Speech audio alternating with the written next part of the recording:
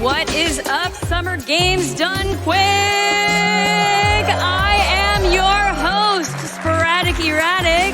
And I'm Prolix. And we are going to be here with you for the final run of Summer Games Done Quick 2019. I have some amazing news. That 100% incentive, it's been met! We're going to have all the Chrono Trigger for you fine people. All the Chrono Trigger coming up very soon.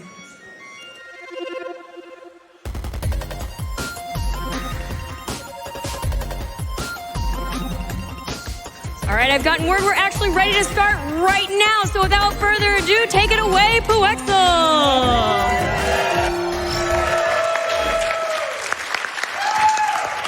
All right. Good evening, everybody. I'm Puexel. Behind me is StingerPA. I'm Vulajin. And we have Julius here joining us in the middle here.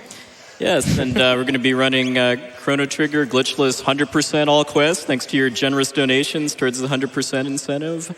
So I guess we're going to start the timer after naming Chrono. So let's go ahead and set our battle speed. And what is our hero going to be named in this run? Chrono's name in this run will be Goku. All right. Of course. Excellent. Yeah. Totally random name. I'm sure there's no significance whatsoever. Nah. All right. Can't imagine any.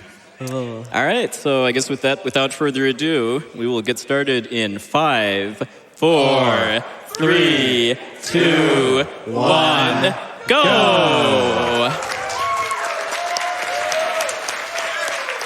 All right, so this is Chrono Trigger, an action, kind of a turn-based RPG with a lot of action elements to it too. Released for the Super Nintendo in 1995, made by a dream team of developers that most notably includes Akira Toriyama, who did the character artwork, hence the Goku name for our hero.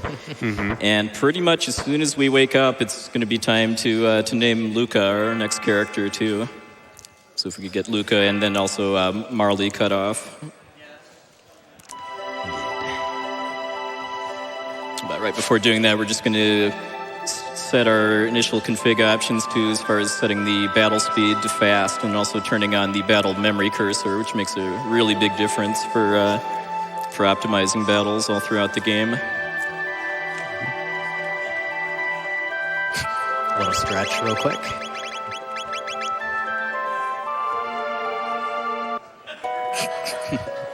Cat blocked. The cat, serious business. All right, and Luca's name is?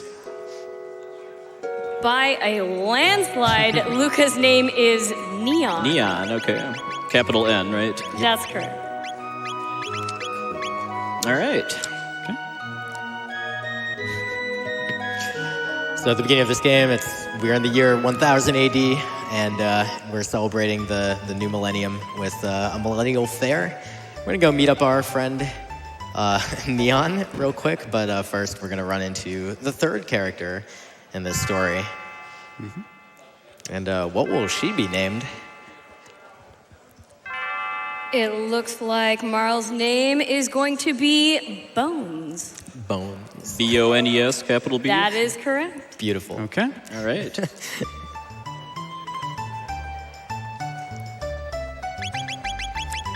This seemed like a pretty decent cover name if you happen to be some sort of, I don't know, princess. All right, so once Bones joins up, we need to talk to one of the merchants in the main area of the square here to kind of gain access to the teleporter. And also, I bonked into an NPC here. Okay, I guess that works too. But stop at the item shop, even though that's about 4 seconds further away than the armor shop, just to buy some tonics, which are the weakest healing item, and then also some shelters, which heal you to full HP and MP at either the overworld or save points for the first leg of the game. All right, so Bones really wanted to pick up some candy, but now we're going to do what we were actually trying to do here, which is visit our friend Neon, who's got a teleporter set up, because that seems pretty, in tune with the year 1000 AD, and Bones happily volunteers to go ahead and jump in and give it a shot, and this is how she will control the plot of the story. We don't really feel comfortable doing the teleporter experiment ourselves, so we're just gonna skip that and put our new friend in the line of fire. Yeah, no, let the person we just met go right on in. Good luck. I'm sure it's fine.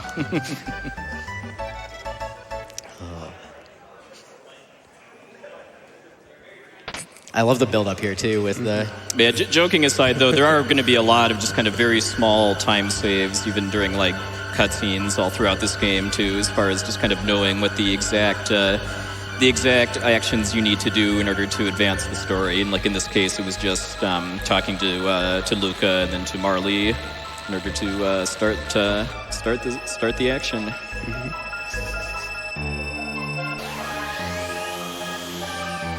All the sound effects.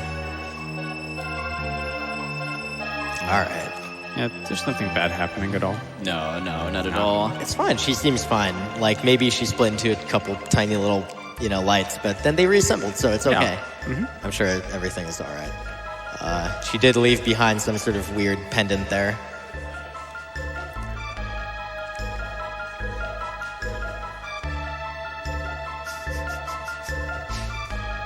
Could probably squeeze in actually our first donation or two while we're kind of getting going with the story and getting sent back in time for the first time too.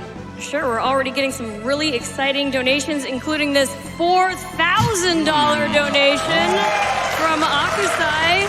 Getting married in 3 weeks and figured I'd donate for Chrono Trigger since it has a memorable wedding scene. Wait, actually, that was a trial, not a wedding. Well, too late to turn back now. Here's to another great event. I have $200 here from Joker that just says, let's get that 100% Chrono Trigger hype! Yep, and we did. We got it. Very nice. We got it. Yeah. Also, I would like to let everybody know that we have a new incentive that has opened. 6 news, actually. It's an incentive to fight the 6 news hidden inside the city of Nhasa. So if you would like to see Fuexel fight 6 news, get on that new incentive. So we have the first fight of the game here. Fuexel's going to try and optimize it by hitting that bottom right blue imp first and then the bottom left one, and he was able to get the fight without getting hit at all, which saves a couple of that is a seconds. bit harder than it looks on Battle Speed 1 especially too. Yeah, there's a lot of little optimizations to combat that we'll talk about as we go. Here we're going to see the first fight skip of the game. Okay, just kidding. we get more chances at it though. Yeah, we're going to see this particular one a number of times. The idea is he's trying to line up with a specific pixel so that he can run up and around a fight trigger without the game realizing that he touched it. And this one in particular is a little bit finicky. He was trying to pause buffer, basically hit left and pause at the same time, and it will cause Goku to only move one pixel at a time, and that will make it a little easier to line up, but it's still rather difficult to do. Yeah, it's a 2 pixel window.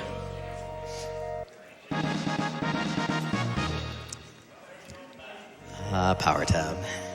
Tabs in this game are an item that you can use on any character to increase a stat bonus. So we'll be collecting those pretty much throughout the entire game to boost stats at particular times. Yeah, there's 3 different kinds of tabs: power, magic, and speed, which all increase the stat they're named after. The most important of those by far is speed, just because the speed stat in this game only goes up to 16, unlike 100 like the others. So 1 point of speed makes a pretty significant difference as far as just kind of how much faster your character's ATB bars fill in battle. But we will be using some power and magic tabs for kind of some specific purposes all throughout the run too. Right. So as we're going up here, man, brain totally just died there for a second. But as we're going up here, the story-wise, what's going on here is we're finding that the queen here considers us honored guests or something. Not quite exactly sure why, but Don't worry about it. Yeah, we did have our friend Neon tell us that she looked kind of familiar. This girl that we met, Bones, and it turns out this is Bones. Oh yeah. And apparently she bears a very strong resemblance to the queen of the Kingdom Guardia in the year 600 AD, which is where we are right now. As we have gone back in time. Yeah, because this is a time travel game. story. If anybody's watching hasn't played it before. Yep. Sorry. I believe Neon's about to give you that spoiler in about 15 seconds, so it's not that big a deal. But right after getting reunited, she's gone. Oh, no. So we're going to, now that she's gone, we are going to steal this ether. Good. Perfect. It is a JRPG after all, and treasures are there to be taken. Ether is, the basic ether recovers 10 MP. Right. So we're going to get a quick little lesson on how children are made here real quick from Neon. But in the meantime, just to give background on like kind of how the game works in case you've somehow never seen this or like any other early 90s JRPG. It's a square game, so it has a turn-based combat system called Active Time Battle. You've got bars that fill up for each one of your characters. They fill up based on your speed, which is why Puexel mentioned that the speed stat is super important. And when they fill up, you get to take an action, be that attacking, or in this game, we have techniques that you'll get to perform in order to deal increased amounts of damage and just get through combat more quickly. And there's stats that, help do different things, and there's levels and so on and so forth. Yeah. I like that her great-grandmother is the queen in the 600 AD. Look, it's fine. Yeah. Don't think too hard. Don't worry about it. But yeah, back to just kind of how the game works. Too. One thing that really, I think, differentiates this game from like Final Fantasy VI, which I ran last year, is that this game doesn't have random encounters in pretty much any way. The encounters are all tied to kind of specific tiles and dungeon areas, and kind of knowing where those are and how to avoid them if I don't actually want to fight is something we're going to be doing kind of all throughout the run. I do want to give a quick reminder that the next name that we're going to be making use of is Frog's name, and you're going to want to get your donations in for that like within the next minute because we're going to cut it off very, very soon. But first we're going to do a couple encounters that we could skip, but we actually would have a very, very tough time with the next forced battle if we did skip these, so we're just going to go ahead and fight this one first. And Goku is going to learn a tech, his first one, called Cyclone. And we're going to make use of that to fight a second encounter, which will get us a level up and make that fight. Yeah, because this game has two different kind of types of points that govern how you level up. There's experience points, which is your stats and HP and that sort of thing as you gain levels. And then there's also tech points, which is how you learn new techs. And these Raleigh Riders here are all worth 2 tech points each. So fighting a total of 5 of them across these 2 fights will give me Luca's first tech, Flame Toss. And then we also get immediately introduced to the tech combo system, which is another really kind of fun and unique thing about this game, because various combinations of characters can combine their techs to do, in most cases, better techs. And in this case, it gives us our first AoE fire elemental attack called Fire Whirl. Yeah, we're going to be having a forced encounter right here. As also, if we have not yet cut off the frog name, go ahead and do that. So these Nagaets are going to come at us, and we're hoping to see them kind of clump up a little bit. I guess that's good enough for now. Fire Whirl is power enough to take them out in one hit, but a Cyclone would not, and nothing else that Puexel is capable of doing right now would either. Yeah, so I'm getting back all the time that I spent fighting those 2 battles right here. Okay. Cool. That was a good fight. Luca can get slowed very early on if the Nagaets are slow to gather together. And that really slows down the fight because she's very slow already. Yeah, Luca has a naturally lower speed stat than Chrono, even after I just gave her the bandana to raise it by 1. All right, so the story here is, we're coming to the cathedral because we believe that's where the queen disappeared. And we get nearly ambushed and killed, but fortunately, our next character is here to help us. And what's his name going to be? Frog's name is Elfrog. Ah, yes. That would be the capital L, capital F, capital R. Yeah, I did get some advance warning that is actually the French Restream community donation pitch. So, Excellent. And lowercase OG. Yep, LFR for Le French Restream, so merci beaucoup. Nice. Thank you very much to the French Restream for their support. Yep.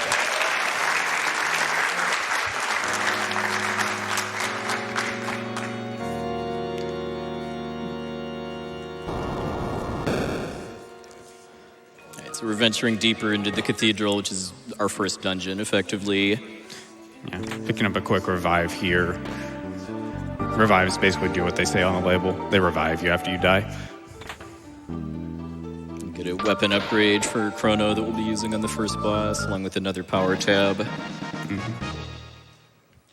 This power tab is particularly important too, right? Because we want a specific amount of increased strength to be able to deal for the higher second amounts boss, of damage. yeah, especially. Yep. Here we engage the battle from the top of the screen rather than just from the bottom.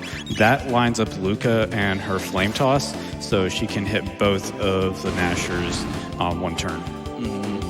Yeah, this and then the next two battles I'm taking are also avoidable, but doing this will give me about 100 extra experience and then 10 extra tech points, which will let Frog learn his next tech, Slurp Cut, which will make a bit of a good difference on the first boss, but an even bigger difference on the second and third bosses.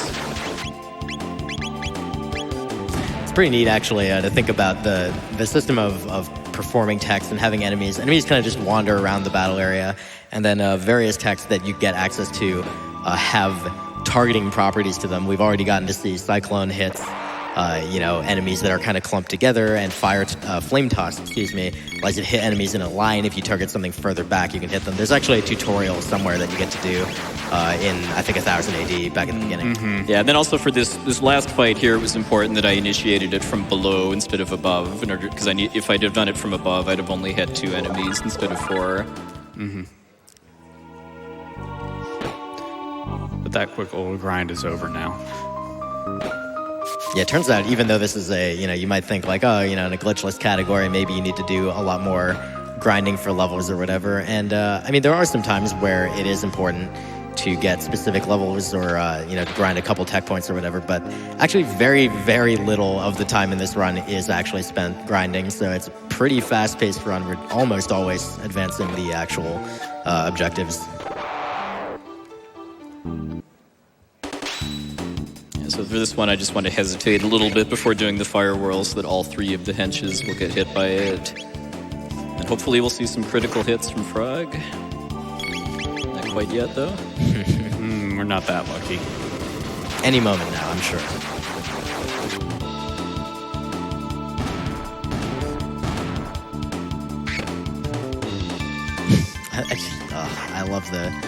I love the sound effects. I love the battle animations. I just love everything about this game. Yeah, There's so much to game love. just has so much charm, too. It's held up so well over time. Yeah, I was talking to a friend of mine earlier who said that they didn't play this game when it came out. They didn't play this game when they were a kid. They played it like several years ago on the DS remake, which, well, not remake, but, update or whatever, which is highly recommend. And they said it held up like totally, even as a game from 1995. And a quick little optimization on the stairs. He walked down them sideways, which caused him to avoid the surprise animation. But we're coming up on the first boss fight of the game now, which is Yakra.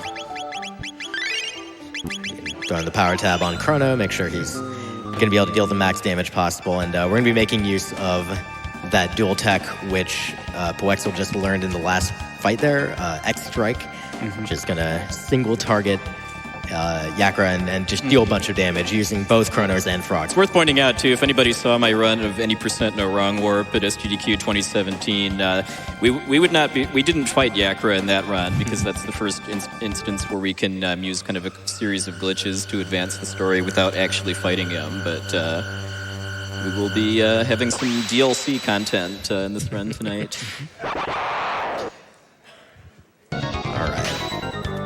So the main tech going on here is we're going to wait just a little bit for Yakra to head on over to Frog and kind of... Is that close enough? Yeah, okay. Yeah, that's definitely close enough. Yeah, so Yakra will want to counter-attack whenever you perform an attack, and that would hit all of the party members, but if he's too close to the character, to any of them, really, he'll not be able to perform a counterattack. And you see that text, too close to counterattack. You do need access to both players' full ATB bars, both characters performing a dual attack in order to perform it. So we have to wait for Frog's ATB to fill, and he's slightly slower than Goku right now. Meanwhile, we're just having Neon do a little bit of support healing to make sure that we don't get to a dangerous amount of HP. Yeah, because an alternative way to stop Yakra from doing this rush counterattack is to actually let one of your characters die, because he only does it if all three of your characters are alive. But for my route for this category, I do want especially Luca to get the experience from this fight too, so that she's stronger, especially for a boss called Hekran coming up in about 40 minutes or so. All right, Yakra, perfect. If I got kind of lucky with damage rolls with the X strikes, the sixth one would just kill him outright, but didn't quite get enough, so I had to have kind of Luca go for the final hit. Yeah, that's pretty expected, though. Yeah, it's pretty common. All right, so again, the update as we catch up on the story here. Frog's mission here was to rescue the queen, the real queen, not Bones, whom we met in 1000 AD, but the queen of this time period. And so we did find her, and the Chancellor had kidnapped her, but it turns out, that was actually a beast called Yakra. And the real Chancellor was in the chest that Poexel so kindly skipped.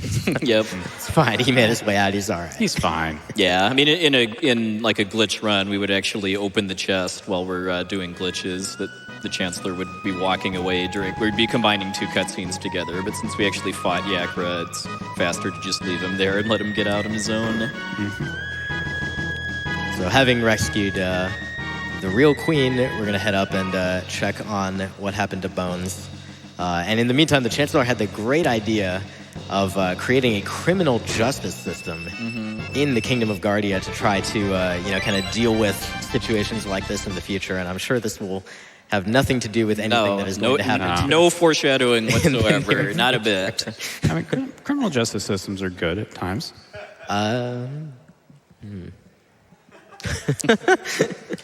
It definitely won't bite us. I'm sure everything will be fine. Yeah.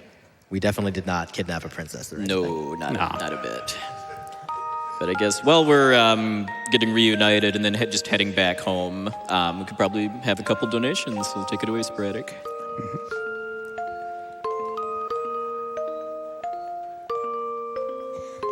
Sorry about that. I have a $150 donation here from Chris M. Had to donate during Chrono Trigger, and especially the 6th new fight. All life begins with new and ends with new. This is the truth. This is my belief. At least for now. Quick interrupt too. It was important that I walk around Frog when I was leaving too, and just leave him feeling sad there too. Just because if you bump into him, even though you do get to hear his glorious theme song for a bit, he does also lock you into a kind of a lengthy cutscene. We do at least get to hear that theme song a lot later. But yeah, feel free to continue, Sporadic. Sure thing. I have a $1,000 donation here from Furgold that just says, be excellent to each other. Wild Stallions. Wise advice. I have another $1,000 donation here from Rock48 for all the runners that came before, and a good luck to Poexel and his Chrono Trigger run. And to the GDQ staff, thanks for making this such an amazing event. I have an anonymous $500 donation that just says, let's go Chrono. Let's go Chrono, let's go. Let's go Chrono, let's go. Actually, it's Goku. Let's go Goku, let's go.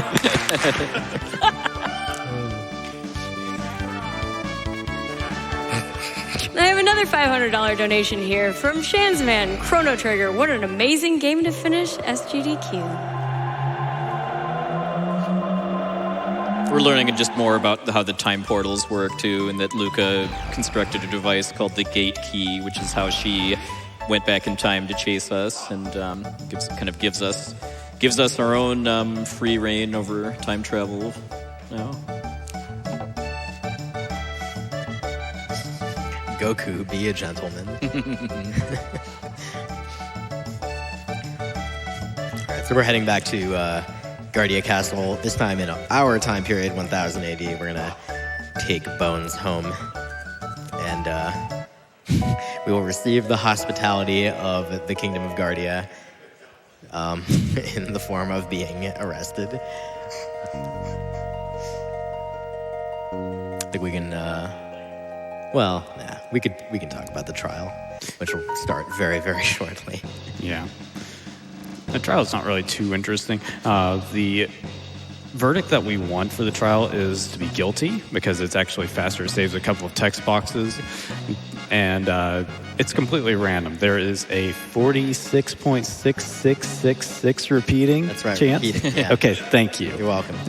Yeah, There's that chance that will be determined guilty because the second juror is based on uninitialized RAM, and it's just random whether he chooses guilty or not. We're basically being put on trial for being a JRPG protagonist at this point, as far as like stealing people's lunches to heal ourselves, doing or not doing like fetch errands for random people we walk past, kind of tricking people into joining our party and following us. I mean, Into dangerous situations. yeah. Yep.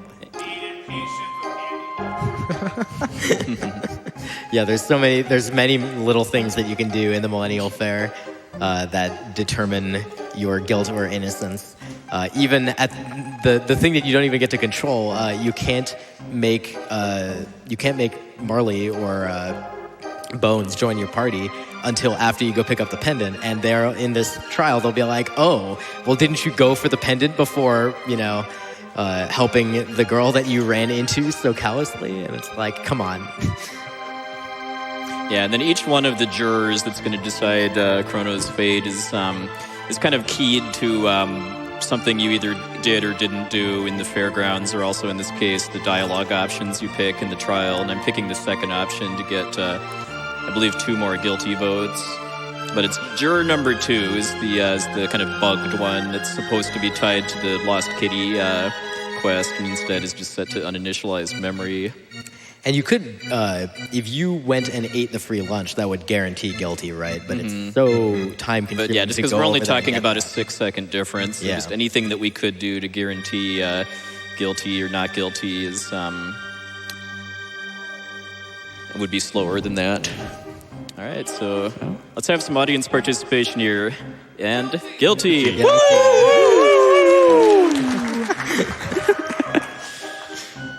Not guilty.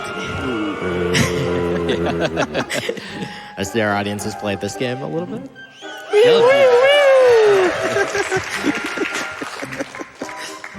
Oh, it was kangaroo court here.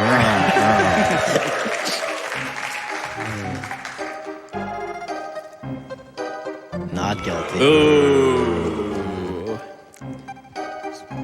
Bloodthirsty audience, dang.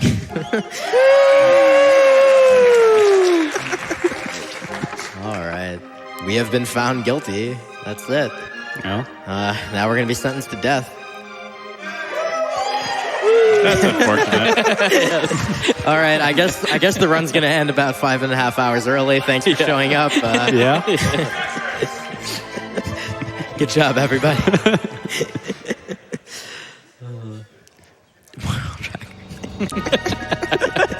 Who would have thought it was this easy? All you needed was a 46% chance to save 5.5 hours. Oh, good. But yeah, but after we get taken to prison, it's this cutscene right here with the warden and the guards that has, I believe it's 3 fewer text boxes in it if you're found guilty. Because if you're not guilty, then there's some extra dialogue between the chancellor and the warden where he's talking about the paperwork being lost in the system or something. Mm-hmm. Right, and we're talking like, again, 6-ish seconds. So not the hugest deal, but it's nice to, get all the time saves you can. It's still a speedrun. Even if it's a 6-hour speedrun, it is very much still a speedrun. We're looking for every last one of those time saves. Yeah, and if you could just find the second time saver here and there, it just adds up over the course of the run. Yep. Speaking of time saves, so we could just wait here because it turns out Neon is very resourceful and she could just come break us out of the prison. But how about if we don't? Because that's really slow. Yeah, instead we can just annoy the guard enough to make him enter a cell with a prisoner that has a sword. Yeah, they may have forgotten to disarm us. Yeah, they kind of forgot to take away our equipment here.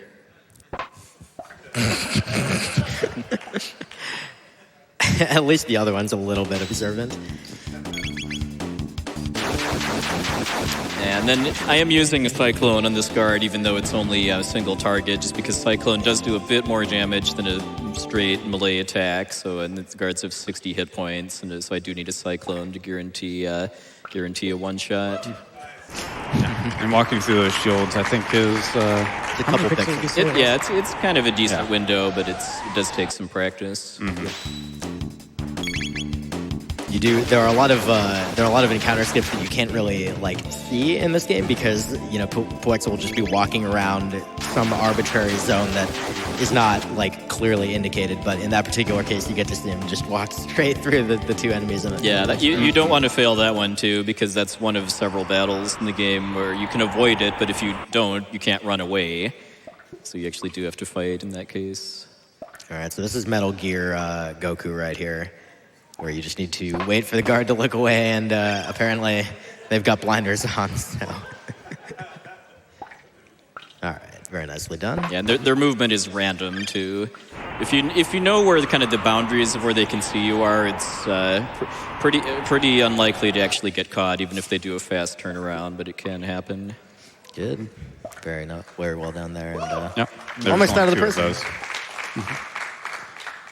And for these last two, I'm just going to delay a bit so that I actually hit both of them with the Cyclone.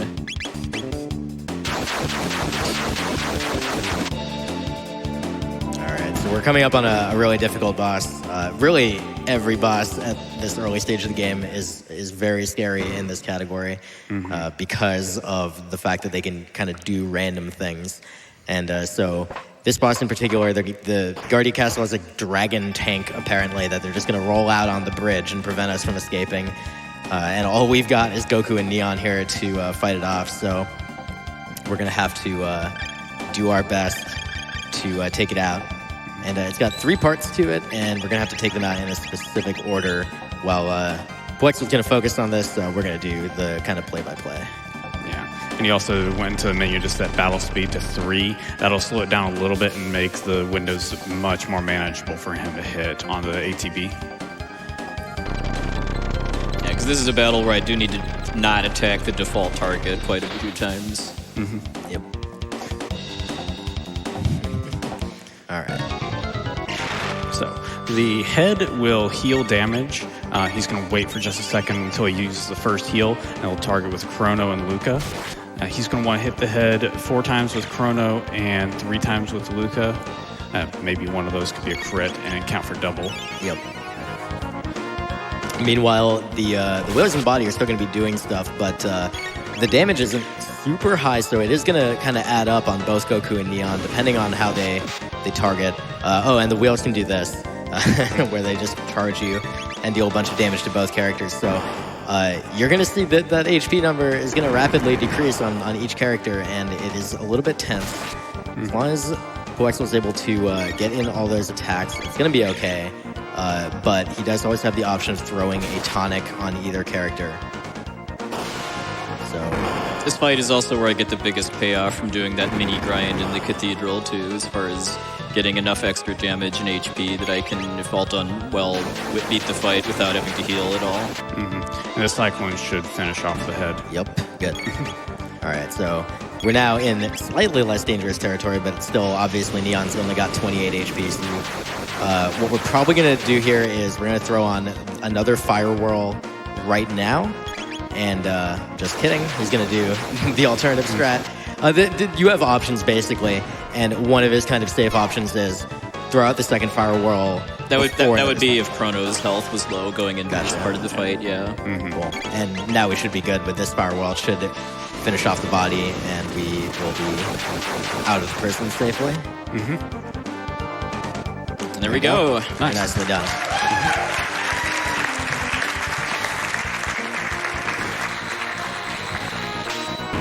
Awesome beast. And also, why? Animations are awesome. Yeah, good enemy, really good kill. But why did you wait to do that? Why didn't you just do that right away? All right, and now we have a human bridge to escape with. Yeah. And there's actually a little skip right here. If he walks to the side and then straight down, he can skip the first cutscene there. Mm-hmm. And is that pixel perfect?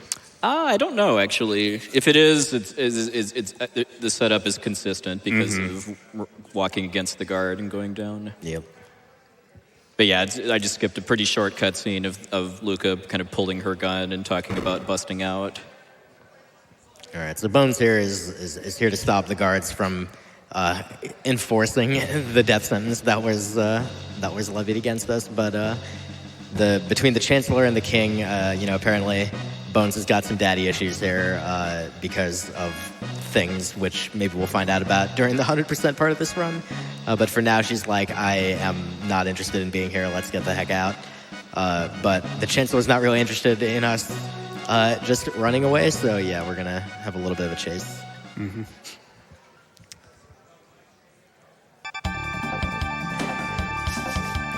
So could be good donation time, you think? Yeah, well, we're waiting to see one of the best surprised animations in any game ever made, in my opinion, from the Chancellor.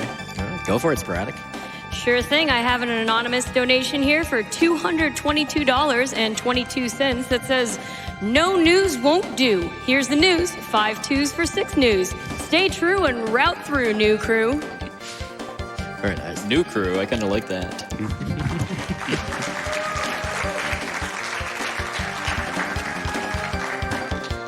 I have a $200 donation here from Minrin that says, "Puexel is more awesome than 6 news." I don't know if I agree with that, honestly, but I appreciate the compliment. I agree. I have another $200 donation here from the Night Seraph that just says, "New." Chancellor face. And in case you were wondering, we now have $14,458 of the $60,000 that we need to fight those 6 news. Nice. Excellent. Keep it coming. We have time for more donations? Yeah, you can keep going until we get to that. I have a Probably actually $2,000 donation here from Anonymous. Just says, "Bad future incoming." So the movement in this area, he's going to want to get caught by the rats a bit because they bring up a text box and that lets him walk openly through encounter triggers. So there's, I think, 2 of those in this area. Yeah, this rat will be used momentarily. Yeah, if I'd have been a little cleaner in my movement getting to the first one, I could have avoided having to kind of wait a half cycle on that one moving back and forth, but it's pretty minor. Yeah, and it is pretty precise on the movement to be able to do that. And then here, just run low and then run left around that hydrant to avoid these mutants. And we're onto the Eris Dome. So we're here in the year 2300 AD after escaping from the prison and getting away from the guards. And it turned out there was a time portal that brought us to the future. And it looks pretty bleak. Seems like some bad stuff might have happened at some point for some reason. Bad Just need to future get here. home, though.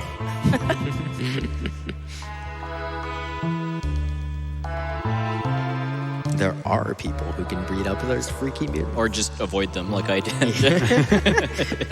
Those mutants are actually really annoying. They would probably be pretty rough to fight at this point.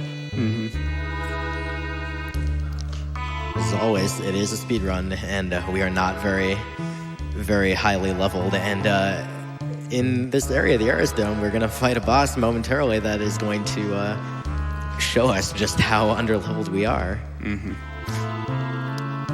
fun fact about this room, if you open the menu, you actually run into an encounter. Which we do not want to do. All right, so here goes. This, again, very difficult boss fight. All the beginning boss fights really are. The Guardian, the main body there has got 1,200 HP, but the bits have 200 each, and they will attack constantly just like that. So Puexel is going to be looking to take them out one by one. He actually wanted to flame toss across to the right bit and hit both of them, but it would have also hit the body, and that would have triggered a counterattack, which would have been pretty devastating. With both bits alive, it's really, really painful.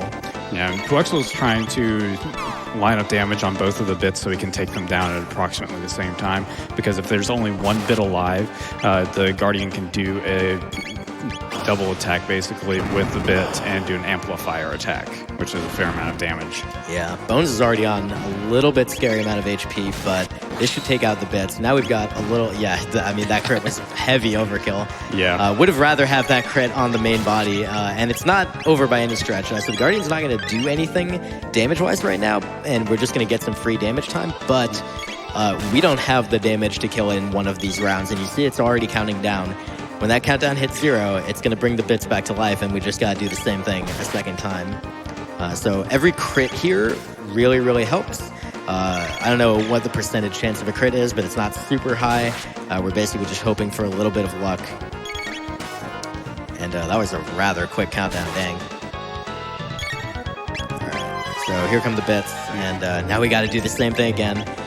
We did make sure to throw a tonic onto Bones to make sure that she doesn't eat dirt, but now we gotta get those bits down again as quickly as possible. 2 very nice crits by Bones on the bits, really helping out here. Yeah, it's basically the same thing as the first phase. You try and take down the bits at the same time so the Guardian can't use the amplifier attack. Okay, that's actually slightly annoying depending on how the damage works out right now. If we're able to get Neon's turn before... Okay, good. All right. We should be able to clean this up before It Guardian wouldn't be like a run ender if one of them got amplifier off, but it might actually be able to kill Marley at that health level. Yeah, so a slightly scary amount of damage, but fortunately we avoided that, and thanks so much, Goku. That actually will save us a couple seconds there. Just get through the fight a little bit quicker.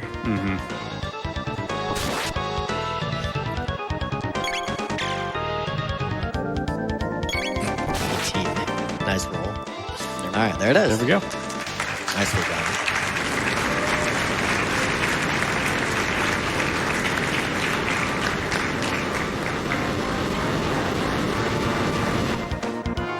Notice how I'm gaining 2 levels on each character after that boss too. Just another sign of just how underleveled I am at this point relative to what the game developers kind of expect. That's also why it was really important that everybody be alive at the end too, because anybody that's dead at the end of a battle doesn't get any experience or checkpoints. It's interesting to compare and contrast this category, Glitchless, with there's no RNG manipulation, compared to if you had seen Puexel do an any % run of this game a couple years ago at Summer Games Done Quick. Obviously, in that category, you can manipulate the RNG. It's actually, I mean, there's not that many random like patterns that are possible in the game, and it just tends to be the case that even if you don't try to intentionally manipulate anything, you can tend to get similar outcomes. But in this category, because you don't know which pattern you're going to get, and some fights kind of defy really any sort of pattern just because of enemy movement and things like that, this is a lot more dynamic. Things can necessitate having to drop tonics and things like that, as compared to the any % where you're more going on precise execution of a very pre-planned thing, and if it goes wrong, you're probably dead. Yeah, once you get past like the first hour or so, getting off manipulation usually means a reset. Yeah, here you're going to see if we end up having something go wrong, it's going to be more about kind of improving or having some backup plan in place. Which, by the way, Puexel has a lot of backup plans for like every fight. Yeah, so we're getting kind of a little bit of a plot dump here, both finding out how to get home, which is what we've pretty much been doing ever since escaping from Guardia Castle and coming to the future. But we also hit a random button on the computer that just so happens to play back a recording of an event called the Day of Lavos, and we find out that some kind of entity called Lavos emerged from underground in the year 1999 and laid the world to waste. That was a rough year. I remember it. Me too. So I guess while we're learning that, let's have some donations. Sure thing. I have a $5 donation here from Kill the Raisins. It just says, I need that $5 Switch. If you want that $5 Switch, all you have to donate is $5 to be entered into the running. I have a $10 donation here from Allie that says, what better way to spend my first donation than during what is becoming quite possibly my favorite run ever, ridiculous and perfect. Thank you. I have a $2,000 donation here from someone who wished to remain anonymous that just says, let us create the best future. Agreed.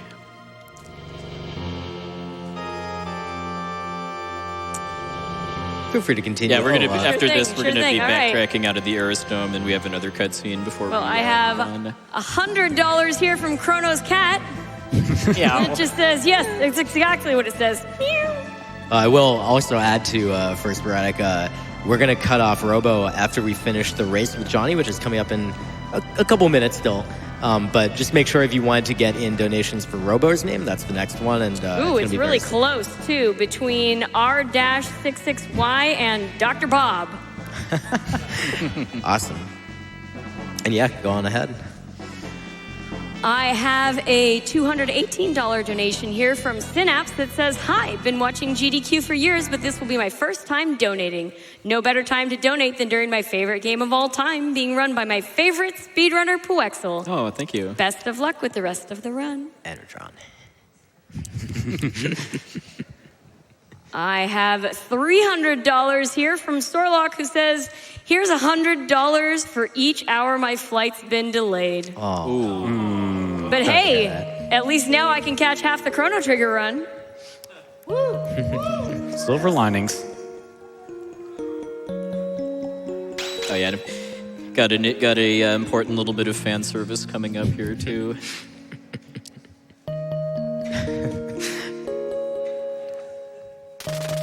Gotta restore that HP and MP. Restore that HP and MP. But you're still hungry. Got any of those raisins left? I'm sure you could pick some out of the carpet if you really. Oh, God. Come on, those future people wouldn't have said no. Oh, gosh. Oh, man. All right, so we're going to race Johnny. Yeah. And then just another little time saver is just trying to leave the screen instead of actually start the bike. Because if we try to start the bike, then there's a kind of a pause and you hear a rev up sound effect before the robots appear. And if you try to leave, it's instant. We got the best tutorial in the game, by the way, too, coming up in a second. Also, this song is a banger. A permanent banger. Yeah. Kevin from Power Up Audio agrees. So what are the strats here exactly? So, it would actually be faster to just walk across the ruins than to do the race, but the game does make us attempt the race at least once. But we do have to actually win in order to end up on the other side. And what I'm doing is set up. I found where if I kind of bump into Johnny like that and then avoid him, that makes actually winning the race pretty free. There is a more advanced strategy where you try to stay in front of Johnny because every time he bumps you in the back, it saves a couple frames, which can add up to about 3-ish seconds, I want to say, if done totally perfectly. But that does also make actually winning the race a little challenging. All right.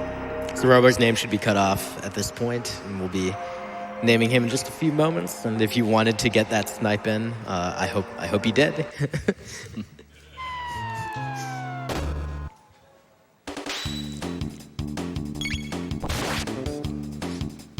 Bugger. We apologize for the rude enemy name here. Yeah, like the UK watching. Nice crit. That's a good crit.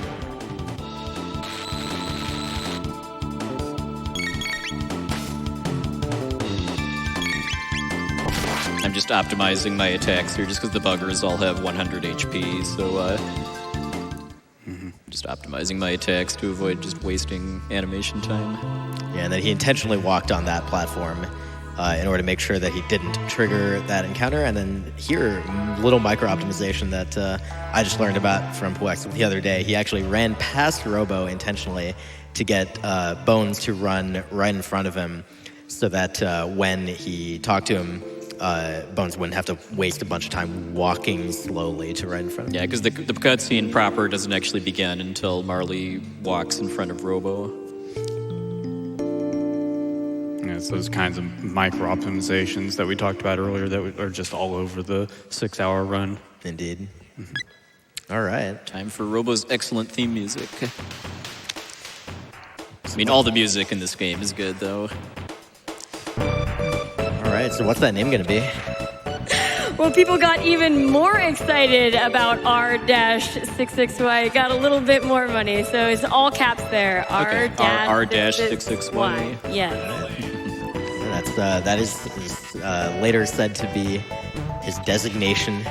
Yeah. Oh, there you go. There it is. Except they shifted the hyphen. The donors moved it to before the 66 instead. They did? Yes. Just double check that. Is it It's R-66? Yeah, cool. Okay. That is correct. So that's fine. The donors have spoken. Yep.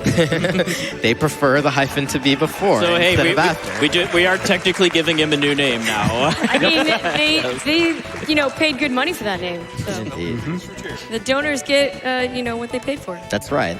We're happy to oblige. And so the next name that will be coming up will be Ayla's, and that won't be until about an hour and a half, something like that, into the run. So you've got about 40 minutes left, I believe. Close to that. Currently, Clutch is in the lead. $2,625, and Ayaya is close behind at $1,734.99. All right, so same thing on the way out. We're going to walk past these enemies and then head on out. Story-wise, we can't open the back door for in the proto-dome where we just were. For whatever reason, it's locked because the power's off, and we need to open it to get access to. There's actually a gate back there. So R66Y is going to help us get through the factory up here where we can turn the power back on. And we're also going to encounter some rather annoying enemies here and there. Very annoying enemies. Oh, nice crit. Nice crit. Hey. Oh. Ooh. Okay, so these enemies have stupidly high defense and exactly, 10 HP? 10 HP, yep. Yeah. That was still a fast fight, though, for no manip. Yeah, and crits can still do like 2 HP. Yeah, you can get a damage. 2 damage crit in certain patterns. So I believe there's like an entire half of this dungeon that we're just skipping. Yep. Who needs that? Oh, that's where you find out what the password is, right? Yeah, in the Arisdome, we actually did need to learn what the password was in order to be able to open the door to where the computer terminal was. That was just kind of the game developer's way of making sure you do actually have to fight the boss, even if you played the game before and already know the password. But in this case, because the boss is after where you need the password, instead, if we already know it, we can just skip half of this dungeon. Speaking of skips, we also just skipped a couple encounter triggers there that just you did not even see. But anytime you see Puexel specifically kind of moving in one direction to go around something, it's probably for that. So here is a completely random encounter, and that's actually It's not awful. yeah. I mean, it's probably going to be a bit on the slow side for damage, but I don't have to worry too much about fusion attacks. That leaves it open to just do a bunch of cyclones. Yeah, so if you attack one of the green enemies in Alkaline while it's near an acid, it'll perform a chemical fusion counterattack where it just AoEs your party, which is kind of annoying. If you attack the orange ones, the acids, they don't do that. But they also do have significantly higher defense, so, it's kind of a trade-off there. Also, it is really, extra random what you get in this encounter. Yeah, the specific colors of the slimes in this fight is random too. It's kind of set based on when the game loads the map. Yeah, and this is so random it actually ends if you're doing a manip run, an RNG manipulated run. You actually will lose your manipulation at this point unless you are a tool assistant speedrun. It was a one-shot right Yeah, there. They have those have 9 HP. All right, so that was, like a perfect fight that has 5 greens and kind of decent luck would be over in about 2 full rounds of attacks. So that was a bit on the slow side, but still not awful for getting 4 reds. and 5 greens there is pretty random. It's very unlikely. All right, so the very, very important tech for entering the password, which is XABY, Zaby. You just hold all 4 face buttons. Yeah. Well, the timing for that is a bit tight, too, or otherwise you fail and have to do it again. Gotcha. Did we explain the chemical fusion attack for these slimes? Yeah. Too? Okay. Yeah. So that was one thing I was trying to avoid when I was setting up my cyclones. Yeah, and you did manage to avoid it, which is nice. All right, so turning on the power activates the security system, apparently. And when you see a door closing in front of you, obviously the thing to do is stand there and wait. And when your friend holds the door that is trying to close in front of you, you just wait for him to tell you to hurry.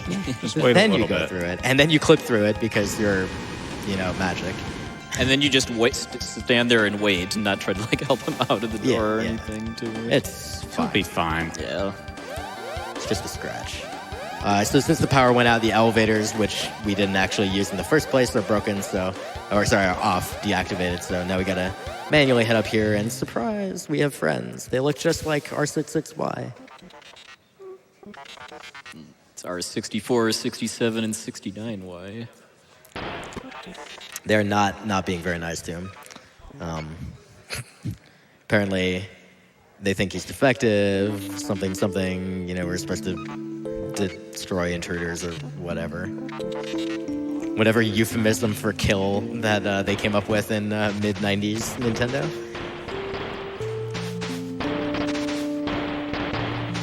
Tiny little micro-optimization I'm trying to do here is to move Chrono close to where he's going to naturally move to when the next cutscene starts, too.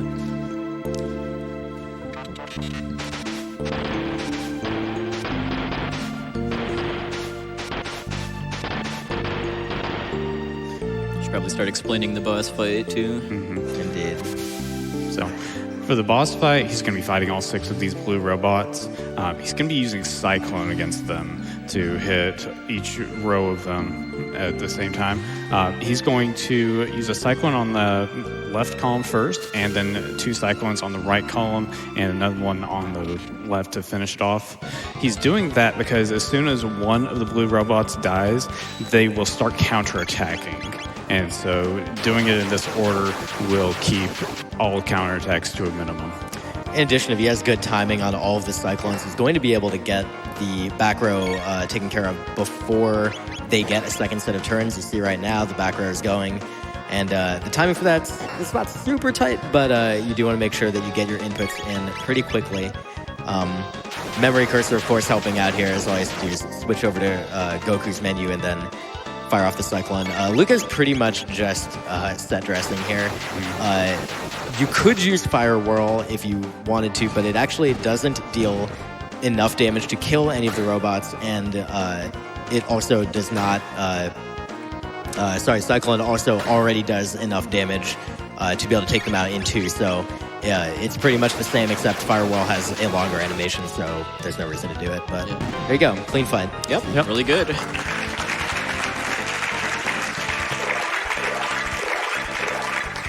It's hard to understate just how dangerous their counterattacks are if you proc any of them too. Like I know they have one where they kind of do an explosion that hurts a lot, along with kind of playing volleyball with you too. Yeah, that one's, and the animations on those things are really long too, so you just lose more time while also being in danger of having something bad actually happen. Yeah, and then animations is also the main, and safety too, is why I killed the back row first, because then for the second round, if the back row robots are still alive, they do that 30 damage tackle again, and then the front row does the kind of spring punch that does about 15. And if it's only spring punches, then even if like all of them go straight for their Chrono, they'll barely have enough health to survive. Yep. All right, so we restore the power. Neon was able to repair R66Y. He is okay, thank goodness. And now he's going to join the party, because that is what characters with names in RPGs do, is they join the party. We're going to take this gate, and as we can yield some donation time, so we'll just do the quick version, which is that we're going to end up, because there's 4 of us traveling together, and this RPG only allows 3 in a party, we're going to end up in the end of time, Yeah, big shout outs to this game for having actual in-game lore to explain the RPG party size limit. Yep. No answer as to why 3 people can't just also leave the place, but whatever, it's fine. Anyway, quick HP and MP restore. This is a dude who's going to tell us some stuff, and then we're going to leave. We're going to go back to 1000 AD. Still trying to get home, but while we're doing that, go ahead with some donations, Sporadic. Sure thing. Well, I have a few from back when we were in the future. $25 from Kate S. that just says, I'm still hungry too. $256 from Revolving Dork that says, this donation brings us closer to our goal, but you're still hungry. And finally, one from Goku's Cat for $30 that just says, feed me. Y'all hungry out there. Everybody's hungry. I'd like to say that the battle for Isla's name has really heated up with Ayaya taking the lead with $3,034.99. But those in favor of Clutch have also done their part. It's $2,802.78. So if you feel strongly about Isla's name, better get in there. Hope you're all ready to think magic. Yep. Make sure to think magic, walk up to the door, and then walk clockwise around the room. All of you. Come on, let's go. This is a big It's a big room. room, yeah. If anybody's never actually seen Specchio in frog form, by the way, too, it's because Specchio's form is based on your party leader's level. And to see Specchio in his weakest form, you do have to be going out of your way to avoid leveling up before you get this far. All right, we got an important skip coming up, by the way, too. Call it the Specchio skip. And nailed it. That was incredibly hard. Yes. It's very dangerous to say yes there, by which I mean you just lose a bunch of time. Yeah. Fortunately, combat with Specchio is absolutely safe. You get restored after. Yeah, and the frog is actually so weak that it's faster to actually just cast a bunch of spells and win than to wait to lose. All right, so we took a gate back to 1000 AD and ended up in a closet. And yeah. So this is Medina Village. It's the descendants of the Mystics who were... Yeah, we would have learned about the Mystics if we'd have actually talked to NPCs and stuff in the Middle Ages. Pretty much anybody. They're basically monsters is effectively what they are. Yep. They fought a war against the Kingdom of Guardia back in the past, actually 600 AD specifically. For now, we're just pilfering their tabs. They've got a speed tab and a magic tab, which are very nice. And now we're going to head off to the west, and we're going to make use of the magic that we just learned, as we got a magic-themed cave here coming up. Quick stop with Melchior to grab a weapon upgrade for Goku. Yeah, and it's a little bit faster in the very few opportunities I have to change equipment in a shop menu versus in the normal menu, because then you don't have the animation of kind of the menus sliding up and down. So a really nice little bonus that we got from Specchio, in addition to all of our characters learning their first magic tech, lightning, ice, and fire, respectively, is that the game just gave us all of the level 1 and 2 techs that we hadn't gotten enough points to learn. So Chrono now has Slash, Marley now has Aura and anything. Provoke, and then Luca has Hypno Wave. Yep, which will actually come in handy in a little bit. Yeah. For now, we're going to be escaping some of these encounters, and we're going to skip other ones. Something we actually even have glossed over so far is escaping an encounter. Much like other Final Fantasy games and Square RPGs around this time, you hold L and R to do that. Interesting thing is that there's a timer basically that needs to fill up while you're holding L and R for about 2 seconds. You can actually charge that up from the moment you trigger the encounter. Yeah, it's even before the battle HUD appears too. Right, and so that's what Puex was doing. He's just holding it right from the start where he gets locked into combat. And then as long as he's done that, what he can do is open the tech menu as soon as the battle starts, or any menu, but the tech one's nicer because it won't mess up his memory cursor. And he can just run away that way. Mm-hmm. And the enemies usually will not get a turn unless they are very fast. Which the gin bottles in this place are very fast, too. Yeah. And here's a counter skip. Good. Very nice. Walked around. It's really finicky. Yeah, walked around the bats right there. All right, so we are rapidly approaching the boss here, Heckran, in this like every other fight so far, is very scary and difficult. So Hecaran's going to use a lot of magic attacks, and he's going to do particular patterns that Vulajin's got basically planned out. So what we're going to expect to see is at the beginning, he's going to want to cast Water twice. That he's going to follow up with a Water Cyclone that deals a ton of single target damage. And then he's going to go into a defensive posture. And in that defensive posture, he will counterattack anything that you do, so don't. Yeah, he counters with the Water 2 spell, too, which hurts a lot. Yeah, it's not pleasant. So for now, we have it planned out where Goku's going to throw a couple lightnings. Bones and Neon are going to combine for the dual attack Antipode, which is just a combination of fire and ice. And meanwhile, Hecaran's going to throw some of those attacks at us. There's 2 waters. We're just waiting for our ATB to fill up so that we can do one more Antipode, throw another lightning. And then after that first defensive phase, we're going to do the same thing again, except 1, we're going to heal up, and then 2, we're going to try to push Hecaran below half HP. And why are we doing that, Stinger? The reason we're doing that is because when his phase changes, his ATB resets. And we can get a few more attacks off before he'll go into the later part of his attack, which in phase 2 he does 2 Water Cyclones and a Yes Indeed attack. Which is just a physical rush, basically. Yeah. So after this next Antipode, he is right above half health, and I'm just going to wait for him to attack at that point so that his ATB bar, which we can't see but exists, is empty before we push him into phase 2 and reset his AI. Yeah, so once he does that, we're going to get that different pattern started, and then we're going to be basically trying to do the same kind of order of stuff. So Puexel's waiting for that water cast so that he can get this slash from Goku and this Antipode off, and this should now push Hecaran below 1,050 is half his health. So. Yeah, he's in phase 2 now. Indeed. So yeah, those attacks are gonna start hurting a lot more. Again, the Cyclone's pretty powerful. It's a lot more powerful than the water attack that he was using at the start. Yep, and then the next attack he's gonna perform is gonna be Yes Indeed. Single target. Yeah, I love that. Great translation. It's an attack name. Goku, meanwhile, is the healer and fortunately did not get killed there. That was a little bit of a scary moment. Also fortunate that Goku didn't get targeted there.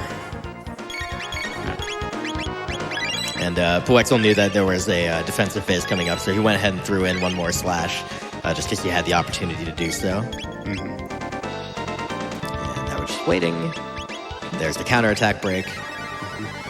I'm using slashes at this point, by the way, too, because the animation is faster and the damage still lines up. Yep. As far as what I need to do per turn. Yeah, in fact, it's such a fast animation, actually. Sometimes it's even faster than doing a regular attack. Right. We should be pretty close here. We should be able to finish him off before the next defensive phase. Yeah.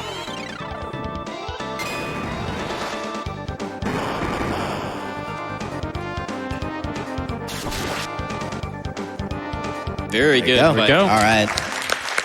Even got to use Aura Whirl in the first cycle. Yeah. I noticed the fan service there. Yeah. Yeah, that's an animation you're not going to be seeing any more times, at least from... Yeah, I only do Aura Whirl if Hecaran actually spreads out his first 3 attacks on all of my characters.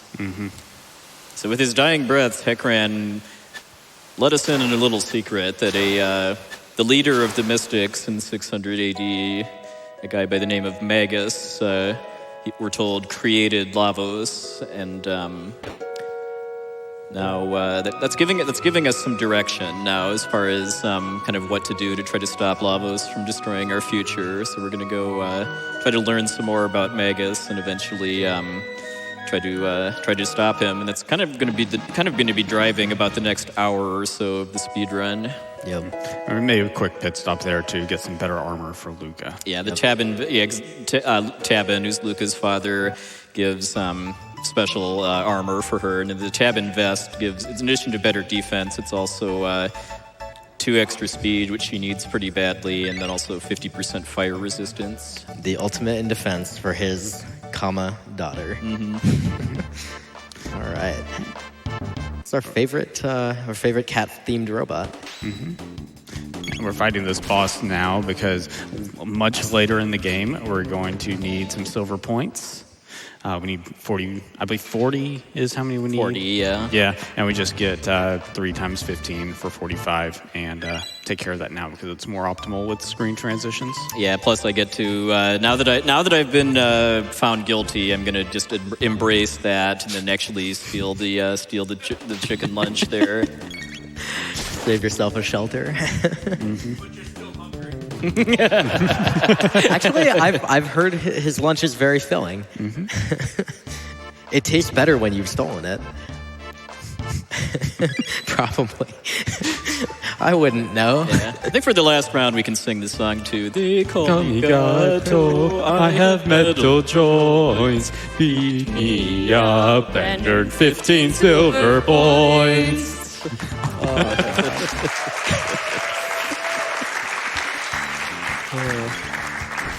Well, the you've beaten him version doesn't quite fit the music as well. Yeah, close enough. It's almost like it was kind of written for Japanese instead of English. Nah, that can't be it. A little micro optimization I was doing for each fight with Gato too was to kind of move Chrono down a little bit during the song to speed up my characters moving into their positions for the fight.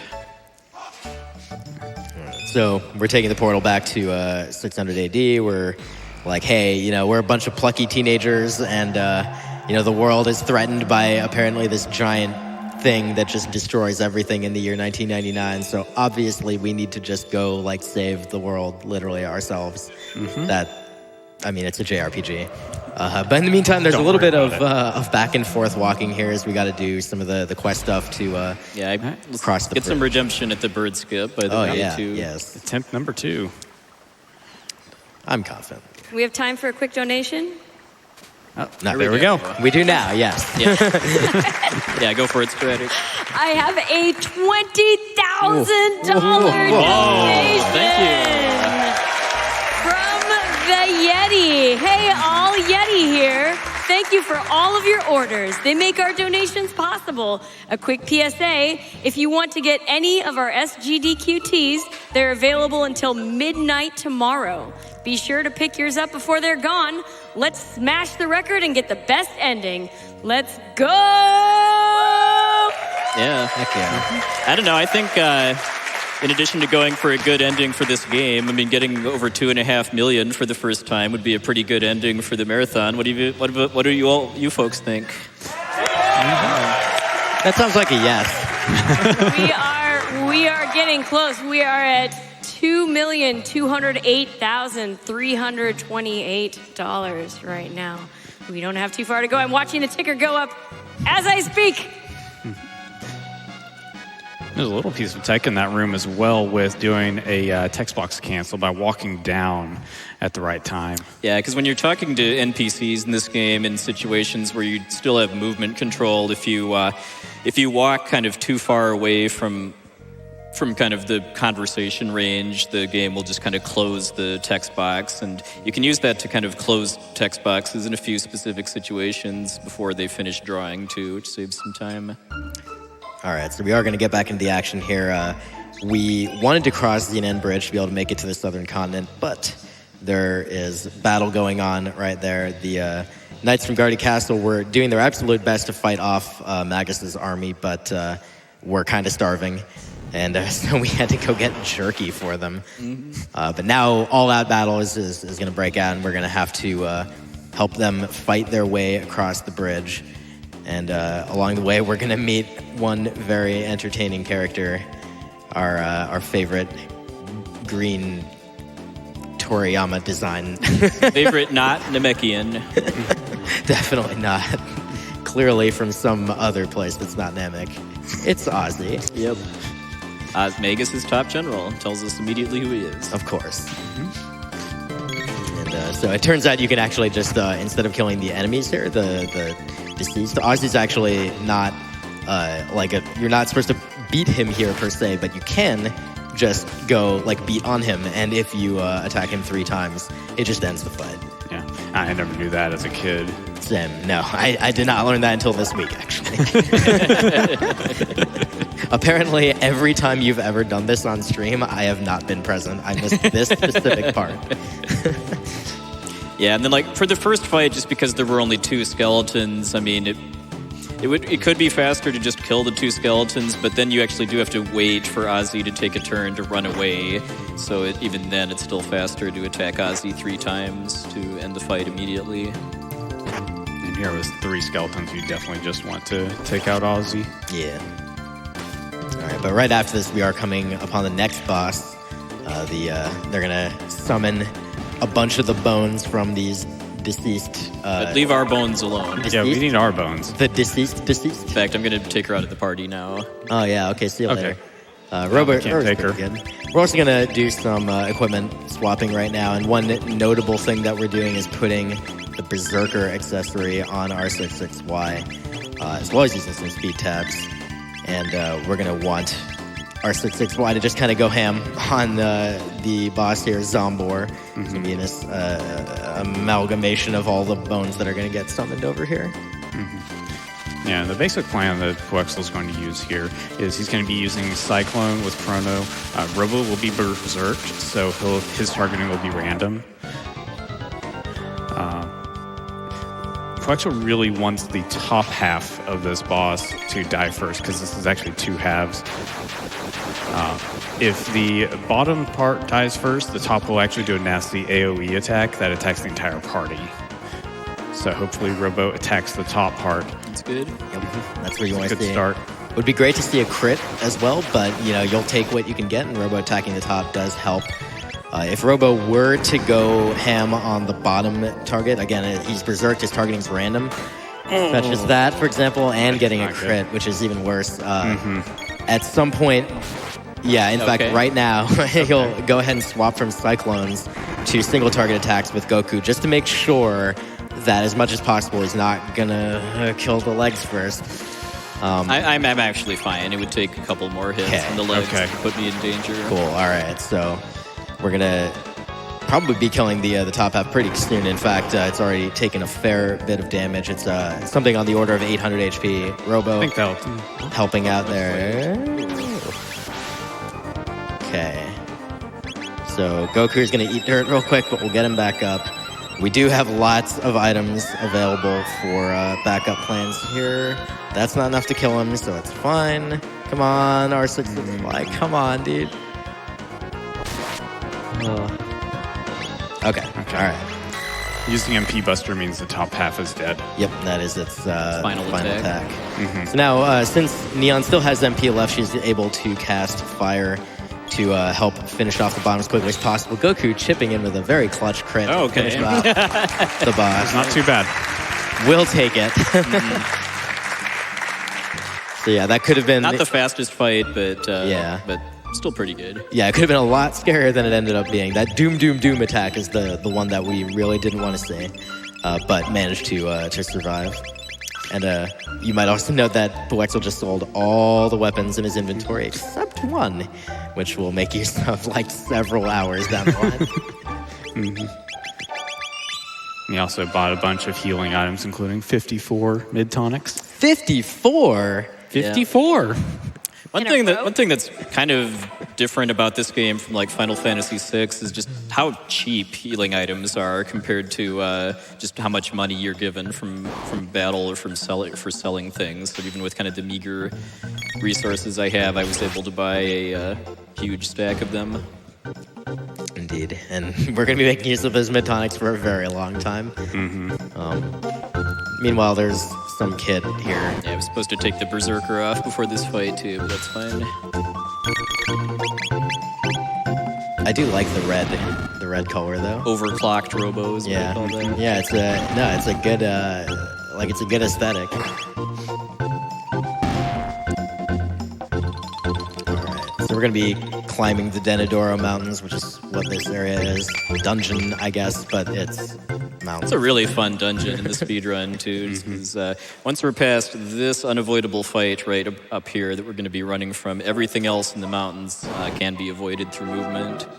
Yeah, including if you've played this casually, you might recall there's a screen with a very significant number of forced encounters that you just fight back to back to back to back, and we're going to skip that as well.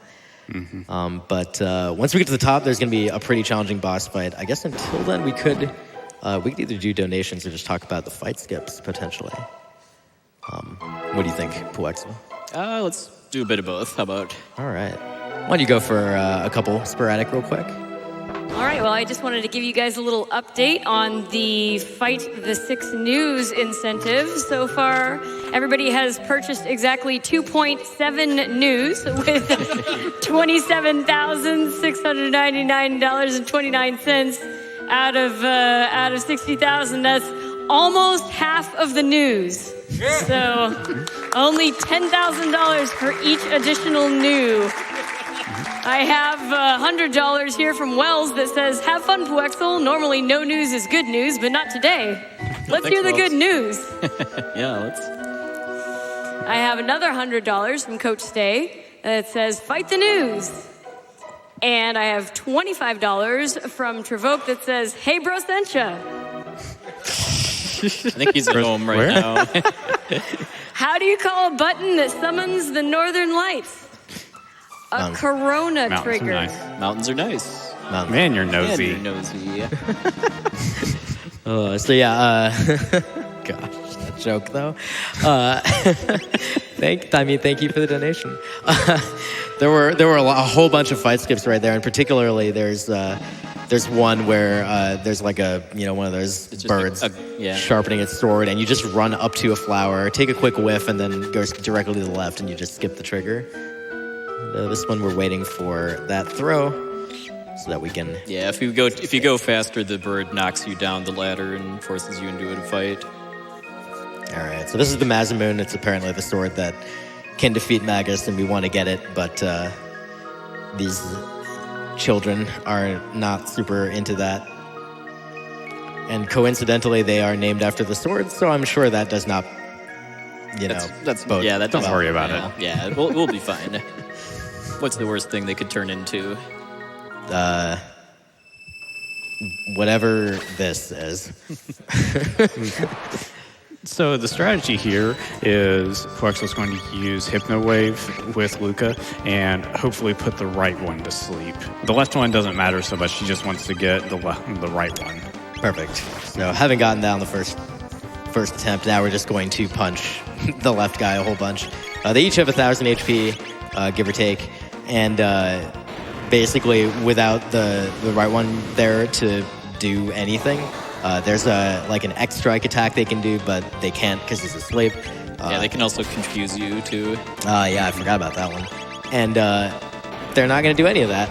And once you knock down one of them to 0 HP, that is the end of this fight. But then they're going to quite merge. Done yet. Yeah, and we're going to get the first really epic music encounter. Yeah, the fact that we have to do 2 boss fights back to back without any opportunity to menu between them is pretty significant too. Just because if we could re-equip here, we'd probably want to use the Berserker potentially on Robo, but in a no manipulation run, that's really problematic for the twins. Right. We want to focus down one of them. All right, so now we have Massa Immune. So, like other bosses, he has 2 phases. You're going to want to avoid his punches because they do a significant amount of damage, and he'll be healing up a fair amount in this fight as characters take hits. Yeah, it's after he's below half health that his punches get pretty nasty. Yep. So we're trying to avoid basically getting into any really scary situations while just dumping fire punches into him. Chrono's pretty useful in this. Goku's pretty useful in this fight to, aside from beating him up, heal and just make sure that everyone stays alive. And so right there, you see, taking 100 damage at a time from those kind of attacks is a little bit dicey. But Neon should be okay, and Goku will be able to throw a mid-tonic on her in just a moment. Meanwhile, every once in a while, Masamune will start storing tornado energy, and the only way to neutralize that is by using the slash skill. But it turns out you actually have longer than it might seem to be able to pull that off. So Goku actually is able to get an attack, a heal off, and then you see that pain text. That's the time where you really want to get the slash off and make sure that you do not get killed by the awful wind damage attack that Masamune would otherwise use. Mm-hmm. When he says pain, that means pain is incoming. Very, there's no false advertising going on here. You will die. It's not fun. It's not an insta-kill, but it's pretty hard to recover from. Especially because you need to keep dealing damage. Masamune has a lot of HP, and you're not dealing that much per turn, so you really can't afford to just be sitting there having everyone heal up every so often. And so you really want to make sure that you're getting your slashes off. But fortunately, in the interim, Goku can just beat him up with the red katana that we purchased a little bit earlier from Melchior. Yeah, I am also trying to kind of read his targeting AI, too, as far as like the fact that he's kind of walking back and forth between Robo and Luca right now. And before deciding just to punch Chrono. Yeah, and he has entered the second phase, where his attacks are doing double damage, or at least the punch attack is. Yep. So we're just very nice crit there, helping us out just a little bit. He's going to store tornado energy again, so we've got time for Chrono to do one thing if he wants, but we can also just go ahead and slash him and cancel that out ASAP.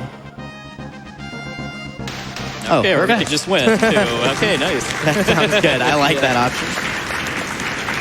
Like a very good fight. Yeah, I got pretty lucky in phase 2 with him just kind of pacing back and forth and giving me kind of just enough extra ATB to kill him before he went into his tornado phase again, even though I didn't get really all that lucky with critical hits. All right, so now the kids they're not really kids, I guess, but they're going to go back into the sword and they're going to give it to us. But it turns out it's just the hilt. Apparently the Masamune is broken. Stuff happened. I don't remember. It's actually the blade here. And then you're right. Hilt we'll be getting in a few minutes. Correct. But I don't remember which cutscene tells us that this happened, but this happened. And so we need to find the other part, then we need to go fix it. The hilt we're going to find in a lovely cutscene coming up. So maybe now is the time for some donations while we go chat with Frog for a bit. There's one thing we need to check first. Sure thing. Oh, yeah. You're right. This is very important. Sorry, we just need about 40 seconds. First, we're going to get the hero medal.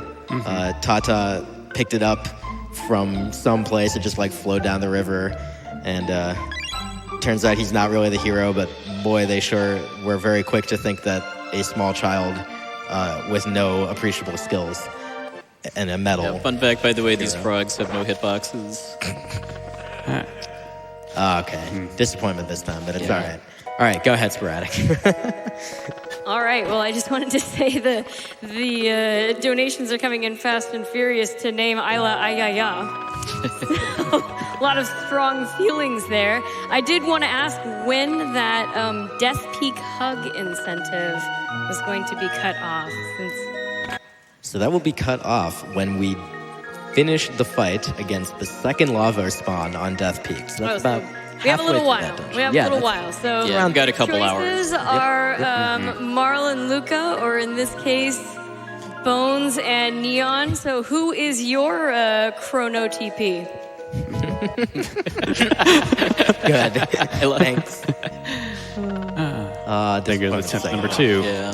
All right.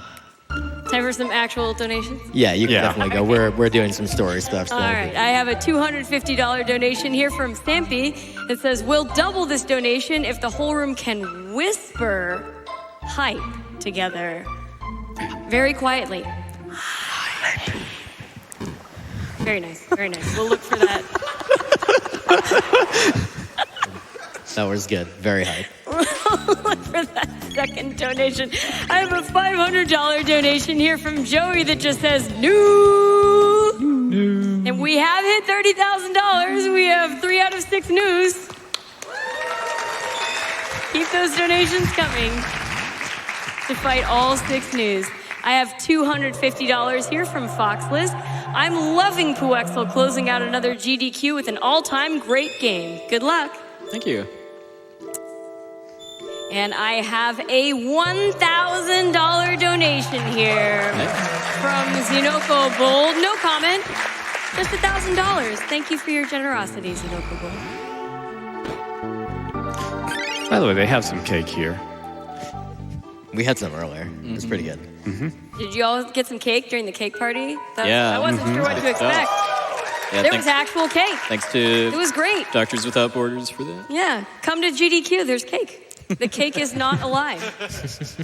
Nice little subtle bit of foreshadowing I really like about this particular cutscene too is that this is the first time in the game that you hear a track called Corridors of Time, which isn't really going to mean that much when you're playing this for the first time, but if you like replay it or watch a speedrun, you'll it's really cool as far as how they're just kind of hinting at that point about who Melchior really is and why he knows so much about the Masamune and about time travel and stuff. Indeed. So we'll be cutting off Ayla's name right when we enter the next time period, which is going to be 65 million BC. Which is pretty much right now. Yes, exactly. And so make sure that you have gotten your snipe already done, because otherwise it's closed. And we'll find out what that name is in just a moment.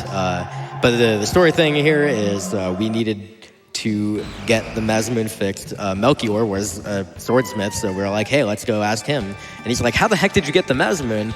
And he could fix it if he had Dreamstone, but he doesn't have that because that stone hasn't existed in a very long time. So, hey, 65 million years is a very long time. So let's try that, I guess. And meanwhile, lasers are very, very useful against lizards, I guess. Yeah, it always amuses me that Chrono and friends actually like fear these reptiles at all when this is how you can dispose of them. Yeah, I mean, you just defeated a giant bone monster. I feel like these things aren't that scary by comparison. So we'll be naming Ayla after this next fight, so if we can get the name ready. And again, we'll just throw out a laser spin to take it. Yeah, in a manipulated run, you'd be able to manipulate the movement of the reptiles so that you can use Slash and Flame Toss to kill them a little bit faster, but also more importantly, speed up the next cutscene. But just for consistency here, we're using Robo. All right. And here's our cave woman friend. And what will she be named today? Well, the Ayayas have it. Oh, so it's capital A then? Capital A-Y-A-Y-A. Right. Anime has won today. Beautiful. Thanks for the donations, Weebs. Ayaya like strong people, so Ayaya like Goku. Good. Yeah, so this right here is, it's if you have Robo in your party, the Ayaya takes a little longer to appraise him, but it's not that big a difference. Raw boot. Raw boot. And so we're actually coming up on a fairly difficult encounter skip too, so hopefully I get that. Yeah, the timing on this is just a little bit precise. And it's because I have to pick up the Berserker now instead of being able to save it for when I'm coming back. Yep, because we're going to make use of that very soon. So there we go, got the Berserker, and you got Got Blue. it, nice. Perfect. Okay. All right. And you might wonder, like, why do you care? Like, the enemies that you just skipped just came down to join this encounter. But if you had gotten that counter, then you would have to run from that one and then come here and also run from the second one. And it's just another 10 seconds-ish, give or take, to escape from an additional counter. So again, like, every second counts. It's still a speed run. Don't let anybody on Reddit tell you otherwise.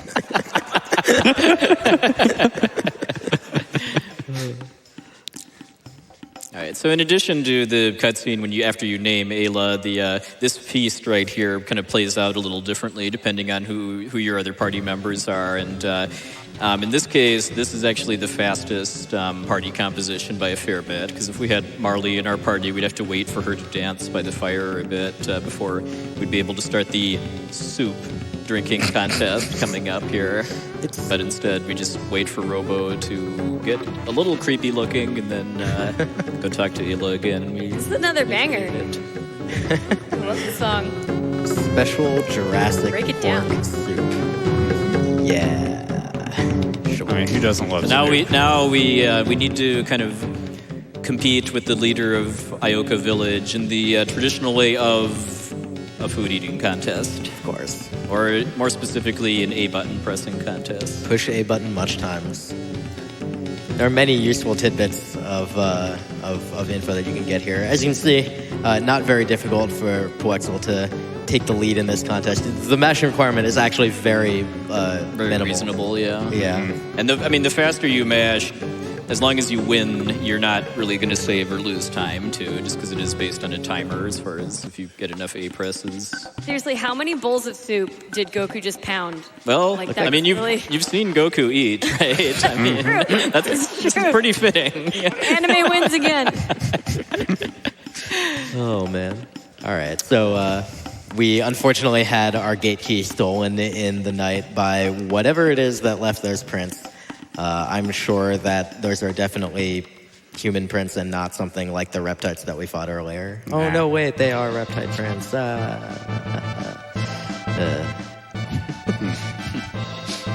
Yeah, so we're gonna go get the gate key back from Azala, who's the queen of the reptites, and this is when Ayla joins us in battle for the first time. And this game actually doesn't have like any kind of party level averaging system for when new characters join you for the very first time. So Ayla actually joins at level 18, which is I think about what you're expected to be at in a normal playthrough if you're kind of fighting all the battles along the way instead of level 13, I believe we are right now.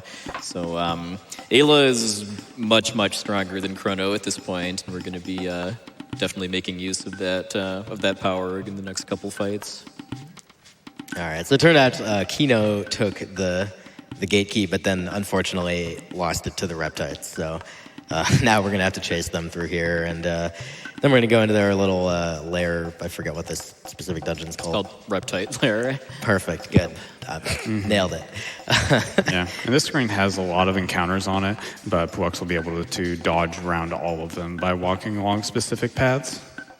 Yeah, none of them are really all that difficult too. I mean, there's some that are kind of tight, but I can just kind of follow corners and kind of hug walls in order to guarantee I get it every time. Right, like right there, just hugging that wall, and you see that it makes Goku run a little bit slower.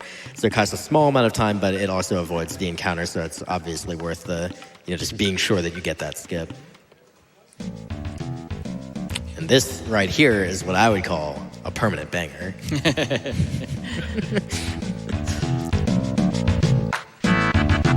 Sounds like the house speakers just got turned up a notch. Good. I'm glad. Power Up helping us out here. Keep the crowd entertained. For this fight here, I'm trying to get Ayla to punch the top Evil Weevil. Amazing translation for that monster name, by the way. So before it attacks Chrono, and then kill them before any of them attack. Yeah, those of you who have played the game, you can wait for the evil weevils up top to dig different holes, but fortunately it takes so long and it's random what you would get that it does not save time. You just take the first one. Yeah, and then this fight here kind of introduces us to the main gimmick with dinosaurs, which is... I'm just going to shout out my brother real quick because we did not learn this gimmick when we were kids and we fought the next boss the hard way, but... Thunder Stun all dinosaur, Yeah, so for this one, it's not actually required to use lightning, but it shuts down the Megasaur's attack pattern and also lowers its defense. And it has a lot of health, so I can kill it a lot faster. But for Nizbel, the next boss, that Thunder Stun mechanic is very, very much required. Yep. Apparently it's only sometimes required. It's required. I think the chances of surviving this fight in this run at these levels probably not super high if we just beat him up with regular attacks, and you'll see why very, very quickly. Gonna do some quick re-equipping, get Berserkers on both Ayla and R66Y, so Ayaya and R66Y to make sure that they are going to deal a crap load of damage to this fight. So this is Nizbel.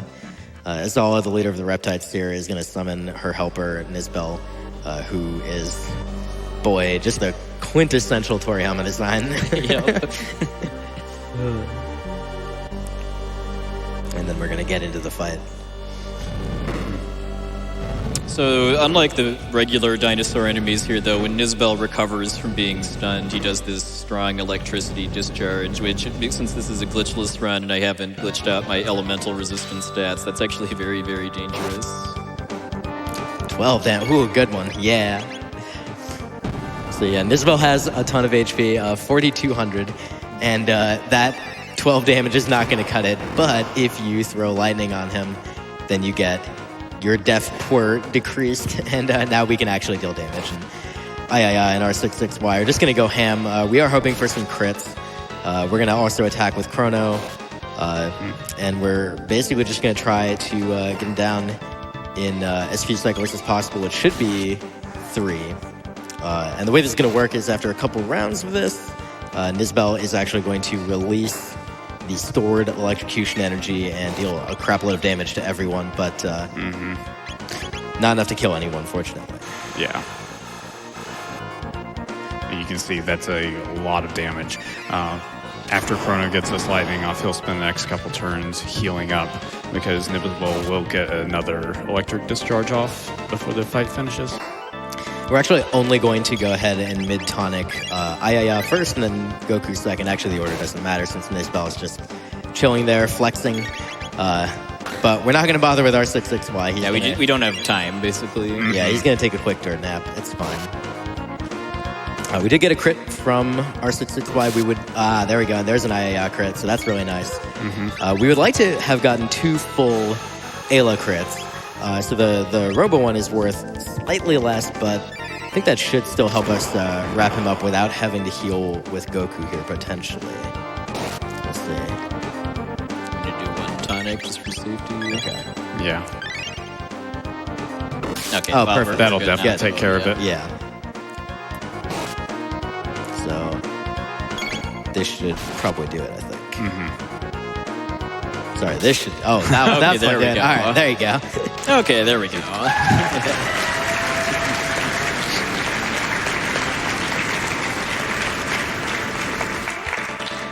So yeah, if we hadn't gotten the crits from Ayla, we could have always thrown another mid-tonic on her and then... just gone through the rinse the and same deal. repeat, basically. Yep.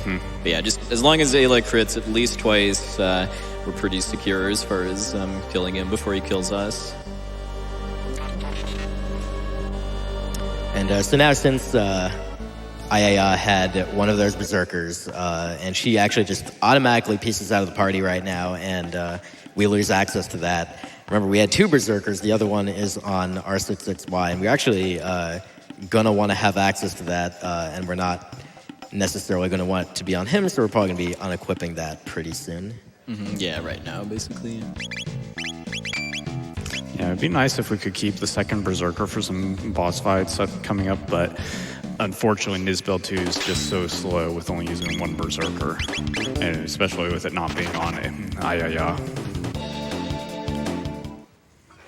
Yeah, so we do actually fortunately have a pretty lengthy period of downtime at this point as far as, we got some good cutscenes and good music, like when we're reforging the Masamune, learning about Frog's past, and then heading towards Magus' castle. But Sporadic, hope you've got a lot of donation comments and announcements set up for us. I absolutely do. Here is $250 from Miss Dragon. Oh, hey, Puexel, Vulajin, and Stinger. SGDQ has been a blast to watch this week. And capping it off with this run and this crew is icing on the cake. Speaking of cake, happy early birthday, Puexel. Ooh. Oh, nice. Thank you. Yes, Thanks, Miss indeed. Dragon. Please put this donation towards fighting the 6 news. All the news. There are many U's in that news donation. Speaking of which, we are almost up to $35,000. We're at $34,924.08 out of that $60,000 incentive. I would like to remind everybody watching that this is not our only Chrono Trigger incentive. I have another special surprise prepared after the new one gets met, because it will be met, right? Yes. Yeah. That's right. That's right. So once we meet this new incentive, you get to see the new incentive. Incredibly minor optimization here. Actually, not incredibly. It's a couple of seconds, but Puexel's intentionally walking into the NPCs as they're doing stuff to make, well, Melchior and Luca to make sure that they get through their animations as quickly as possible for reasons. Reasons. That's the only real tech in like the next, 10 minutes or whatever. Well, we do get to do bird skip for the final time. That's right. But yeah, bird skip. Otherwise, feel free to continue. I was going to say, was that my huge break for donation? Yeah. One entire donation. All right, I have $250 here from VT. Here's to the game that made me fall in love with RPGs and the reason a SNES is still on my entertainment center. With all the different endings this game has, choices matter. Can't wait to see it destroyed. I have $500 here from Igdarian. Thanks for a great week and for keeping me from studying for my biochemistry and path biology final. Put this towards fighting the news and good luck with the run. I have $200 here from Mr. Nice Guy MD that just says, let's get to 2.5. And we are at 2,220,388. We still have a little ways to go on that. Of course, donating to the new incentive will help. Got that bird skip for the last time. Guys. You want to see 6 News? I really want to see 6 News. In other incentive realms, it is a very heated battle for Magus's name between Boo at $1,560 and Guile at $1,520. Ooh, the Chrono Cross reference. That is only a $40 difference. No!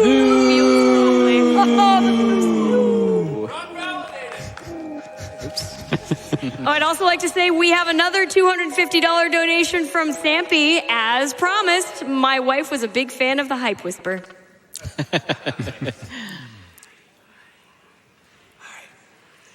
Keep them coming. We got a couple minutes of flashbacks. I have here. $30 here from Not Rick Astley.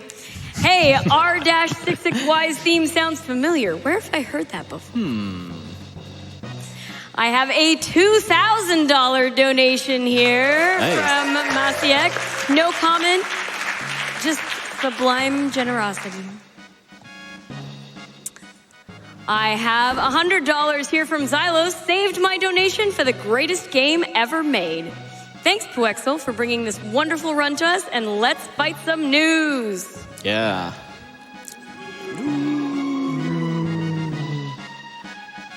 I like the new crew.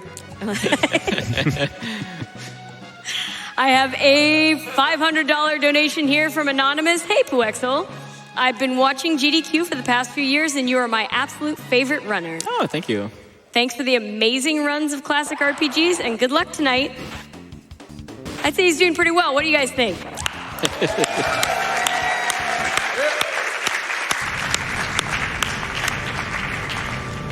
I have $200 here from Mr. Evil.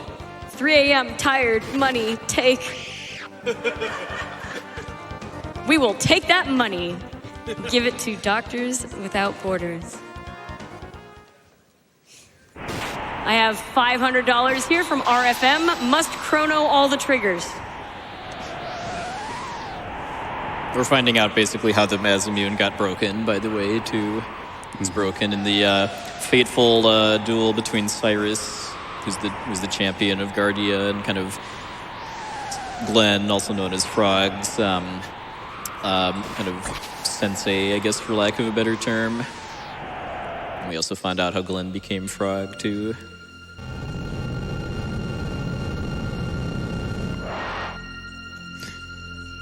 And apparently, if you get punched by Magus, you just catch fire. That's a thing. Makes sense. Fire punch is a video game thing. That's true. We did use that earlier. Yeah, we do actually have a couple hours to go before naming Magus, by the way, too. So definitely get those donations in for that. And we did have a bit of good news while you were out. The run has been blessed. Nice. I was wondering what the loud round of applause was, and it's obviously for a new. Yes. We'll see if we can get a second one on the way out. Yeah, this sequence is still just wrapping up, and then there's still also another cutscene outside the Magic Cave, so you can totally still just keep on going. Can I just point out we are at 2,222,020 right now? Not anymore, in the time it took you to say that. Yeah, I said it when it was there. That's Okay, 1 out of 4. We got one at least, so the run has been blessed. And by the way, seeing a new here doesn't actually help with the speedrun. just to make sure, too. It's seen as a sign of good luck, and that it's officially the run. It clearly helps. All right. Frog cutscene number 2. Keep on. They saved the best for last, though, when Frog draws his sensei's sword for the first time. There we go. Seems like we just hit some sort of milestone, huh? Yes, we just surpassed AGDQ 2018. That's our next goal, sorry, 2017. Yeah. My bad. That was a great event. Flashed up in front of my eyes, I could not read it.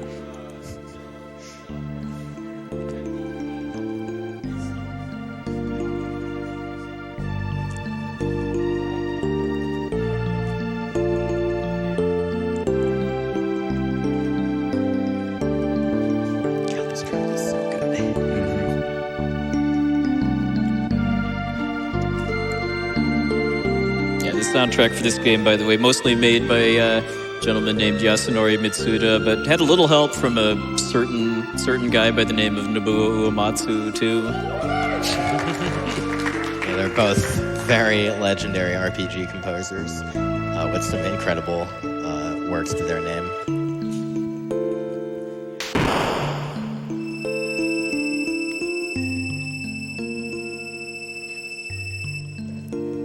Touching as this cutscene is, though, I can never not notice the fact that the chest with the Mirage hand in it is open, and during the flashback too, because of the game reusing the same map as Denadoro.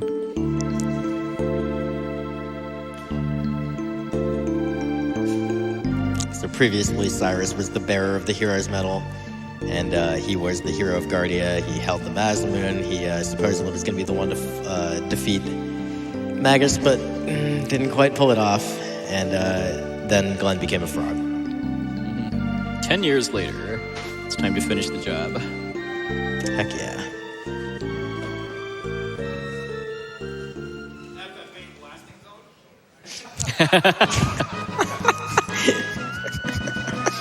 There's an incredibly obscure reference. I love it. Yeah. I really love it. Yeah, this animation is fantastic. Yeah, along with Frog's theme music we're hearing right now, too.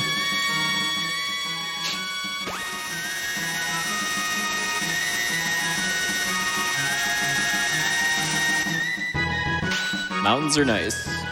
Until now. Mountains were nice.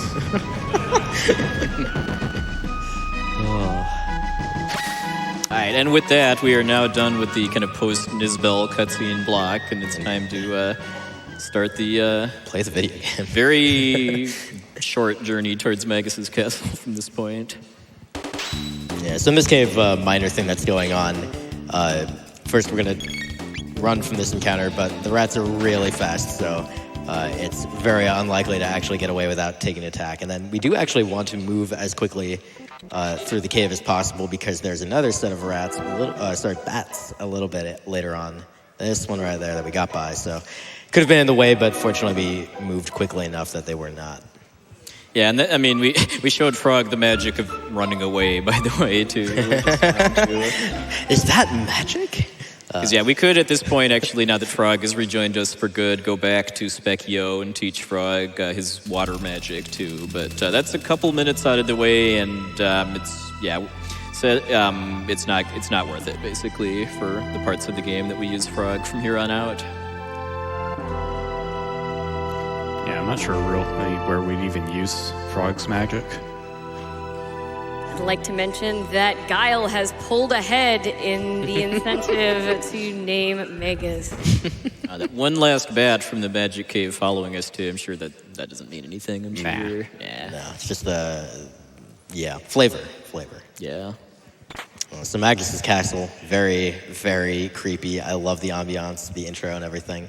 You do actually have to go all the way to both of these side rooms in order to get the castle to actually like activate. The conceit is, I guess, that's showing you like all your friends are just like wandering around like, oh yeah, no, everything's fine, everything's great, yeah. But yeah, no, not so much. So when we go back to the main room, there's going to be like a save point looking thing, but it's not actually a save point. It just triggers that. Our lovely green friend. Yep. Not the one in our party. The bat flew towards Ozzy. I wonder why.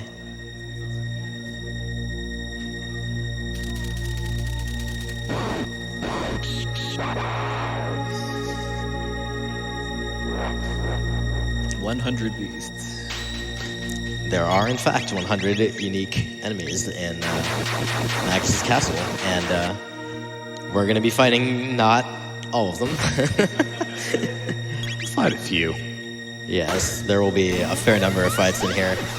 This one, of course, being forced. Laser Spin will wrap up the enemies that we've already damaged, as well as the 2 bats, and then we'll just finish off the last one with a Goku attack there. We specifically wanted LF Frog to attack the enemy on the left right next to him to just minimize travel time, not have to wait for him to move over to some other enemy and attack it. And this is an optional fight, but we want the barrier that is in this chest. It's part of the strategy we'll be using against Magnus. We do also want the 4 tech points we get from this fight too. It's not a lot, but it does matter for the routing. Yeah, it is routed in.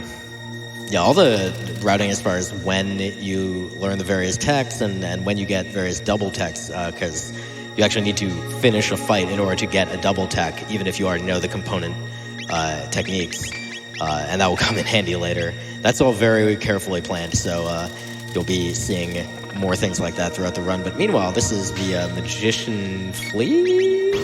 Question mark? Or maybe not. Oof, that sound effect. All right. Alright, Flea's dead. We're done, right? Yay. Oh. Oh no, what a twist. Yeah, never saw that one coming. Nope. Alright, so Flea is actually a pretty scary fight, and we will be fighting Flea right now. Basically, Flea has a ton of counterattacks that... and status attacks, too. Yeah, and the counterattacks in particular are really, really brutal because they're going to hit all of the party members simultaneously. About 100 damage. Yep. So hopefully what's going to happen is Frog has a speed stat of 11, and just so happens, that's kind of annoying, just so happens that if things line up correctly, there's this targeting thing that Flea does that Frog is just going to constantly reset by hitting Flea. So far not going super high. Not off to a good start. Looks like we didn't get any status effects from...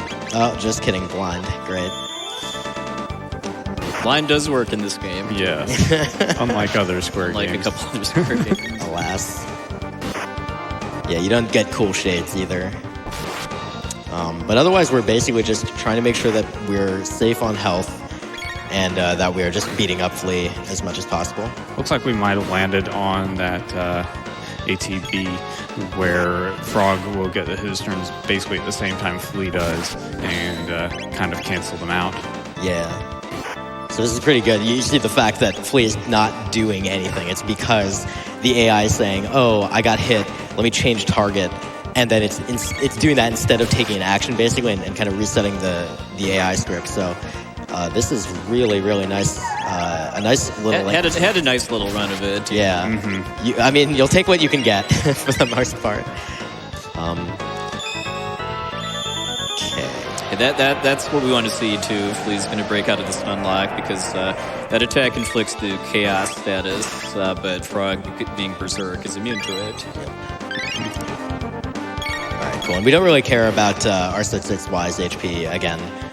If he does get killed, whatever.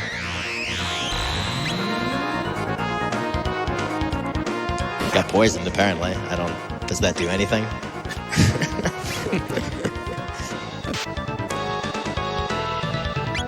Oh. Sleep does do something. Flee, please.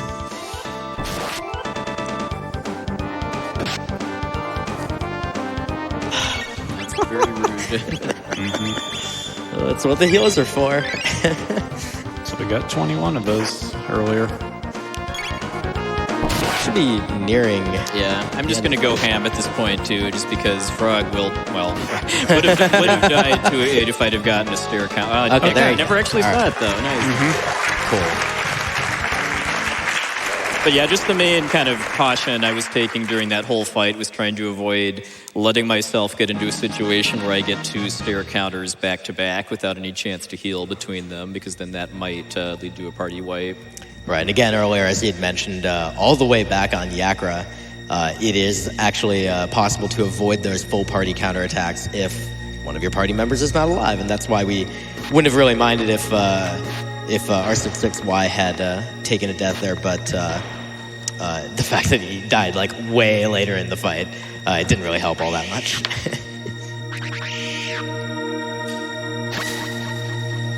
I don't know if we actually even have explained the actual effects of the Berserker yet, by the way. So Yeah. in addition to just making it so that the character turns red, first of all, or as I like to call this, Poison Dart Frog mode, it makes it so that they just automatically attack every turn with random targeting, and also have a 50% bonus to their attack power and physical defense.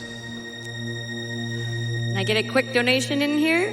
Go for I it. have a $5 donation from Anonymous that just says Chrono Dono Train at 2-hour mark. 1 minute from now, huh? Yeah. 1 minute. Just throw in those $5 donations, or any amount. Anything helps, by the way. How about for the news? We've actually scored one more new. We're at $41,903. 54 cents out of that $60,000 incentive. 4 out of 6 news. So this is a slash fight. He has 2 phases to him. This is the first part. It's pretty basic. He's not really a threat at all. Yeah, he's very slow as far as when he attacks me, and none of his attacks really do that much damage. As you see there. That's the worst one he has in this phase, and it's not too bad. Yeah, he's got 3,200 HP right now. He's going to come back right after we defeat this phase. He's going to come back, equip a sword. His name is Slash, so you might have It's not expected Slush. Sir Slash. Yeah, you might have expected him to have a sword, but he'll find one. And then he's much more dangerous and has 5,200 HP after that point. So actually, between the 2 phases, he's got more HP than Magus Than his himself. boss does. Yeah, Yeah. which I find amusing. But so far, we've already landed 2 crits with Frog, so this phase looks like it will go fairly quickly. And that's good. You don't want to take too much accumulated damage here. You'd like to be able to get into the second phase as quickly as possible with as much HP as possible. And yeah, and Frog, I mean, it was both for Flea and Slash, if it isn't obvious, our main source of damage, too. Just between having the Masamune and the Berserker to boost his power, he's basically doing double the amount of damage per hit as either Chrono or Robo can. All right, now Slash is mad. Yeah, so Goku's starting this fight at very low HP, and in addition, Slash is going to get much more powerful attacks in this phase. And we're going to be able to tell where he's going to be attacking from just by following him around. Yeah, he's basically going to copy Chrono's slash attack, as you can see there, which hits enemies in a line. So based on where he is standing in the room, he can hit 2 or all 3 of them, or just 1 if his targeting is a little different than usual. And again, with 5,200 HP, with us dealing, sometimes he'll do that. With us dealing about 200 per Frog attack and about 100 per Goku and R66Y attack, or we can crit sometimes. Those are nice. It takes a while to whittle down all this HP, and he's constantly doing all these attacks. And since it's hitting multiple targets, there's a ton of damage just accumulating. So we need to make sure to throw enough tonics that we are still safe. And in addition, when we get to 600 HP, it's going to get even more dangerous. Yeah, when he goes under 600 HP, he enters a phase where he will counterattack everything, and it does a ton of damage. It does not override his normal attack, so he can get in a bunch of attacks real quickly if you're not prepared for that. Yeah, I believe that one is also Yes Indeed, right? Yes, it is Yes Indeed. And it's pretty painful, and it's a single target thing, so that's nice, but it's a lot of damage. 2 Yes Indeeds, a counterattack, and a normal attack back-to-back can kill one of his characters, so we need to make sure that we're playing it safe as we get to that point, which should be in maybe another round or another couple rounds.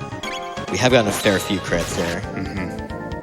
That positioning is really annoying because the slash attack doesn't deal reduced damage if it hits 3 targets, so it's just a bonus to how much damage he gets to deal to your party. This is where I'm actually benefiting a bit from the physical defense bonus from the Berserker, too. Got a fair number of crits in this round, which is good for speeding it up. Yeah, I feel like we should be saying the Yes Indeed very, very soon, especially with the... There it is. There it is. So since Frog started that with a successful crit, we may be able to sneak in an attack from someone else, but you can also play it a little safe by just not trying that and just let Frog finish it off, have him be the only source of damage. Yeah, so to keep any other counterattacks from happening, he's just not going to attack with Chrono and Robo. Yeah, he should be around 3-ish 100 HP right now. That's a lot of... Okay. Whew. All right. Yeah, Frog is going to give me crits. I really, really, really want to see those in that 600 HP phase, too, just because that means one less Yes Indeed counters. Yeah, but you'll take what you can get, and a victory is a victory. All right, we do get his sword. It's a very nice weapon. Gives some extra power for Chrono. And also, importantly, it gives Chrono +2 speed. We're also going to drop those magic tabs on Neon. And we're really, really going to be interested in Neon's magic and Chrono's attack in the near future. So we're going to be making use of the Fire Sword dual tech, and it's one of probably the most powerful attack we've got right now. And it is based on those stats. It's based on Chrono's physical and Luca's magic. Yeah, a lot of these fights can be just simply run away from. Yeah, not all of them, though. Yep. Yeah, Puexel will be fighting this next one because it's part of the tech route, and it's pretty quick to just take out these 4 enemies. You see Neon going to aim a flame toss to those 2 enemies on the right. Come on. The dodge. He tried. The Grimalkin just dodged right out of the way. It's fine.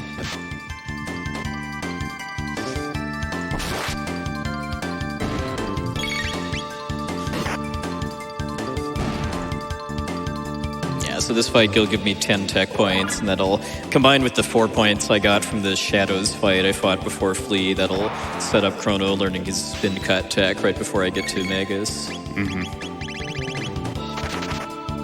Which I can use with Luca's fire spell to do Fire Sword. Yep.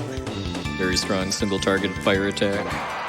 The really cool thing about the combination tech system in this game is that every pair of characters has 3 dual techs they can do, and each dual tech is a combination of whatever other attacks that they wanted to decide could be combined. So Antipode was fire and ice between Marl and Luca, but Fire Sword is fire and spin cut.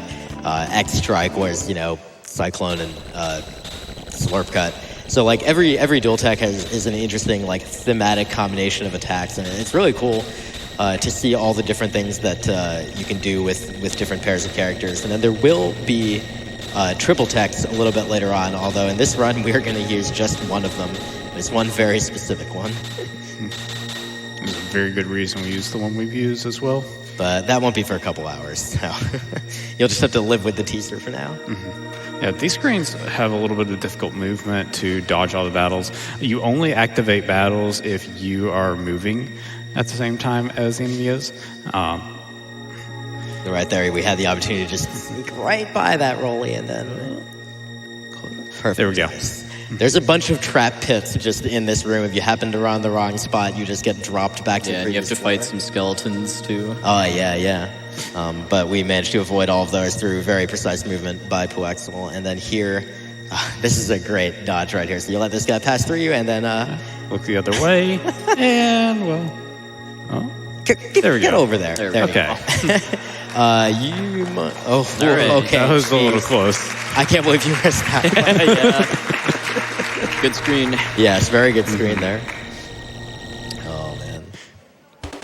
And now some forced encounters. Yeah, this one can't be run away from. There's 3 encounters on this screen. This one and the last one cannot be run away from, but the middle one can at For least. some reason. Yeah, whatever reason, and it's good too because there's an enemy called a juggler in that fight too, which is pretty slow to fight, and that's another reason why avoiding the encounters on those 2 outer wall sections is so important because some of the encounters there are with jugglers and they're all unrunnable. Yep.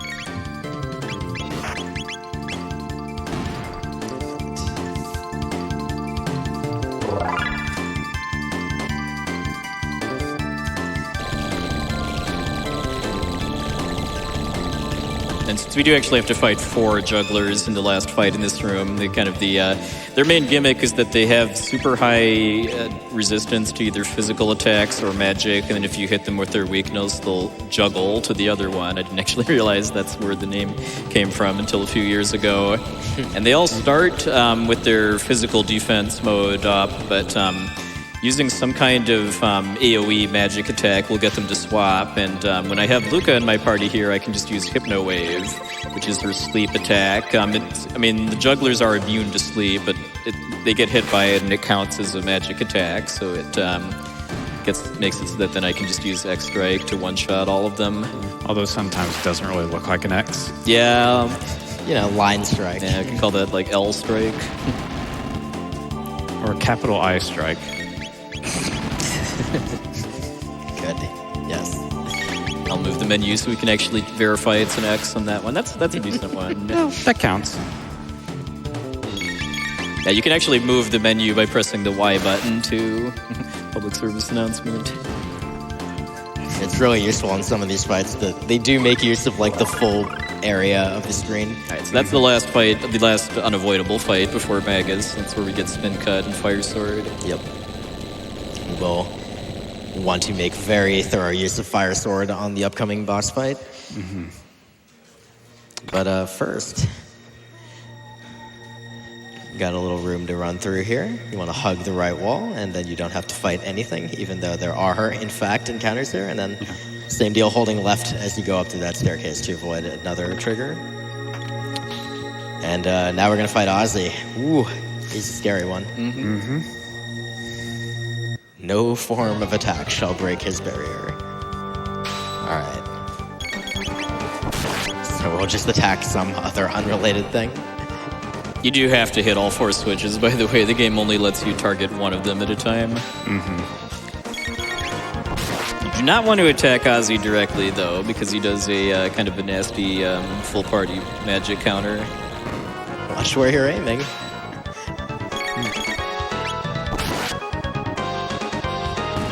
I like that the battle UI disappears between each one, so that's like, oh yeah, you did it. Oh no, wait, just kidding. That was a close hole there. We're gonna have a little fun with the last one, too. Oh, it is? But it's still Oh, counted. cool. Good, yeah. we got it. Just a little comedy for the comedy boss. Oh no. Oh well. Bye. All right, so you guys want to start explaining how the Magus fight works then? Because we're coming up on one of the most memorable and epic boss fights really in the whole SNES RPG library, but also by far the most challenging boss fight in the whole speedrun too. Yep.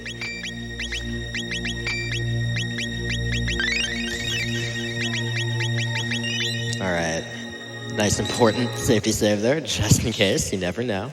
We're going to skip all these bats, and we're going to go enter a spooky room, and we're going to start the Magus fight. So Magus has got a very, very fun amount of HP, 6,666. And apparently someone's a fan of that in the audience. And he's got 2 phases. So the first phase is by far the more finicky one. Magus is going to have a different elemental weakness that he's going to change as we go. With the Masamune, Frog can hit him and reduce his magic defense, and anybody else hitting him, or Frog hitting him a second time, will cause him to change to a different element. At the beginning, he has no elemental weakness, so you've got to punch him at least once to get one. What we really want to see is fire, because we've got Fire Sword, and it will deal a crapload of damage. What we really don't want to see is Shadow or Ice, because those are utterly useless. We can't do anything with those. Lightning is passable. We can at least use Lightning with Chrono. God, this music is so good. Yeah. Enjoy the music, folks. Yeah, so we're going to start by setting up. We're going to throw the barrier on Goku. Frog is just always going to start off with a regular attack because he's berserked for maximum damage. And we're getting fire to start. Let's go. Let's go. All right. So Quexel's going to be able to use Fire Sword with this, which is the strongest attack that he has access to at this point. That's why fire is so important to get. Yeah, it's going to deal about 560 damage, give or take. Meanwhile, Frog's just going to go ham. That reduced magic defense is going to... But it only reduces his magic defense until he changes his barrier again. Right. So we'll need him to attack again in just a moment. Another fire. That's beautiful. So the magic number is 2200. That's approximately how much damage we need to deal to get to the next phase. Frog dying there is okay. We're going to get him back up in just a second. First, we're going to make sure that both Goku and Neon are at safe levels of health. Then we're going to get him back up, let him attack once, lower Magus's magic defense, and then we're going to land another Fire Sword. After we deal that 2200 damage, we're going to get to the second phase, and we're going to be out of the this annoying part of the fight here, where we are just reliant on RNG to some extent. Okay. All right. Okay. Not the best, but that's okay. So Frog will die, and we'll get him back up in a minute once we have a better element. Yeah, that's fine.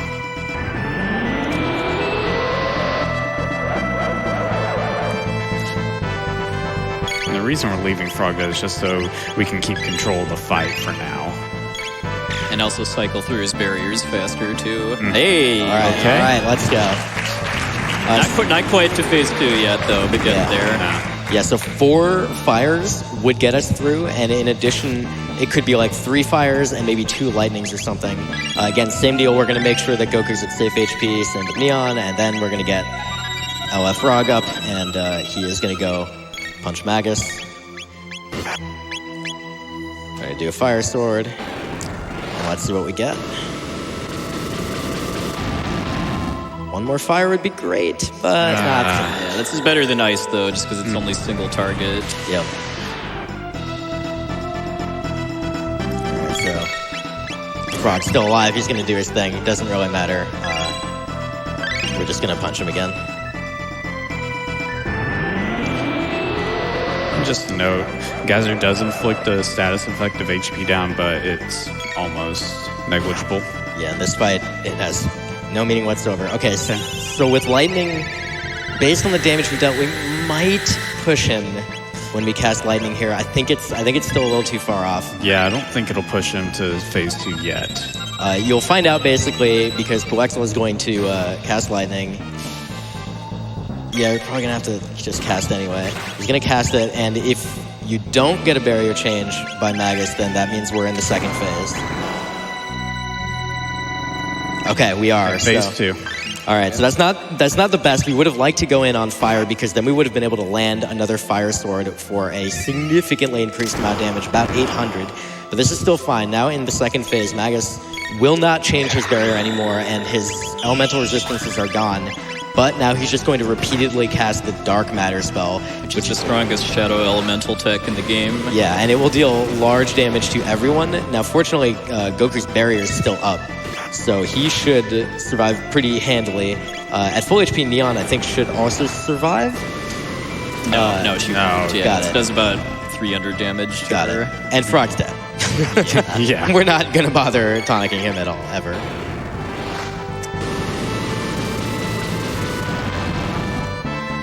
So you should be, here it is, yeah. Yep.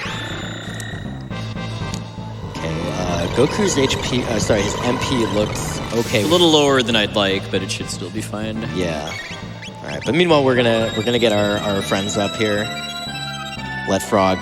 We still had the barrier up, which for the dark matter too, which is really good because that means I'm playing it a little safe because it's a marathon. So it's only going to take one mid tonic to get Chrono back up to being able to survive dark matter. Yeah, even if that barrier wears off, dark matter will do just barely over 300 damage to Chrono. Yeah, so he'll survive just with very low HP, but it's okay because Magus does literally nothing in this phase except repeatedly cast dark matter, so you do have some room for error here. We're probably not going to be able to take him out in 2 cycles, so we're going to get another dark matter almost certainly. You would need a lot more crits, and we would have wanted to have the extra fire sword right after the phase change. Well, maybe. Yeah! Oh, nice cycle. Nice. Whoa. That was very, very fortunate. Very good, yeah. All right. Whew, that was good. Yeah, man. Now I can breathe a little better now, too. Because that is the most challenging fight in the game, and in a marathon situation like that, it's pretty stressful, too, because if you die to phase 2 Magus, it's probably like 6-7 minutes being set back minimum. Yeah. Whew. But we made it through. That crit from Frog probably clutched it out, too. Yeah. And it turns out that Magus did not create Lavos. He summoned Lavos from somewhere. And that results in this. We get sucked into a time portal. Whew, that's Screech. Yeah, it's powerful. That's the Lavos noise. So we do have a short break here. It's actually, you would think like after beating a big boss like that, you would have like a lengthy break or something. It's actually a lot shorter than you might think. But we do have time for a couple donations while we go through this. That's great. I have a $250 donation here from Bob, a new incentive. That's news to me. Better make certain we meet it. I mean, we wouldn't want to miss out on such an epic battle. Who knew that news could be so tough? Well, I just would like to remind everybody we have less than an hour to meet that new incentive. We are currently sitting at $46,896.77 out of 60,000, so we still have a ways to go in under an hour. Let's everybody get those donations in. I have a $50 donation here from Siglian. Let's get one more fight and make GDQ just a little longer by beating 6 news. And I have one $250 donation here from Professor Farnsworth that says, "Good news, everybody." That's very good. There's good news right here. Indeed. Do I have time for one more donation? Yeah, go ahead. All right, I have a $500 donation from a big SporadicErratic fan that says, "Hi, honey, you're doing a great job for a great cause. XOXO from Mom." Aww. Thanks, Mom. So like sporadic momatic then or something maybe? Or Indeed. Thank you so much so far. Yeah, I'm really impressed that she made that donation. Sorry. Well, we're loving your support, and we're loving all, of course, of the donations. Now we're heading into some more play. So after you beat Magus, you get sucked back into 65 million BC. It's really an interesting coincidence how all these time gates go to like the same points in time. It'd be really rough if one of them took you to 64,999,999 BC. Details. But conveniently, we find that apparently the Laruba village, where all the civilians basically from Ioka have been hiding. The cave people that didn't want to fight the reptites and wanted to hide from them, basically. Yeah, they've been hiding out here, but unfortunately the woods have been burned by the reptites. They found out where it was, and so we're gonna go take the fight to the actual lair, like the headquarters, basically, of the reptites, and try to defeat Azala and her legions of lizard. Something else that starts with an L. Mm-hmm. There's a couple of required encounters here that you can just run away from, and then there's a few encounters that you can just do some skips around. Yeah. Yeah, and then there's one more encounter that I'm just going to move around here. But then when I get to the next screen, there's two skippable encounters that are both pixel perfect and don't really have like really easy setups for them. Yeah, and to be clear, we're in this specific place. It's called the Dactyl Nest. We're here to get dactyls on which we can fly to reach the lair of the. Oh no, that's pixel. One more pixel. Oh Lord, these. Okay, there we go. There. Come on. That might be. There okay, we go. there we go. There we go. Cool. That's That the one's first actually one. pretty That's tough. the harder one by far too, just because there isn't really like a really good visual cue for setting it up. I was just kind of running into that corner. Well, hold on, let me do this one quick. One more. There we go. Yeah. Okay, that one's a lot easier. Yeah, But yeah, for the first one, I was running into the corner to kind of force my X and Y coordinates on the map to a known state. And then from there, I know that it's 2 pixels to the left to be on kind of the right column to clip around that enemy and go up the ladder. So I was pause buffering and then just kind of watching Chrono's animation to kind of just be able to tell through experience when he's moved a pixel or two. And then the second one, I was actually using a visual cue and kind of the grass pattern on the ground. It's kind of cute, actually, because I think of the grass there as a heart, basically, and there's this little notch in the lower right corner of it that if you line Chrono's boot up with it, that's the right pixel. You look up in the top right of the screen just a moment ago. Right there, right now, yeah. Ooh. There's this red star there. That's interesting. I'm sure that has nothing to do with anything. No, Nah. it's not more like foreshadowing, like almost everything else like that in this game so Exactly. far has been. Exactly. Again, just don't worry about it. Oh, man. Finally got our second Berserker back now that AI is back in the party.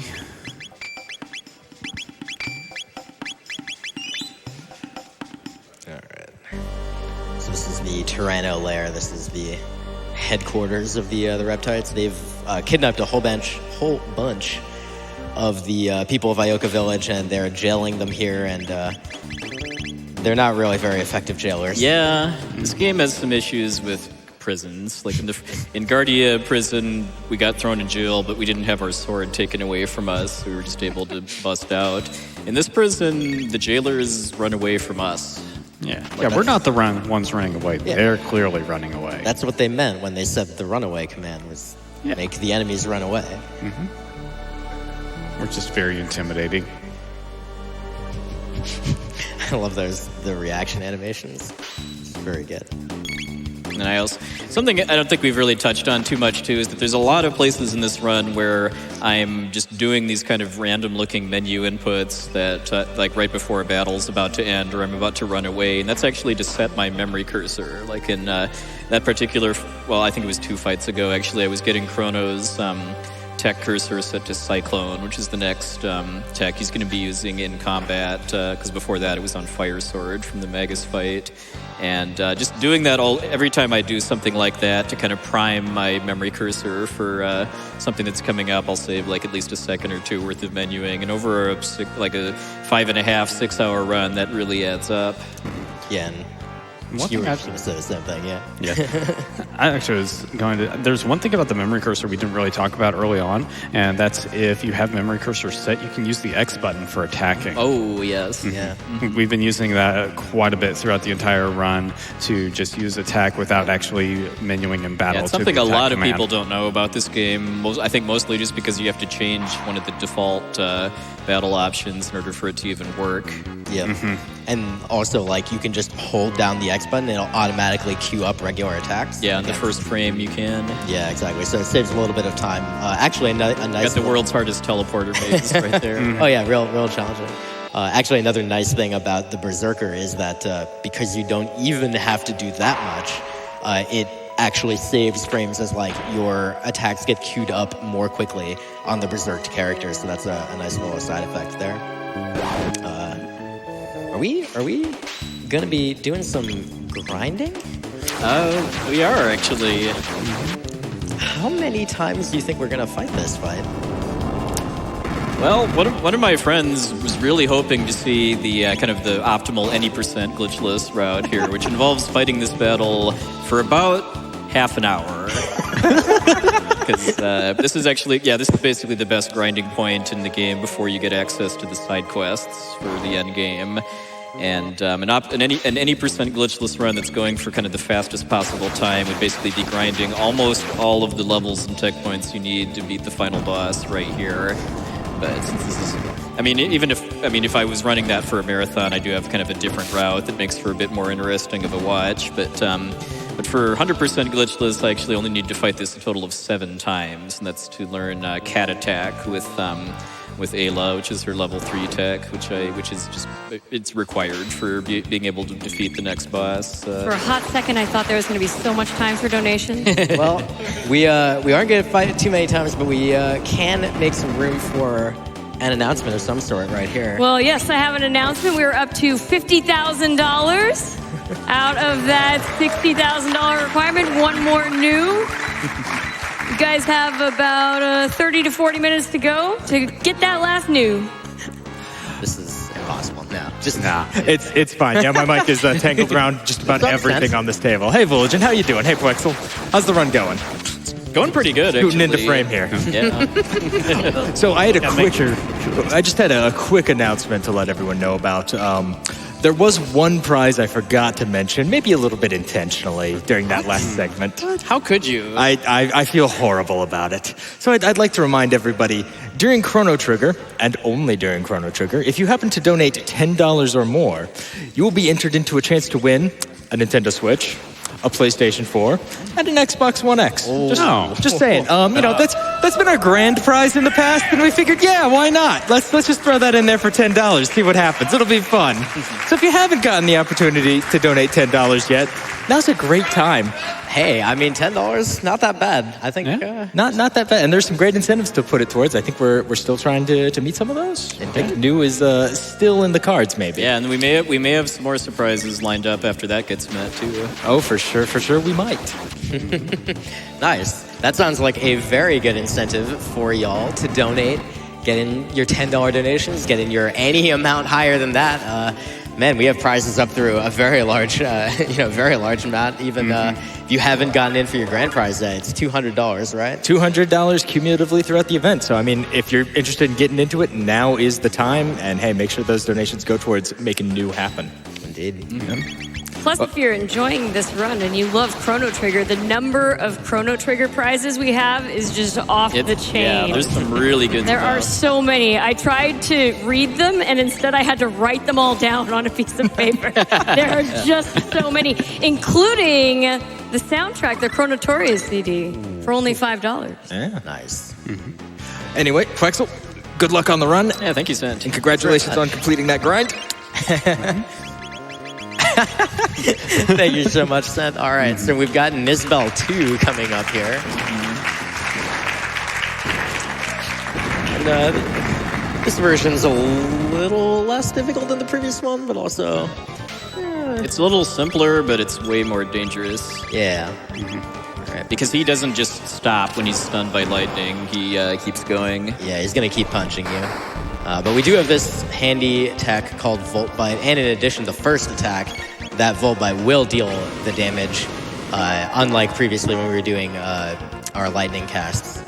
And in addition, as we deal damage, as we perform Volt Bites, we will actually deal increasing amounts of damage. There's like an increasing multiplier as you go through this. So this one's going to deal about 1K, and then the next one's going to deal about 1,200.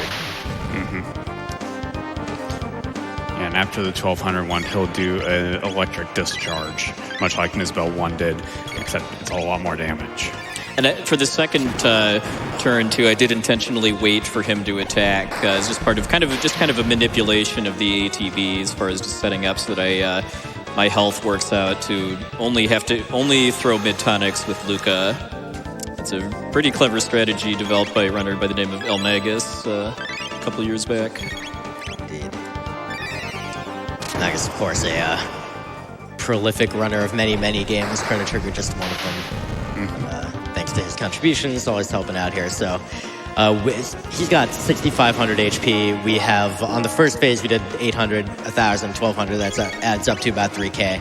We're going to do the same thing here. Then he's going to discharge one more time. And by that time, we'll be able to finish him off with one fire sword. All right, guys, we just hit $2,250,000.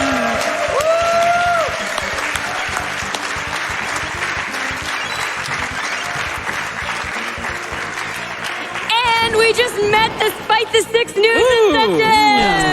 Excellent. Nice. Thank you. I have so many new donations I want to read. So many people have donated for the news. Good news, everyone.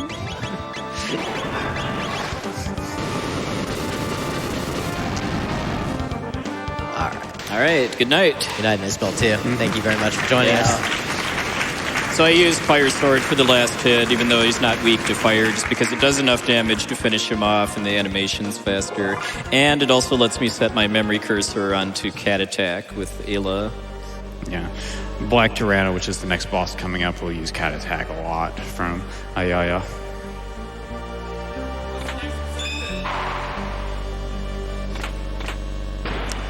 Heard a call out for the next incentive. I'm sure we'll find out soon. We can be patient for just a few. We will be fighting another boss momentarily, and like every other boss, it's a little bit less scary, but it is, of course, one that we want to make sure to take seriously. This is another pretty precise encounter skip, getting around the counter there. Yeah, it's a 4-pixel window for that one, so it's not super difficult, but it does take a bit of practice, along with kind of finding a good visual cue. Like the one I use is one of the darker colored bricks on the end of the bridge, because if I line both of... That's Aurora, by the way. Line both of Chrono's boots up with it, then that guarantees I'm on one of the right pixels. And I really, really, really want to get that skip, too, because if I fail it, it's too unrunnable fights back to back. It'd be faster just to reset the game at that point. If I saved, if I'd have failed that, I would have just reloaded back at the save point. All right. So this is the Black Tyranno. It's a big old dinosaur, and it wants to eat us, and might do that a couple times. So Azala is the leader of the Reptiles, of course, and she's going to make an appearance here as well. And we're going to try to just give her a little bit of a nap. And first try, so awesome. There's two possible ways to approach this. One is kind of the casually intended thing. Beat Azala up until she is no more. And then the Tyranno will lower its defense and start charging up to spit fire at your entire party. But it turns out you can basically accomplish the same effect by just putting Azala to sleep. Eventually the Tyranno gets tired of waiting and it's just like, all right, fine, I'm just going to breathe fire at you anyway. Yep. And then in Glitchless, it's faster to do this because we just can't do enough damage to Azala to kill her kind of fast enough for it to actually save time over waiting out the Tyranno to just naturally lower its guard. And that guard should be lowered pretty soon. Momentarily. There we go. All right. So we're going to use a combination of Cat Attack and Fire Sword to knock its HP down. And as you can see, they deal a pretty substantial amount of damage together. The Tyranno has, it's like 10k. 10,500. Yeah. And between these two attacks, it's about 1k-ish per round. So you're looking at about 10 rounds. Meanwhile, the Black Tyranno is counting down from 5. And what happens at the end of that countdown? He unleashes his ultimate attack, which is fire-based, but fortunately we put a bunch of fire-resistant equipment on. So it'll still do a fair amount, but we'll be fine. And we will be able to take out Black Tyranno before it gets it off for a second time. Yeah, pretty safely, in fact. Shouldn't be too much. Like when I ran this 2 years ago with any percent no wrong warp, at the end of the fight is really, really tense because you're getting the last hit pretty much at the last chance before it would barbecue you. But it's a lot safer here just because of that grind we did mostly. Because we needed to do that to get Volt Bite to beat Nizbel too. Yep. Along with just the overall tech points route for the run too.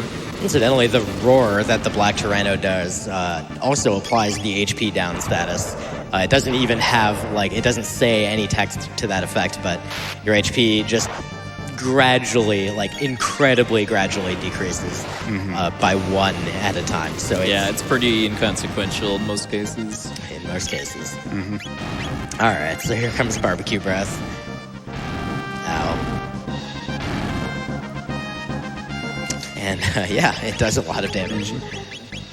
But fortunately, that's all the Black Tyranno does once the countdown starts. So until then, we're just going to kind of be waiting. It's going to do the same kind of thing where it's going to perform a bunch of attacks. We just have to wait for it to decide to lower its defense. We will be using a few flame kicks because even though the defense is up, it'll still do a bit of damage.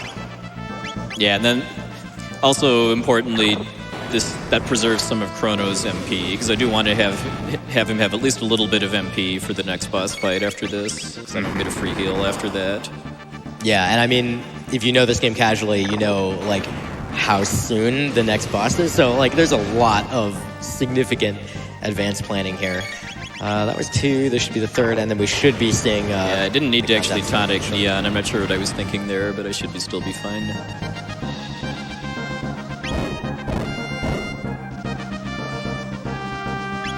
Because I am trying to keep my health kind of low at this point so that it minimizes the amount of health that the Tyranno regains when it munches on me. Right. Oh yeah, there you saw the 1 HP tick from the HP down status. Oh man, it's scary. You might... No, I'm just kidding. There's nothing scary about it. There really isn't. Because once you actually start like taking turns and performing actions, the HP down effect like decreases to such a slow rate. All right. Now it can actually do real damage again. The thing I was doing too with flicking in and out of the menu a bit was to give Ayla a bit of ATB to avoid a situation where she and Chrono get their turns at the same time, and then it becomes random whose menu pops up first. And I want Ayla to always go first too. Just 'cause that's the fastest for my menu inputs in this fight. We should be killing him sometime around the time we get to the 3 on the countdown. So Optimally, yeah. Yeah, and I think you've gotten all the damage you want in here, so...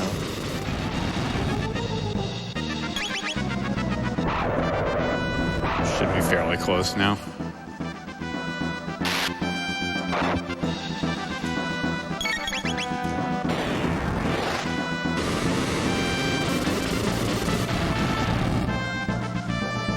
There we go. Victory. Not one of my favorite boss fights in the run, just because of how long it is and how kind of simple it is too, especially coming off of the Magus fight, and Nisbel too. But at least the music's good.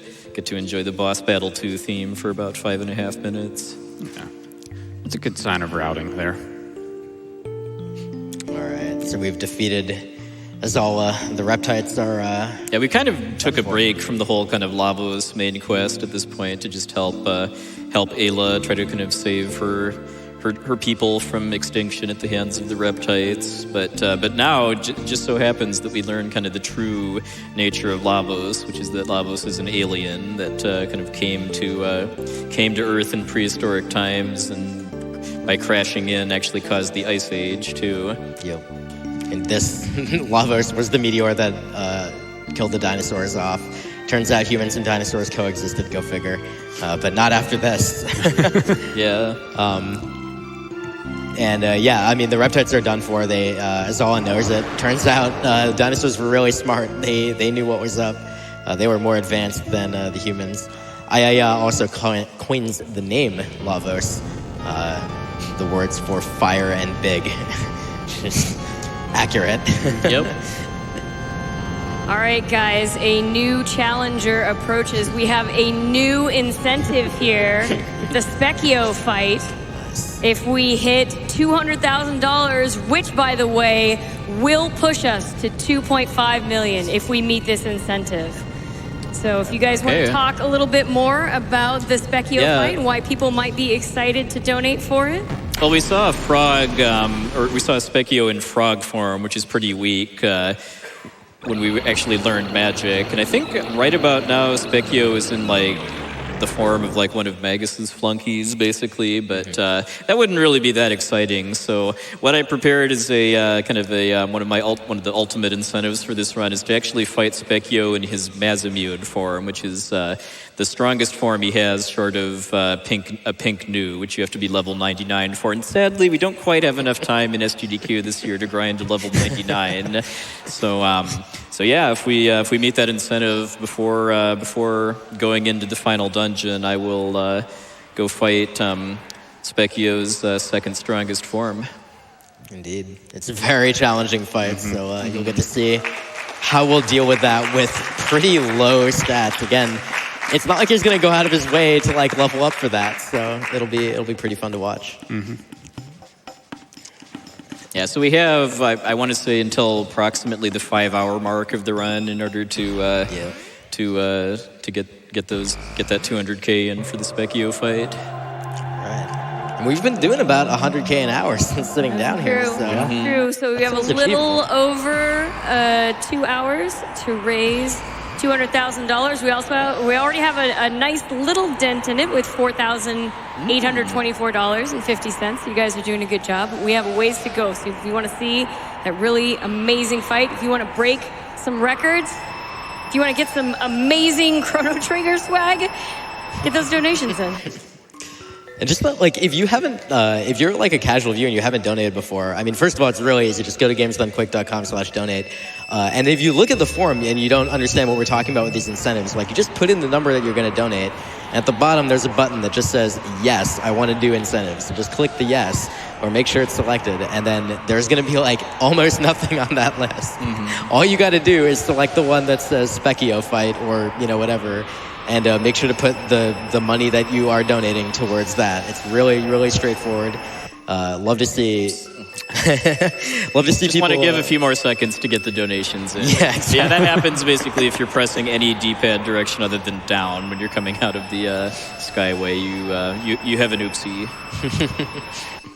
Yeah, I love to see brand new people donating to the event who haven't gotten to participate before. Yeah. We're doing a little detour here, by the way, to pick up an extra speed tab in the city of Kajar here.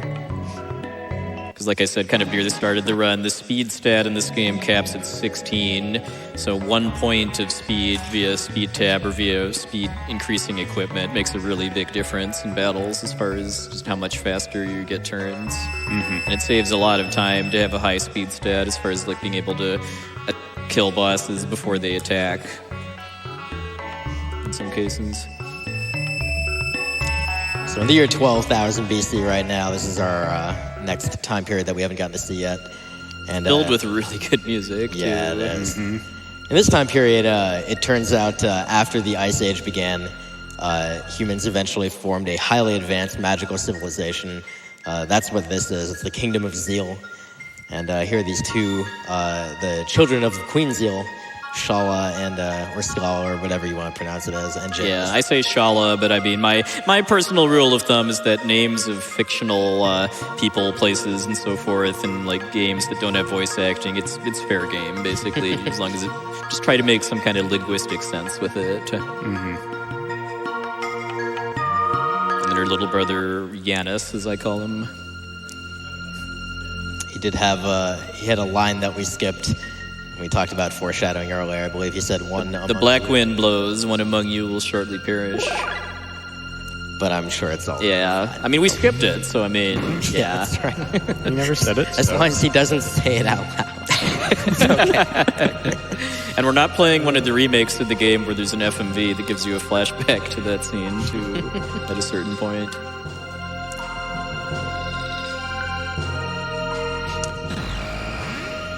So we just saw Shala, who just so happens to have the same pendant that Marley has had as a family heirloom, and used it to open one of the sealed black doors that we've seen in a couple spots, especially in the future.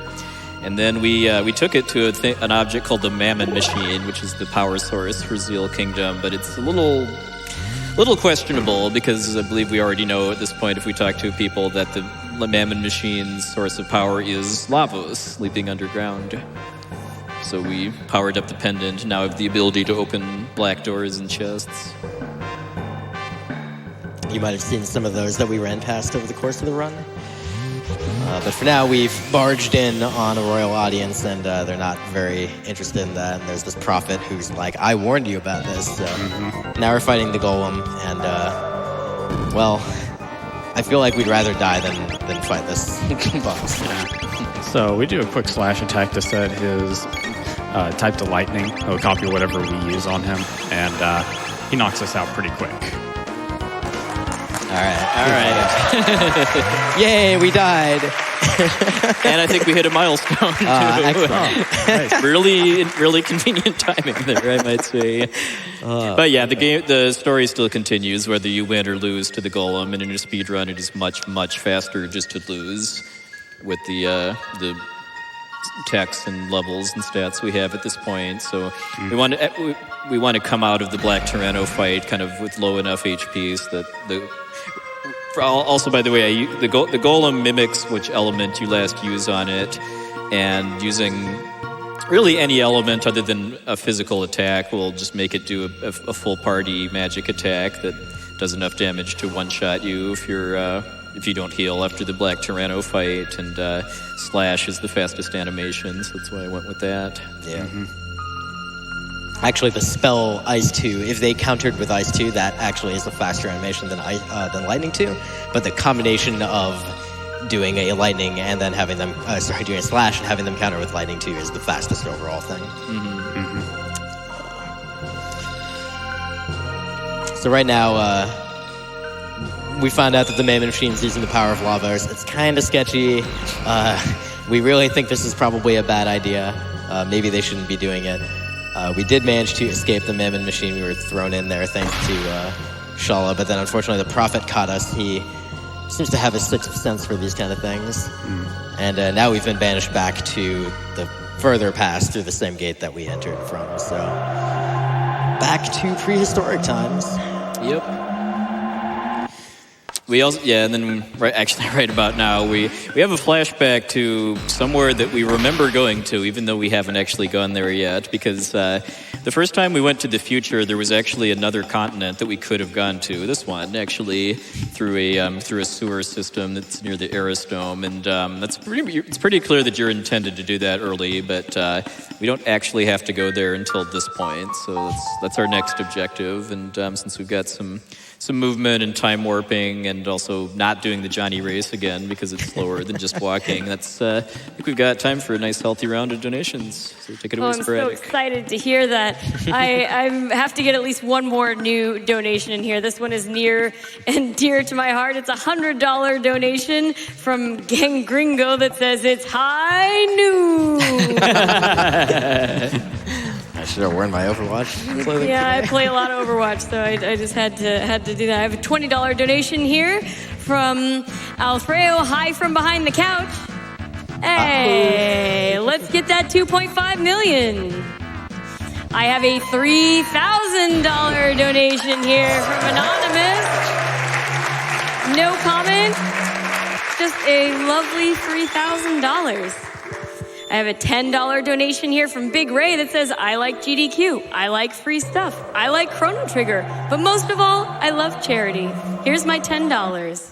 And a reminder to everybody watching that for only a $10 donation, you get entered into the running to win that 8th generation console bundle. That is, you don't have to donate once for each console, you donate once and you get all the consoles.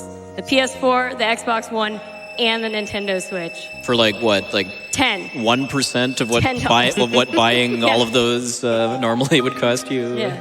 We're already making progress towards that really awesome Specchio fight. We're at $24,313 out of $200,000. And we have passed 2,300,000.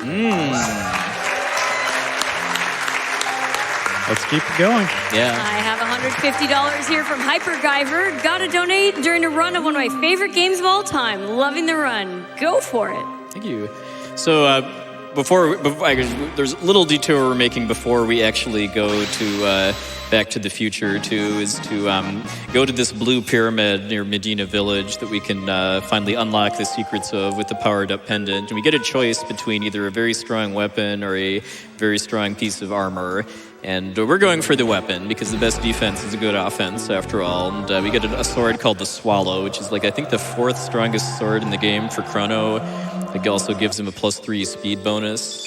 So yeah, that's going to well, you'll see the number explode basically when I equip it, and once I get back onto the overworld. So let's go back to the donations. Awesome. I have a $250 donation here from Vinny D. Had to donate during my favorite game. I wish I could donate more, but you know, life. Doctors Without Borders is an amazing cause that saves so many lives. Let's keep the donations going and break all the records. I have a $54 donation here from Skyloaf, donating just $1 for each of those tonics you bought earlier, so that MSF can hopefully provide some of their own. Good luck, Quexel. Just a few more hours. Thank you. And I have a $5 donation here from Phantom Gwyn, Chrono Dono Hype Train. Choo-choo. Yep, another anonymous $5 donation, $5 train Hype. And I have a $111 donation here from Marty McFly, who says, gotta get back in time. Gotta get back in time. And this last mutant encounter I can actually just avoid by going around that wrecked car. And then Johnny, the jerk, just kind of casually beat us to the other side of the ruins, too. Guess he is pretty fast. Well, you can ride the wind. All right, so yeah, this is the sewers. It's a kind of a short dungeon area, but like I said a bit ago, it's kind of designed around you coming here at a much lower level. So the 2 required fights I have to do here are pretty trivial. Come on, Luca. That's pretty weird for Luca to outspeed Ayla too. Ayla wasn't happy about that too. I love the little cutscenes in here. If you did come here in the middle of being in 2300 AD, it would be a nice little like comic break from the otherwise very depressing tone of Eris Dome and Proto Dome in the factory.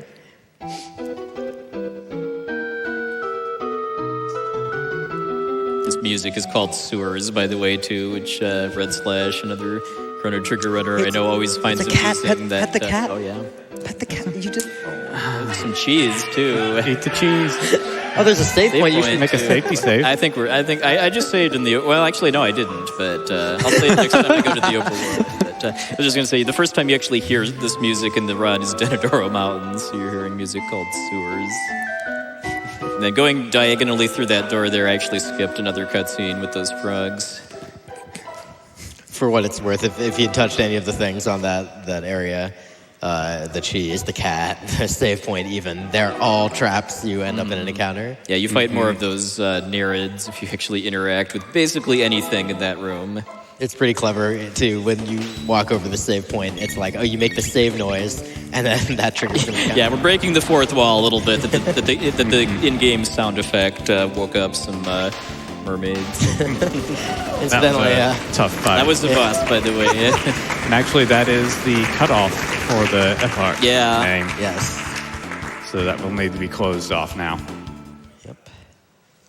Really good. Tell you what, it's not even close. You're gonna love the winner. Oh, let's go. Want to hear it now? Yeah, please. Tupac. Tupac. It's always Tupac. It always, yeah. You people not the first donated time I've named Tupac, $4,600 to see that name, Tupac. Money well spent. Good. I'm glad. Thank you very much for the donations. We'll get that name set up momentarily here, as soon as we talk to some weird crystal, some shiny message capsules or whatever too. Sure. Yeah.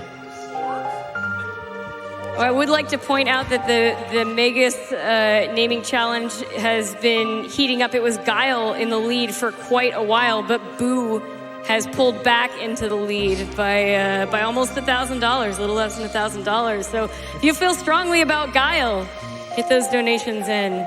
The Death Peak Hug incentive is also really, really heated up. There weren't that many donations for it. Now we have $11,561 for Morrow and $9,454 for Luca. All right.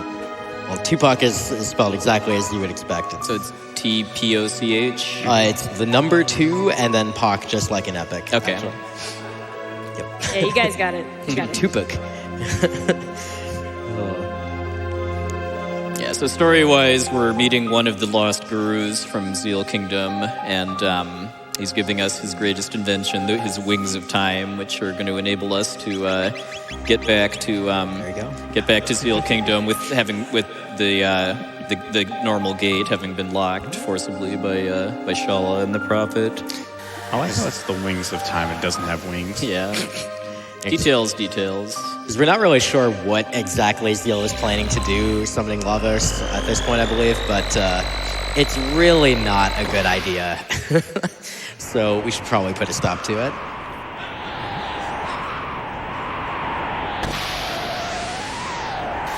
We have time for some more donations? Maybe like 2 or so, just because we do have All right, great. some combat. Yeah, I coming have up. $50 for Misentia's kids. It says, hello, Puexo and Vulajin. We're all watching you on our big TV while we eat dinner. We miss you guys. Please let Chrono hug Morrow. Aww. Oh, thank you so much. We miss you guys too. I have a $502 donation here from Zavian that says, keep up the great work in making the world a slightly brighter place. And this run is definitely going to have me listening to the Chrono Trigger soundtracks for weeks to come. Best girl, Luca deserves hugs. Thank you very much. Vote for your Chrono TP. With dollars. So these beasts take a little bit of a beating. They're actually fairly beefy. It's going to need a fire sword and a rolo kick to take out each of them. Yeah, if I get pretty high damage variations on both, on the fire sword and then with a melee attack with Ayla, I could kill them that way, but the rolo kick makes it guaranteed, and the animation isn't really that much slower either. And we're not worried too much about having MP left over. The reason we're coming here, this area is called Mount Woe. It's basically a prison mountain that is imprisoning, which guru is it? Melchior. Yep. Hey. Who has the same, I know the that same name as the guy from our time that made a sword for us. Yeah, and that music that played while we talked to him, that we have heard again in 12,000 BC. I'm sure that's a coincidence. Definitely coincidence. So I really like that, the way, all the timelines are kind of, all the different points in time are kind of tied together by the different characters. But what I don't like so much is this boss fight. Yeah. This boss fight is a pain in Glitchless, because in a non-Glitchless run, you could actually just skip it. So the strategy here, he's going to try and put the blue beast to sleep, because if he does not and he attacks the mud imp, there would be a nasty earthquake counterattack every time he attacked. But he'll just be trying to target the mud imp to break through its pretty high defenses and to just outpace any healing it might do. Because casually, the way you're kind of intended to do this fight is to actually kill both of the beasts, because after you do that, the mud imp will drop its guard, and in some cases you can actually even one-shot it if you have like triple raid or some other really strong attack at this point. But that is really, really slow, because both of the beasts have 5,000 health. So even the mud imp has really high defense at this point, but it's not quite enough to make it worth actually attacking the beast directly. So we're just kind of going ham with our strongest magical attacks at this point, and that's what we don't really want to see, because each time it heals, that extends the fight by a round. Yeah, as you can see, it's the damage of a full flame kick basically if it does that heal. It only has 1,200 HP, but we're not dealing that much damage, so can be a very annoying fight. The mud imp can also inflict some sleep status if he really wants to by attacking Chrono. He also threw a rock at the red beast, and you're like, why would he have done that? Normally that would cause the red beast to perform like an attack at one of your characters.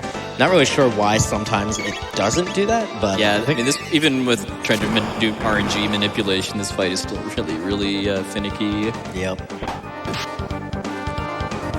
So the rock that bounces off your party member does not have a chance to put you to sleep. Yeah, it's only the one that kind of has the explosion effect associated with it. And like you saw at the start, if somebody other than Ayla gets put to sleep, I use her Kiss tech to both heal the damage from the rock and also recover their status. Because that's what the Kiss tech does. He's been a little more cooperative since that last heal. We haven't seen another one. I was very prepared for him to heal right there. Yeah. Because he said that. No. He's being nice for once. And if I need to heal in this fight, I use Ayla for it, just because I'm losing less damage per turn that way versus having Chrono do it, assuming I have a choice in the matter. Okay, there we go. Right. That was decent, pretty good. Actually, yeah. Had like 2 heals, but it didn't really go super aggressive with the with aggroing the beasts, and didn't put me to sleep that much either. All right, so now it is time for Bless RNG.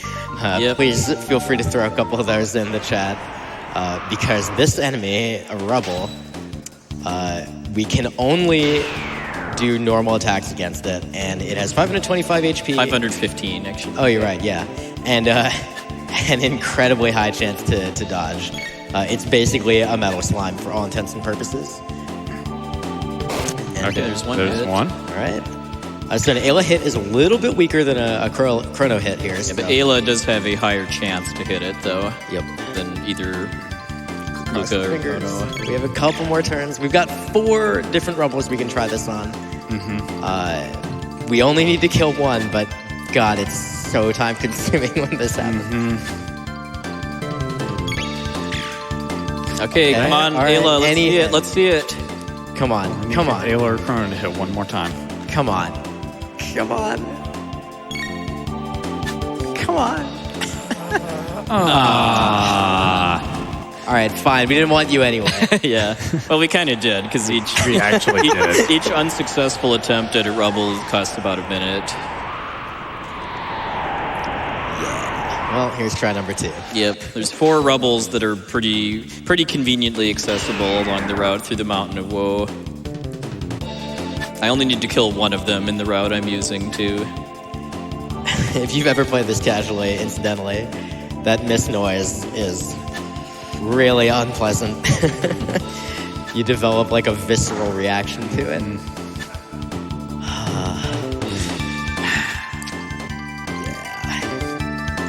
Yeah.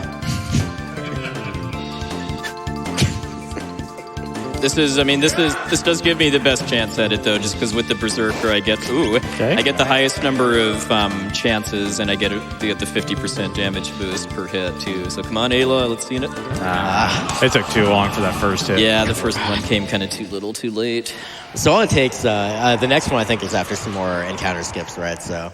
Well, some that I'm just going to fight because I need some more experience in tech points. So now he crits, of course.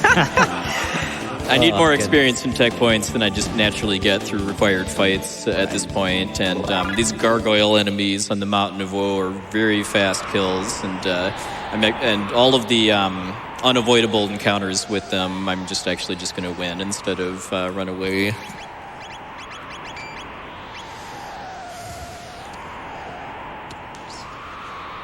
I mean, the good news is you only need one of these, even if you somehow manage to not kill any of them, which, as far as I know, you said you've never seen before. Yeah, that's since I went to this route, I've never not killed at least one of the 4. Even then, there's backups, so it would be okay. Just it's a ton of time loss. But yeah,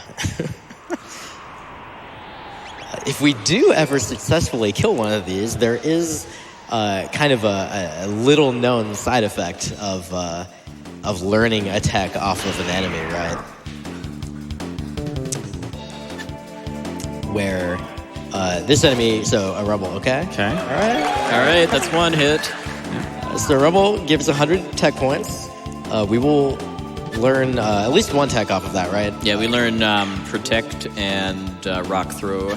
Right, and there's a little known side effect where the fight... Okay, it's almost Come on, just done. need one. Just need Any even hit. Luca can do it. Anything. Anything. Come Anything on. at all. Yeah! There we go. I was not looking forward to backup. Okay. Third time was the charm. All right. So Falcon Hit's awesome. We're going to talk about that in just a second. Just You want to to wrap finish up. talking about the Exactly, yeah. exploit? Yeah, so there's this thing where when you learn a tech at the end of a fight, it actually double counts the tech points that you just got from that fight. So the 100 that we just got went towards learning Protect on Neon, and then also got applied a second time to progress towards her next tech as well. Same goes for Ayaya and Rock Throw. She learned Rock Throw, and then she gained another 100 tech points beyond that. That did not happen to Goku because he didn't learn a tech, but still, that's a super, super handy bonus. We're going to be making use of that same thing a little bit later on. And I mean, anytime we learned a tech earlier in the run, the same thing happened. It's just it was a much smaller, less... Yeah, like it was relevant for the grind. Sent was telling us about delicious console bundle prizes. Prizes? I mean, the double tech point exploit is something you could definitely make the case as a glitch, but it's something that's also just totally unavoidable. So we do take advantage of it when we can in the speedrun, even for glitchless. Yeah, it's in the same vein as Magic Defense in... Magic Block in Final Fantasy VI, which applies to everything. I thought I heard somebody say prizes. You'd be interested to hear about all of the amazing Chrono Trigger swag that you can pick up? Yeah, I got a little bit until the next boss. Yeah, we have a Chronotorious CD, a Chrono Trigger Perler set, a Chrono Trigger Prehistoric Party Print, a Chrono Trigger Chrono Trigger chest perler cubes. We have a Chrono Trigger perler, Chrono Trigger watercolor against Lavos. That thing is gorgeous. We have Chrono's cat, Chrono Trigger end of time print, a new perler, a Chrono Trigger new plushie, a new chainmail inlay, and a Chrono Trigger art print. Whew, nice. Those are all of the Chrono Trigger prizes you can get for donations ranging from $5 to $20. Nothing beyond $20. So donate $20 and you can be entered to win all of those. That was an impressive list. Indeed. So make sure to target the hands. Yes. All right. Yeah, this is Giga Gaia. He's got two big, freaky hands and a hilarious face. And he's always going to get these two attacks off right at the beginning. And they deal a lot of damage, so you really don't want any more than that. But fortunately, with Falcon Hit, should be able to take them out quickly. It's 2 Falcon Hits to defeat them. Falcon Hit attacks enemies in a literal horizontal line on the screen, which is a pretty cool little thing here. And you will be seeing this tech used a lot throughout the rest of the run. Yeah, because Falcon Hit's damage formula is actually totally based around Chrono's stats and attack power, and we just got a really, really overpowered sword for him via the Swallow, along with throwing on the Power Scarf to boost his strength stat too. So, so kind of all that adds up to having just a really, really good way to one-shot a lot of regular encounters, and then also beat bosses fairly quickly and consistently too in the next couple dungeons. So 2 other important notes in this fight. One is that turns out the head doesn't do anything when he's the only one left, so you can just Falcon hit him to your heart's content. Did it.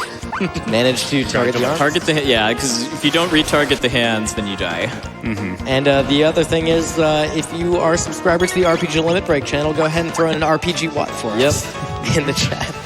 And also another very, very important thing that makes this strat work too is that when the hands start the battle with 2,000 hit points, but when they revive, they only have 1,000. So I'm able to one-shot them with Falcon Hit and don't have to heal up to survive any other attacks. I love this boss's face, by the way, too. He's pretty surprised. Mm-hmm.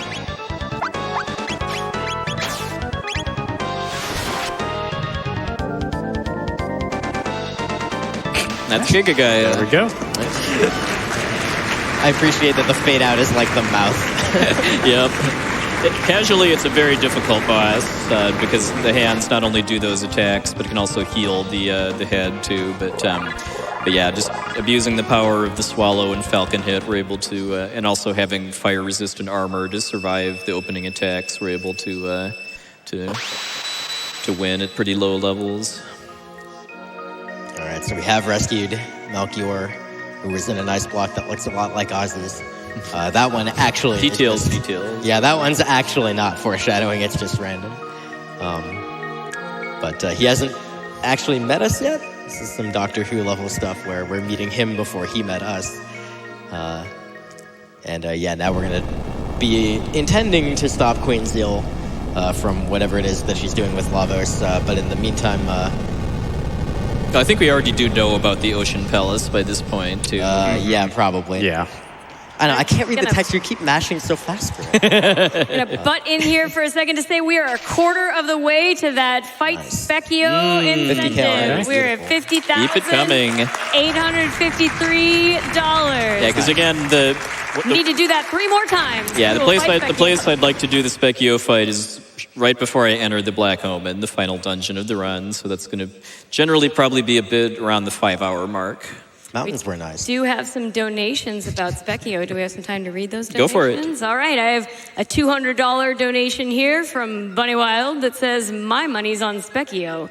He is the god of war, or something. I have a $25 donation here from Dance Dad. Dance Dad wants a Specchio battle. Specchio's music is pretty suitable for dancing, I might say. Do it for charity. It's a permanent Do it thing. for Dance Dad.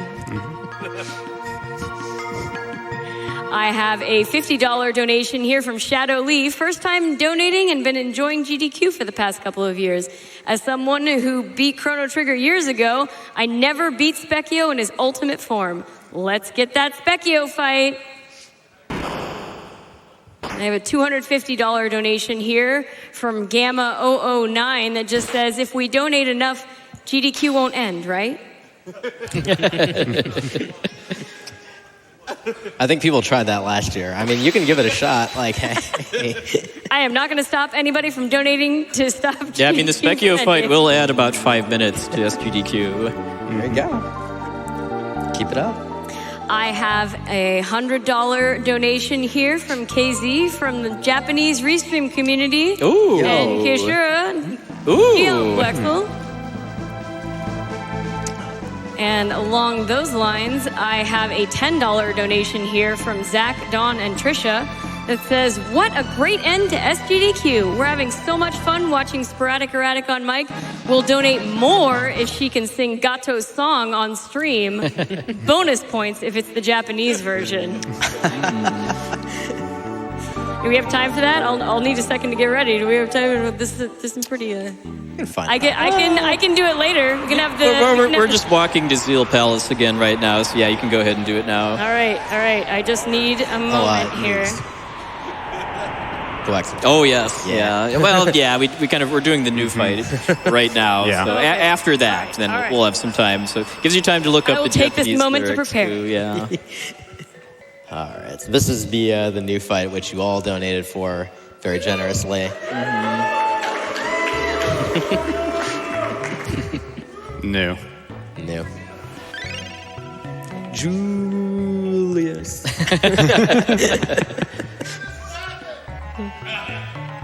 All right. Here we go. Noise. All right. So these enemies are actually really scary. When they attack, they will either deal 1 damage or your max HP minus 1 damage. So if they happen to, align properly, you're gonna die. That headbutt animation is so good too. But Falcon Head's very, very convenient here. They have 1,234 HP. 1, 2, 3, 4. Yep. All right, so Luca is gonna finish off those 2. So just need to bop this last dude. There you go. That was All right. All right. Kill. There- Good job. Yeah, thanks everybody for donating to get that fight added to the run. More news is always good news, and I'll definitely take getting to have 6 more in my run. The 90 tech points they give are nice. Yeah, along with a speed tab too. Yeah, that actually allows us to skip a couple of battles in the Ocean Palace later. Yeah, doing this fight is actually a very viable strat, even for like PB attempts. But my normal route actually just fights some extra battles in the Ocean Palace instead, because as awesome as news are, doing that route is about 40-ish seconds, I want to say, slower than just taking some extra fights in the Ocean Palace. Should we hear that Gato song now? Yes. Well, we're talking to Plant Lady. All right. Give me 1 second. ゴンザレス俺は強い俺に勝ったら15ポイント Very nice. Pointo. Yes. Get your silver points here. Yeah. Interesting bit of trivia. In the Japanese edition, his name is Gonzalez. Yep. Not Gato. And it turns out that is from the name of a wrestler, El Gato Gonzalez. That's pretty clever translation then. All right. We have a boss fight coming up. Yeah. This guy is Dalton. He was present earlier, and he summoned the golem to defeat us all, but now he's going to take us on himself. Yeah, whenever you attack him, he will do a counterattack of Iron Orb, and what we will do here is spread out the counterattack. So first, we use Orb Falcon hit with Ayla, and then we're going to do it with Chrono's menu. Or actually, it was the other way around, but yeah. Yeah. And next, we will use Fire from Luca. And then we'll wrap it up with a Falcon hit. Yeah, but that's spread around the counterattacks, and we'll be able to survive his attack as he dies. Because this seems like kind of a joke fight at first, because all he really does is just have your HP, but he does have a little surprise for his final attack. Which is a belch, apparently. Yeah. He just belches at you, and his breath is very noxious. And that is a crap load of damage, so it's a good thing we managed to spread those counterattacks around. But alas, he's still not good enough to stop us from getting our access to the Ocean Palace. Which is where basically Queen Zeal is moving the Mammon machine, because the Ocean Palace is built over where Lavos is sleeping underground in order to draw even more energy from sleeping Lavos. And shoutouts to this music. Shoutouts to all the music in Chrono Trigger. I can't handle it. So good. So good. I really love too how they don't stop the Ocean Palace music during most of the encounters here too, to really kind of amplify the feeling of kind of racing the clock to stop Queen Zeal. Yeah, raise mistakes. There's a lot of tension. Yeah, Queen Zeal is on a mad quest. She really wants to raise Lavos and become one with him or something like that. I don't know exactly. It was kind of weird. But yeah, she really should kind of maybe stop. And so we're going to try to accomplish that. Trying to make your the power source for your kingdom a planet-consuming parasite might have some ill consequences. Oh, okay. Someone in the audience said it's fine, so all right. Okay. We're good. Yeah. I guess we're done here? Yeah, I mean, we can stop the run now. But music's good, though. I want to keep going in here. Okay, fair enough. Yeah. Ocean Palace is really cool. There's a lot of very obvious fight skips like that one just there. Some of which are pretty dang precise. You're going to see a couple going down these stairs here as well. Some of, this is unskippable, but you can run. And then going down this next stairway, there's going to be some jumping dudes that Puex was going to try. There's a little bit of randomness as far as how closely in sync they are. Yeah, wasn't quite good enough to go for only stopping once, but yeah, if you tag a single one of them, then you get an encounter. What does that thing do, by the way? It just stuns you briefly if it hits you. Which makes it more like... It might actually make you lose health too, but I don't remember. Guess we'll find out now.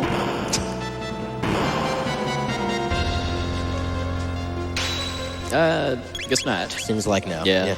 I know Neon had 378 hit points before too. Yeah, or maybe it might just be your party leader now that I think about it. But anyway, it doesn't matter because my health isn't really going to matter until I shelter again. Yeah, we would have. Which is why I've never really paid attention to it. Yeah, and because we did the 6 news fight, this room was where we were going to fight 3 battles. Right.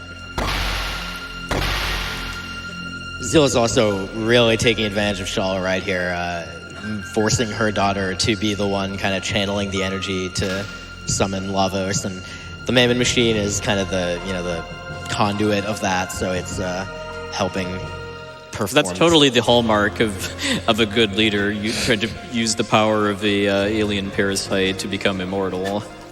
Pretty much. And the other thing that we kind of glossed over as we talked through some cutscenes earlier is that Melchior made a weapon that was intended to destroy the Mammon Machine, basically. It's a ruby knife, which he's given us, and we're trying to get down there to the Mammon Machine so that we can stick a fork in it for all intents, and It's a knife. hopefully save the world. It's got a time. One time. Yeah, that's called the knife. Grinding. Yeah. This is very, very short grind, though. It's just I'm just doing this battle twice because it's worth good experience and 40 tech points. And I want Luca to learn the Fire 2 spell right now, basically, before I actually go down the elevator. Because the tech points routing just for this whole run, for the most part, is very tight as far as just kind of learning techs right around the time I need to use them. And there's Fire 2.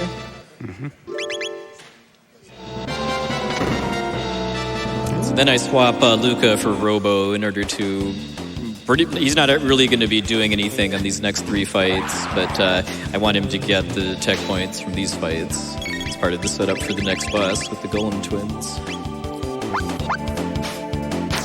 Thrasher's kindly obliging us by lining up for a Falcon Head, which just does increasingly ludicrous amounts of damage, but even that will kind of pale in comparison to some later amounts we'll be dealing. Like a lot of 90s Square RPGs, the damage limit in a single attack in this game is 9999. Instead of being like, 32,768 or whatever type of thing. Yeah, but the bosses don't really have that much more than that, even at the highest boss HP levels in the game. Incidentally, don't worry, we're not going to be able to do 9999 damage in this run. We're not leveling up that much.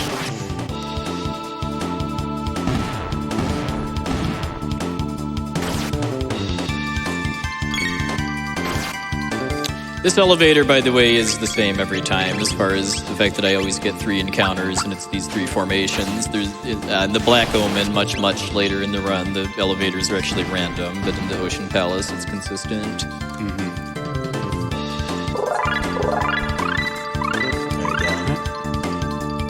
Learned a couple combos with Robo, one of which is going to be very important for the strategy for the Golem twins. Yeah, they're coming up pretty soon. We also learned, just in general, we learned Robo Type, which just gets us further along the progress we need for a triple tech that we're going to be using later on in the run. If you weren't around earlier, the way the tech system works, you got double techs. He just uses laser spin as part of that, really? so he already has it. But nice. we want him to get Uzi Punch eventually. Too. Right. Luke is the one that needs everything. Yep. But yeah, we need some combination of specific techs on 3 different characters in order to get this number 1. Nice dodge there. That was good. Yeah, the skip is pretty precise. He has to line up to move past and then quickly get back around. Got both of them. Nice.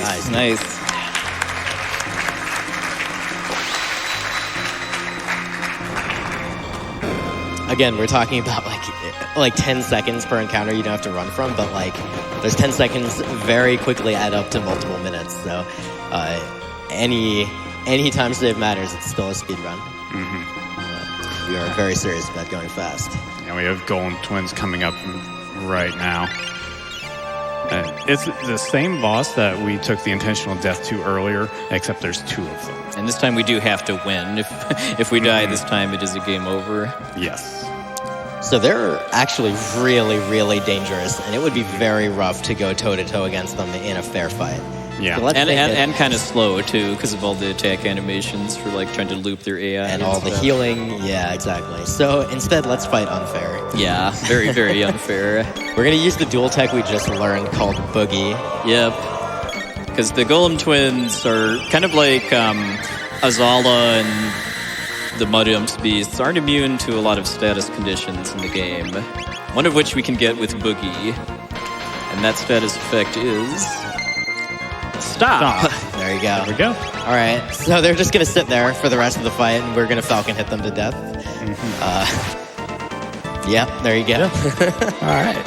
The stop will last more than long enough for them to be finished off. Yeah, and Boogie isn't guaranteed to hit both of them, by the way, and if it is a bit rough if I have to do my backup strats as far as getting more boogies off, but fortunately didn't need to. For anyone wondering what I've been looking at on my phone over here, it's his notes. And there's like a big old thing listing out like what you do if Boogie misses, and it doesn't sound very pleasant. No. It's not.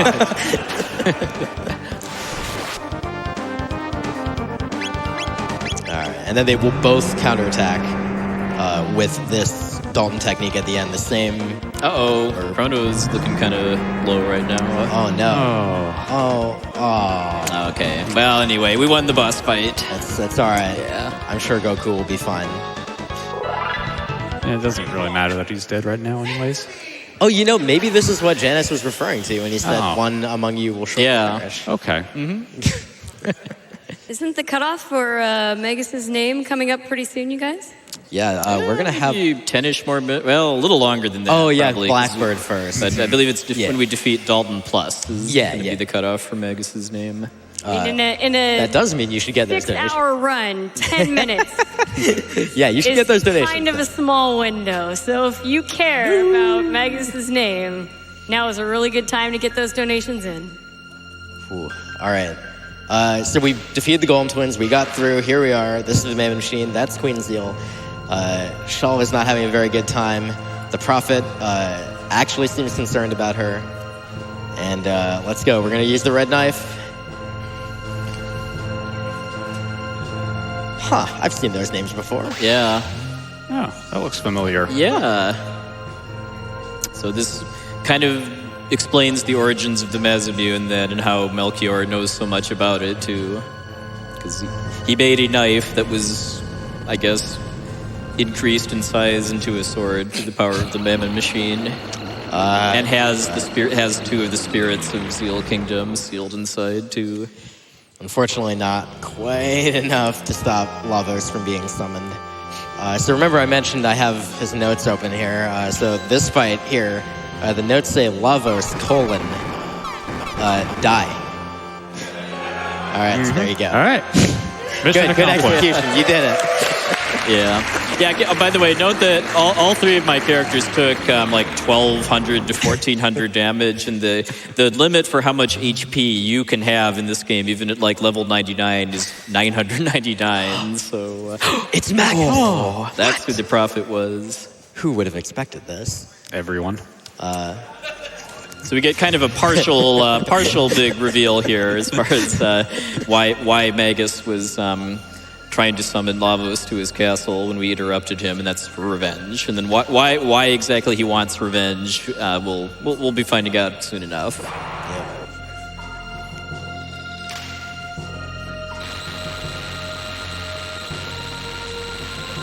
But unfortunately, Zeal is a little too powerful even for him, and so is Lavos.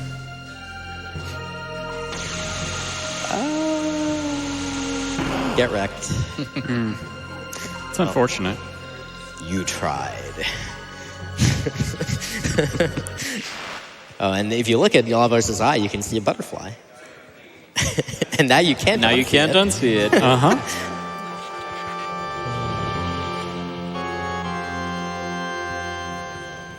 Yeah, the various remakes of this game, like on the PlayStation and Nintendo DS and PC, have some Toriyama anime FMVs added to the game, and the one you get right here is my personal favorite, by the way, too, because you get a Chrono as a flashback to Yanis saying, "One among you will shortly perish." Wait, so it wasn't the Golem Twins? Yeah. Goodbye, Goku. And Goku. He's gonna go see King Kai. Yeah. Yes. I was gonna make the same joke. Yeah. Yeah. He's gonna have to go power up in another dimension. I'm sure he'll train on King Kai's planet for a bit.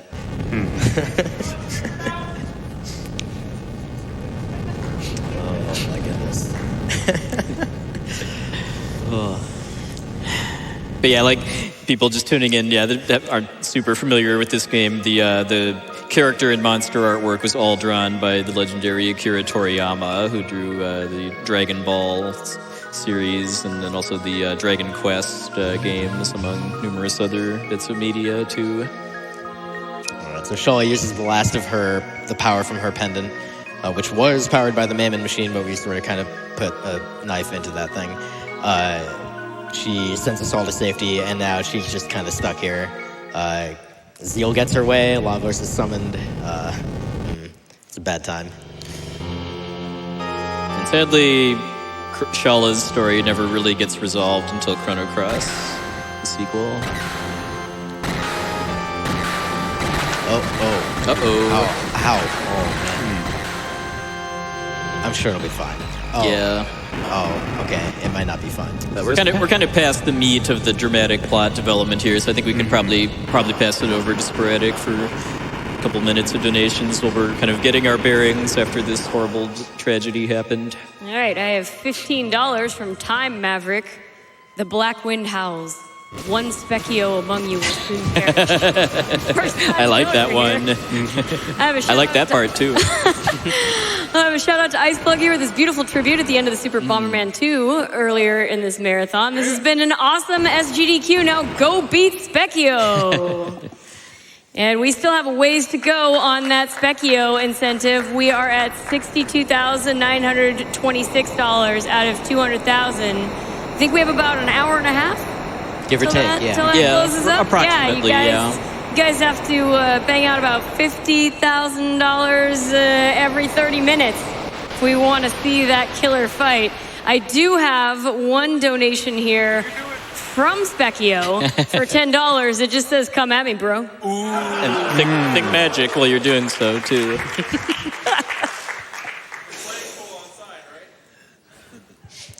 We're gonna bring it. Oh, I have a $20 donation here from Anonymous Lobster. I wasn't going to donate again, but that prize list swayed me. And then a $25 donation from Real Deal DePiro. 2.5 million seems within reach with 3 hours to go. Makes me think we can make a run at 3 million. What do you think, chat?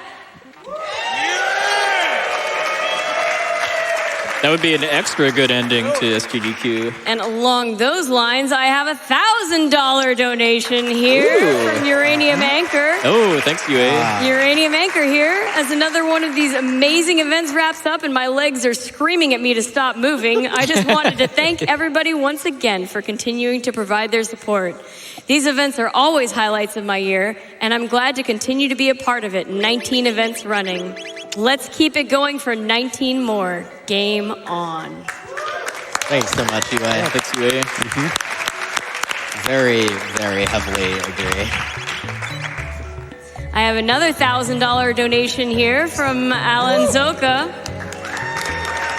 Thanks for this great event once again. We had a lot of fun watching all of the amazing runs. Much love from Brazil in our community. Heart. Thank you so much. So, one thing to note there, after this cutscene, we're going to be taken prisoner again for like the fifth time or something. Yeah, something like that. This one actually takes our stuff away.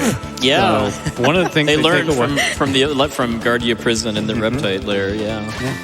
So they also take the money away. So we went to the shop first and spent basically everything right beforehand. So we're not going to get all of our stuff. It would take a lot of time to go through the entire Blackbird and get things. So we saved as much money as we could by just spending it all. Pretty much. We've got a bunch Use it or lose it. Full tonics are going to be very helpful going forward. So Dalton turns out he's still at large. And even though all that's left of the planet above the surface of the water basically is this one island, well, there's another island somewhere, but anyway, Dalton still wants to basically run the show. So he managed to recover the Blackbird apparently before. We could have actually come to the dock for the Blackbird in Zeal Kingdom. It was sitting there, but we're gonna have to make our way out. We're gonna have a little bit of a Metal Gear Chrono sequence, or Metal Gear. Just a very light stealth segment here. Yeah, and we're not gonna do a lot of it. Yeah. And because basically, if you go through all the ducts here, you'll eventually be able to find chests for each character's equipment, and then a chest for your loose items and one for your money. But Dalton kind of forgot to do something about Ayla, who doesn't actually need weapons to fight. In addition, Luca and Robo here, we have specifically ordered the party with Ayaya in the middle so that Neon and R66Y will actually just block the bashers here. They can't actually reach Ayaya, and they don't want to attack Luca and Robo because they're not participating in combat, so they just die. Very, very easy fight, and now we can get our crap back. And this is why, I've been carting around Luca's airgun or starting weapon this whole time, by the way, too, just because even you don't actually have to find all of your characters' personal chests in order to be able to fight the boss here. You just need to be able to equip a loose weapon. Yep. Yeah, so it gives you a little warning, hey, you haven't gotten all your stuff back, but all we're missing is the items that were equipped, and we actually, it turns out, don't care.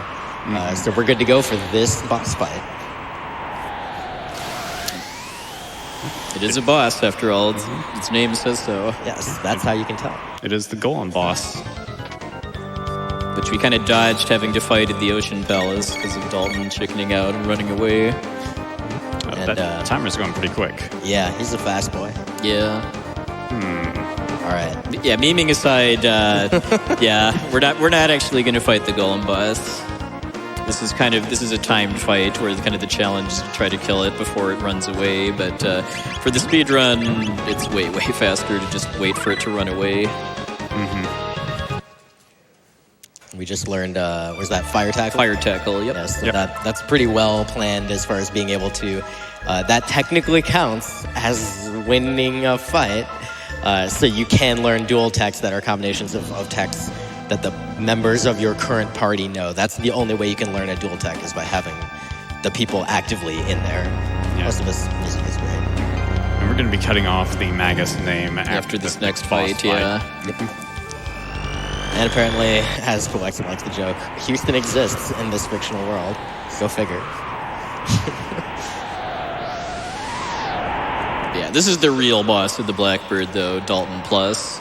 Kind of similar in design to the first Dalton fight as far as how he's mostly based around counterattacks, but this time his counterattacks have powered up, and he actually counters based on the elements you use against him.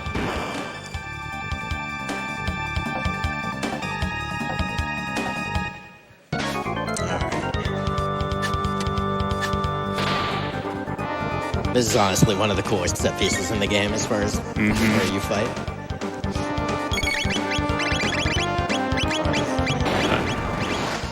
We're going to do some damage, heal up after Dalton counters. And then finish him up. He actually only has 2,800 HP or something like that, so yeah, it's not that scary. But you do want to, you don't want to take him as lightly as you might have taken his other phases. It's a little bit scary. And he does actually attack you directly too, not just counter.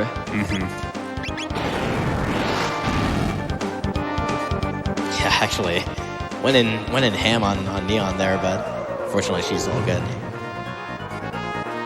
Yeah, using physical attacks, proxy, which is his least threatening counter, because it's only single target and can't actually kill you. And that is enough damage to finish him off. So. Yep. Now he's going to try to summon the Golem boss, and Doesn't go well. No, it doesn't work out too well for him. he's going to get sucked right into the retcon that they did in the DS version of the Trigger, so that he can do whatever it is he's going to do to make Chrono Cross happen. But in the meantime, we've got access to the Epic, and it's got wings now. Yeah, so Sorry, it two. really is the Wings of Time now. Please press the Y button. Yeah, this is where we also learned that the cockpit of the time machine is basically a giant Super Nintendo controller too. I believe it.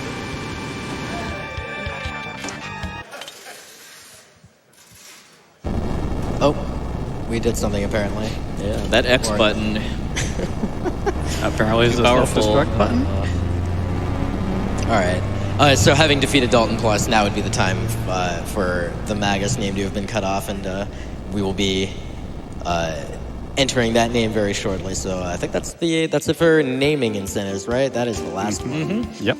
So thank you for all the donations towards those, and we'll find out. We will find out what Magus is going to be named in just a few moments. I look forward to it. I'm sure it'll be good. And then we do now actually finally have our airship for the game, which can also travel through time. But we do want to kind of finish exploring this island before actually moving on. Go back to the shop there. Now that we're done with the Blackbird and have lost our money that we spent in advance, I'm selling some just some loose stuff to get some cash for what I'm going to need in the near future. I love that you safety saved. Yes. I mean, like you'd better safety save for this. Yeah, we've got the most important skip in the run coming up, Yep. along with kind of the final bit of lore about Magus's past too.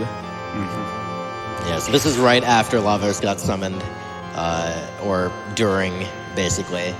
It turns out Janus followed Shala down to the Ocean Palace, along with you and the Prophet. All three gurus are there as well, and they all get sucked into time gates. So that is how they ended up in the various places that we managed to run into them.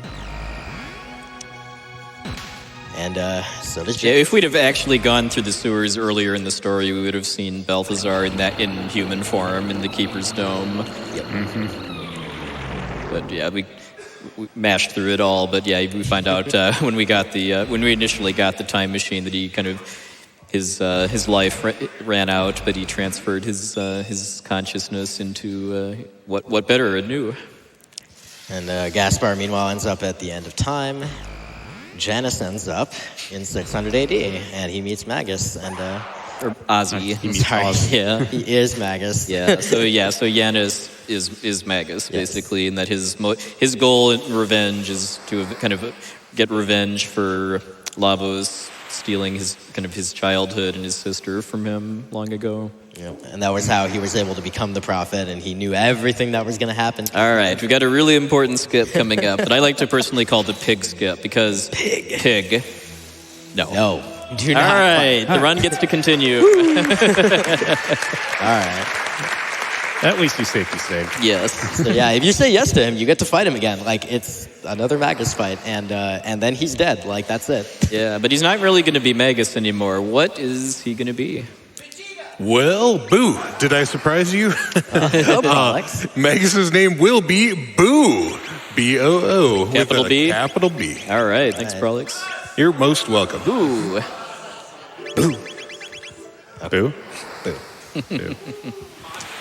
Imagine. Yeah, so Magus is actually a secret party member. I mean, if you fight him and win, he dies, and he still tells you, kind of tells you what to do next. But in order for him to actually join you as kind of the secret seventh character, you do have to say no to fighting him, which really surprised me when I played this game after it first came out. I was expecting it to be a "but thou must" question. Magus is really, really, really strong compared to all of my other characters at this point, too.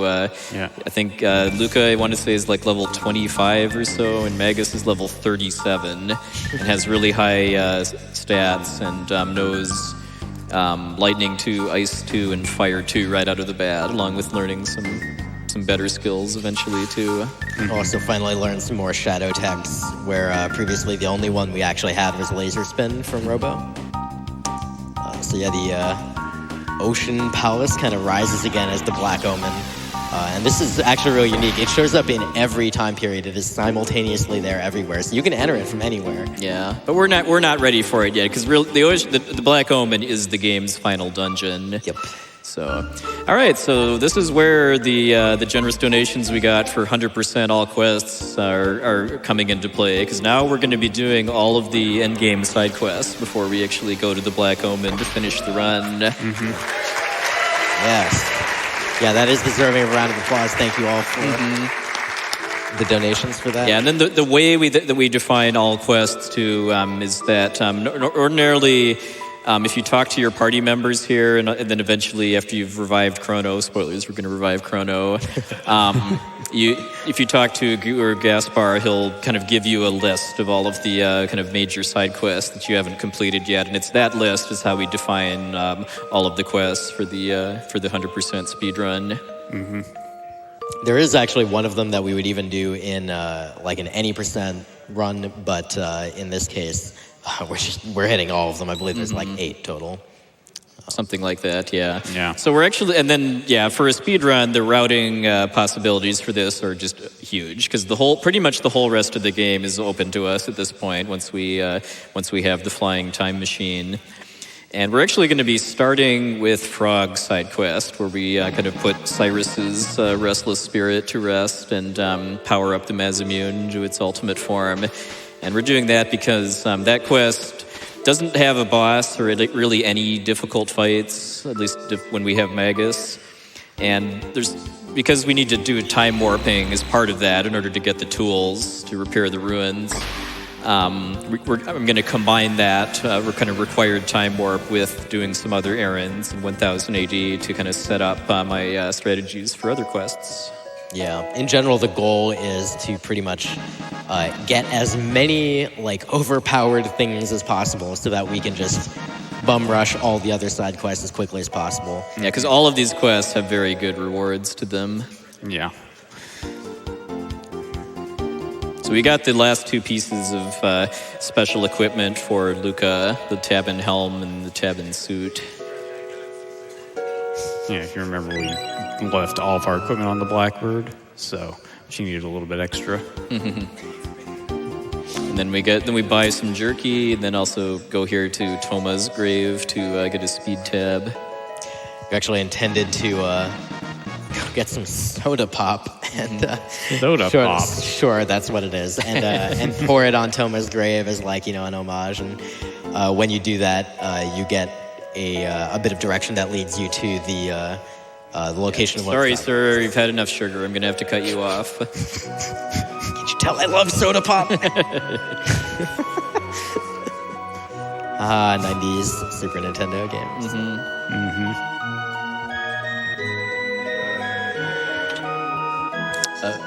Okay, I'll keep playing. All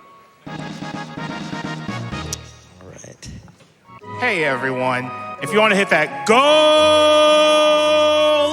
then we're going to have to 2.42 million, because that means we have beaten every other GDQ in existence. Oh, That's how good this marathon is. We have the time. Let's do it. Let's go, Twitch chat. You know what? And even if you can only donate $5, then let's get that $5 donation train going. Let's go! Yeah, dude, Mike, you're not going to have anything left of you if you let it all on now. Yeah, gotta save some. Oh my goodness, dude, that's like 60,000. Please, you guys can have that done in minutes. Like you don't need to wait until the end. We still have 2 hours of playing this game. Let's go. And while they're donating, just a reminder that if you actually donate $10 or more, if you can spare that, you get in the running for that 8th generation console bundle, the PS4, Xbox One, and the Switch.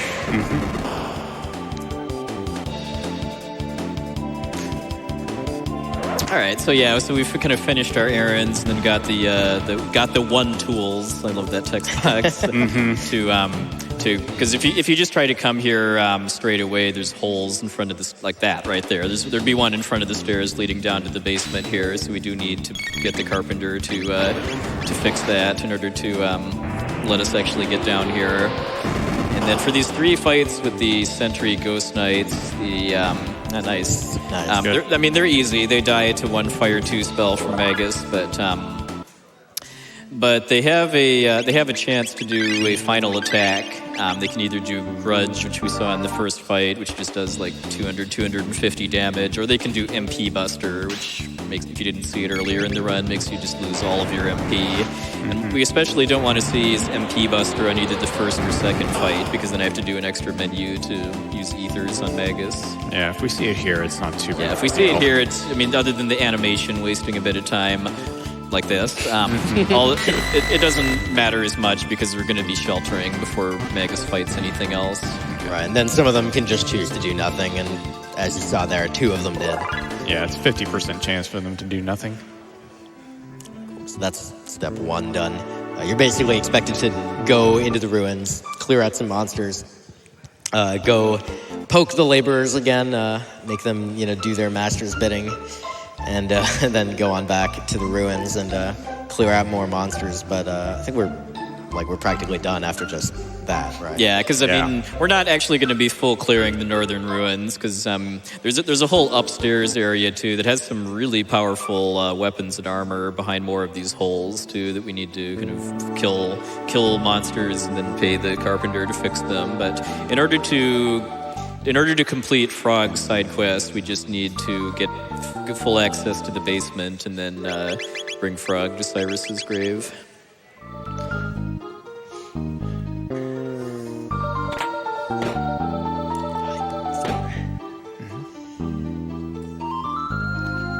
The fool who challenged Boo. Wow. It's kind of rude, if you ask me. It does make for an awkward cutscene if you bring Boo here. Yeah, it is kind of deliciously awkward too, because Magus just kind of looks away and hides himself behind his cape during this cutscene. But there's other reasons why we took Magus out of the party here too that we'll get into shortly. But yeah, well, we have this kind of touching farewell between Frog and his friend and mentor Cyrus. I guess we can fit in a few donations. Sure thing. So before I begin, I have a little bit of a confession, though, on my part. I am not the Prolix that you're used to. I am actually Prolix from the era 2300, and I've taken a time portal back here just to let you know, yes, you in the audience, that you forgot to use your Twitch Prime subscription token this month to get a free subscription to any channel on Twitch TV that you want, perhaps the one that you're watching right now. Thank you, my job here is done. Okay. On to the donation. $250 from Chrono's cat, just says, meow. Oh, yes. I should mention, though, thank you for your subscriptions, by the way. However, only by donating on the website, gamesdonequick.com, do you get a chance to be entered for our prizes. Okay, back to the donation comments. Just to be cool, gave $100 to Doctors Without Borders. Thank you so much. And they said made $100 in a garage sale today. So now I'm donating $100 to a great cause. Nice. Also have a Dr. Emmett Brown with $25. If my calculations are correct, when this Chrono Trigger run hits 88 miles per hour, you're going to see some serious stuff. All right, so we now have the upgraded Mazamune, which is Frog's strongest weapon, and we're actually going to be putting it to use right now for 2 fights. But I do like that we actually do get to use it in this route. Yeah, we're going to go over here to make a pit stop at Ozzy's fort. And this is Magus's side quest, basically. Yep. This is basically a much shorter and much sillier version of Magus's castle, and also not having Magus in the party actually means less dialogue in these various cutscenes with with Magus's former lieutenants, Ozzy, Flea, and Slash. And there are going to be 2 encounters right now. We are going to fight Flea again, and we're going to fight Slash as well. But fortunately, they're not super dangerous, and we're going to... Yeah, they are much weaker, even though their names say that they're powered up. They're Flea plus. They're actually weaker than when we fought them earlier. Yep. I do like the little flame heart, though. But, Well, we'd like to, on both the refights, we would like to see 1 critical from Frog. Because then that saves the turn, basically. Yep. We're not actually planning to wrap up this side quest right now. We are gonna fight Flea, we're gonna fight Slash, we're gonna pick up some items, and then we're gonna peace out. And the reason is that the things we're gonna get are so nice for upcoming stuff that they're gonna basically single-handedly allow us to do kind of the ordering that we want to do. And it's convenient that we wanted to come over here anyway because we were able to basically, while we were in 600 AD, right at the Northern Ruins, just take a quick jaunt over to Ozzy's Fort, and we'll be able to do this and then move on. Yeah, and we fight these... Or I guess we don't. Oh. Okay. I really love that distortion effect they do with the music, too, which actually gets reused in Super Mario RPG if you game over, too. Oh, man. Quick update, we have raised over $80,000 toward that incentive to fight Specchio. Nice. Thank you so much. You got another hour for another 120. I think we can do it. I believe in Twitch chat. I believe in the donors. And I also believe in Frog, Luca, and Robo to quickly dispatch Super Slash. So I didn't get a crit with Frog, so yes, I have to wait for Frog to attack again, but it's not a huge time loss.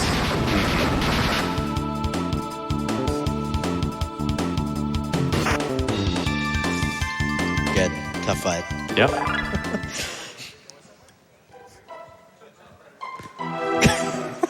This is like, ow. Bye. Yeah. And this next room is where the treasure is that we were wanting to get.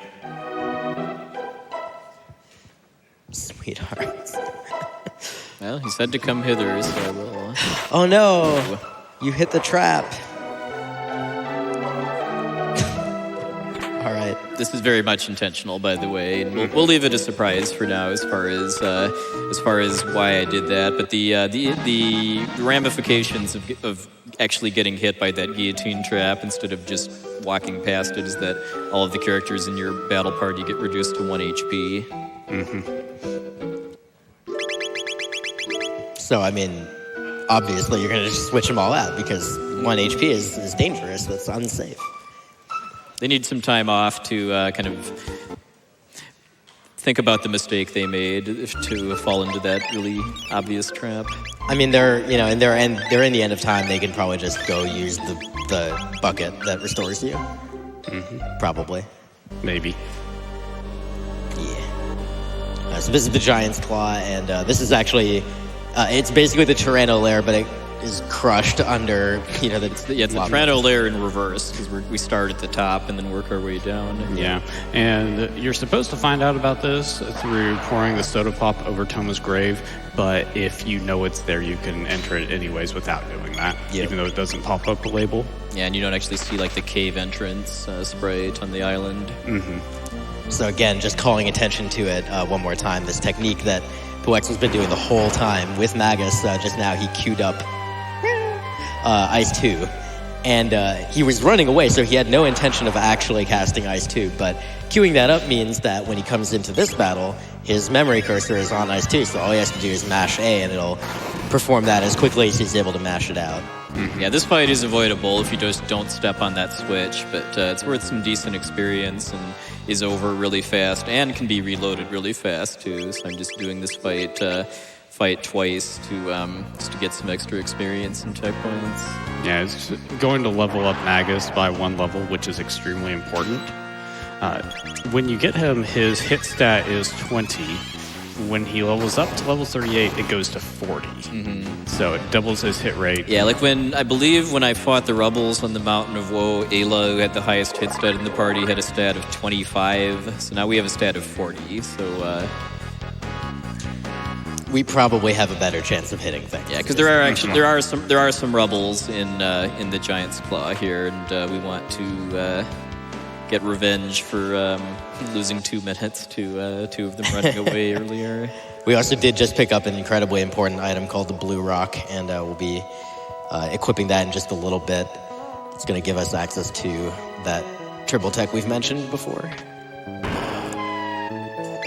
Yeah, because there are some secret triple techs that you don't kind of naturally learn the conventional way. You get them from winning battle, or from equipping a special rock, basically.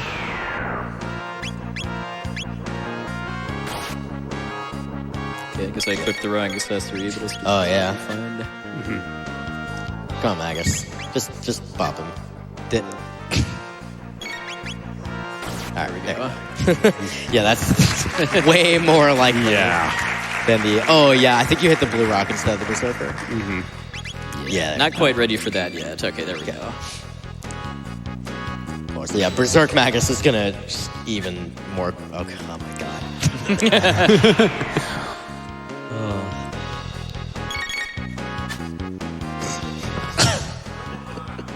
Okay, there's one. I mean, 515 HP, so now we can get a live update there on the damage. Okay. There we go. Oh, goodness. That was actually a lot closer than I've ever seen it. And notice that Bones just learned haste there, which was the express goal. And now we're going to swap in Ayaya as well, and they each still only have 1 HP, which is, again, we've said, is a kind of scary number. But I'm sure it'll be fine. Yeah.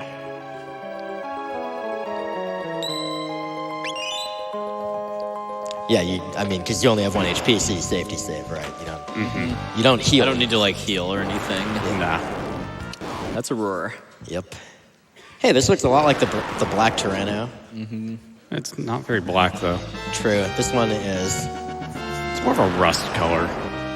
Yeah, it does look like that, yeah. All right, so Magus is still berserked, and that he's attacking with the Doomsicle, which only did 500 damage on that hit, but it has a special effect, which we're about to see. Meanwhile, with this steel, we're trying to get a red mail, which we got. Excellent. Good.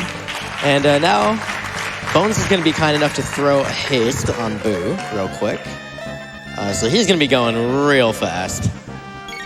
And hey, remember we said that when the Tyranno roars, you get HP down. Well...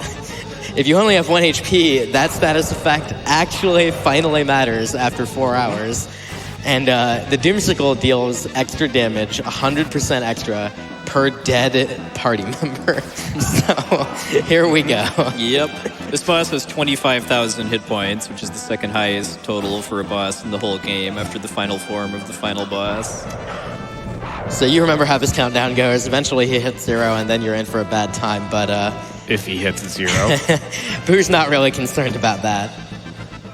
Yeah, big shout-outs, by the way, to the Japanese Chrono Trigger speedrun community who came up with this really, really, really clever kind of combination of strategies in order to beat Rust Tyranno kind of with a lot fewer resources than previous routes. Yeah, clever is absolutely the right word. And this allows us to get through this particular side quest very, very quickly. Nice crit there, just speeding us up a little bit. Good. And there you go. Rust Tyranno, yep. Yeah, there's like, even if the worst thing that can happen there is for the steel to miss, and even if it does, it's not the end of the world. It's just annoying. But one way or another, you're going to be able to kill it with that setup. And this allows us to get the rainbow shell, which is a really, really important item. And everyone's just like, yeah, let's try to lift this big thing. Yeah. No. By the way, quick question, by the way, left or right? Come on, audience, left or right? I'm hearing right. I heard right. I heard right. Okay. Right. Yeah, sounded right. Yeah, it's a fun little thing you can do with basically whatever animation, your movement-related animation you're doing when this cutscene loads will persist into this one. This is also where it becomes pretty clear that Magus is a secret character, and the developers really didn't adjust much of the NPC dialogue around that, because they just said, like, for the sake of Magus, please pick the Rainbow Shell, given that Magus is kind of their sworn enemy. Oh, man. The leader of the Fiend, or the Mystics. All right, quick detour there to pick up that speed tab, and now we're going to move on real quick. We're going to take a detour from that side quest to do... But just kind of as a way to show that the former leader of the Mystics has turned over a new leaf, we're going to give away some free jerky. Aww. You're so kind.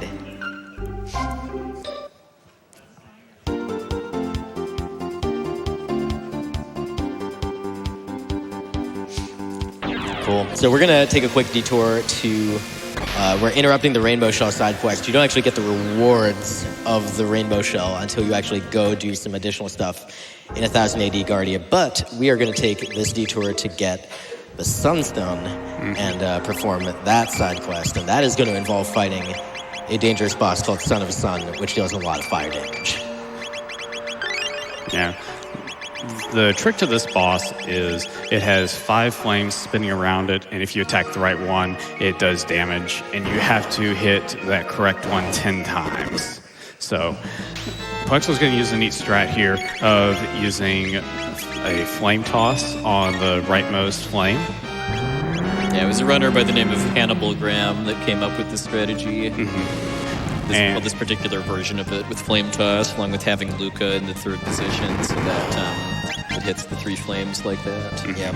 And so what we're looking for here is the counterattacks are going to go in order of the flames clockwise. If you hit only the wrong flames, then they will all counterattack. The right flame will not counterattack.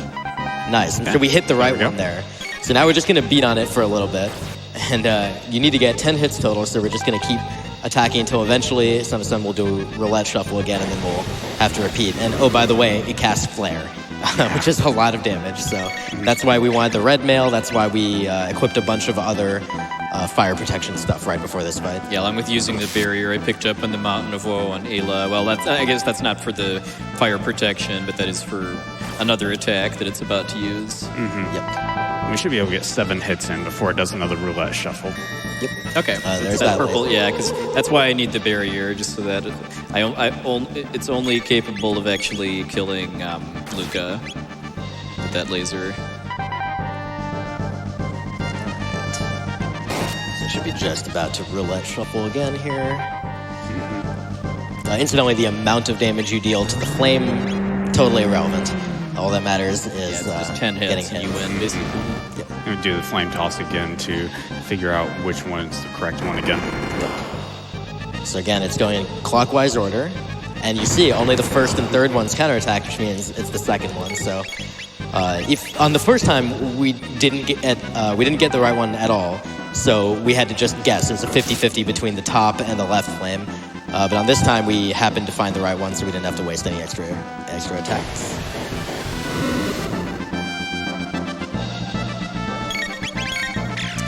We're getting really close on 2.4 million. That's a nice number. I love seeing some more zeros. I'd love to see some more zeros in that number.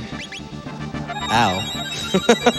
You actually do want Luca alive after this, so that she gets tech points and experience. Cool, that was very good. Actually, it's possible that if Luca gets bopped right at the end like that, you don't find time to revive her before the end of the fight. All right, good. That was good. Yeah. The only thing that could have done just a hair better was getting was one of the 3 flames that I used flame toss on in the first cycle being the correct one, so it was one less counterattack animation. But yeah, I won the coin toss on the guess there, and then the rest of the fight went very well. All right, so having acquired this, the Sunstone is completely without a charge, and we will eventually need to charge it up. And one way that you can do it is to expose it to sunlight for eons and eons. If I go to the right time period, though. I was wondering for a second. Minor details. It's fine. So we're going to start by going 65 million years in the past. And we're going to drop it into the same cave, just in the same spot.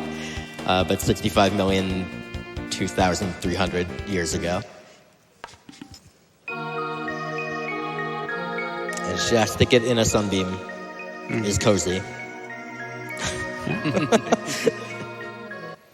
All right, we'll just leave this here for a couple million years. We'll check back in 65 million. But yeah, what you're expected to do at this point is to go back to 2300 AD, but then you find out that the stone is gone. So you just kind of start going back in time to find out where it last was, and then you find out it's 1000 ADs when the sunstone was stolen. Oh no. Fortunately, we know where it is because of this pretty not so subtle clue as far as the just a little glowing house right here too. It turns out 65,001,000 years is enough to charge it up a whole bunch, but not all the way. Gotta be a full 65,002,300. That's right. So we're gonna drop it back in for another 1,300 years. Let it, And then, in order to complete this quest, by the way, we did need to give the jerky to the elder's wife in 600 AD. Since normally once you get to this point, the mayor of poor village, who's very not a very good person, very greedy, will deny that he knows where it is. Even though it's pretty obvious that he has it from his house glowing, but then since we already took care of giving away the jerky, that kind of accelerates this process. Yeah, it basically causes their family lineage to become very kind-hearted and generous, and so they're willing to just give you back the sunstone, even though they took it in the first place. But whatever, it's fine. Don't worry about it. And we're gonna get a really cool weapon. Yeah, we'll wait for the grand reveal of what it's called right here. This is Lucas' strongest weapon, the Wonder Shot. Yep. All right. This weapon has a storied history at GDQs. It turns out Tabin also decided to whip up some shades with the sunstone. Yeah, which is one of the best accessories in the game. Although we're going to be getting an even better one relatively soon too. Oh, hey, there we go. At 2.4. There's those zeros you wanted. I like those zeros. There's two things I would really like more, though. One is another, 20K to surpass that AGDQ 2019 mark, and the other is to meet that Specchio fight incentive. You still got about 50 minutes left. So, meanwhile, we're gonna get a clone here. Yeah, the mini game here is that you're just mimicking actions. You can do it up to 21 times, and you'll get it for free. Puexlo is only going to do it 4 times to get a discount. So he only has to spend 30,000. Yeah, because when you do this, when Chrono is not with you, first of all, you do need to have the Chrono Trigger in your possession to be able to do it at all, which is why I picked it up earlier, along with just optimizing map movement with the Epoch. But also, you don't actually have to finish the whole Simon Says mini game. You can fail at one point and just like StingerPA just said. How many inputs you succeeded at kind of affects the price. If I had 60,000 gold, I could just fail immediately and buy it outright. But the difference between doing that versus hitting 4 inputs, where I get it for 30,000, is like under 10 seconds, I want to say. So that ends up being the faster route. Indeed. Party swap. So we will be heading into the castle momentarily, and we're going to wrap up the Rainbow Shell side quest. So in the year 600 AD, we found the Rainbow Shell in the Giant's Claw, and we delivered it to Guardia Castle. And by delivered, what I mean is we went to the castle, and we were like, hey, go get it. It's over there. I mean, we took care of the one big dinosaur, so all the other ones are fine, right? They could just run away from those. But yeah, having come here now back to 1000 AD, well, remember that Bones and her dad are not really on good terms still, and it turns out the Chancellor, he's kind of telling us, it turns out maybe the king kind of just neglected her mother to death. That's, I guess, a thing that can happen.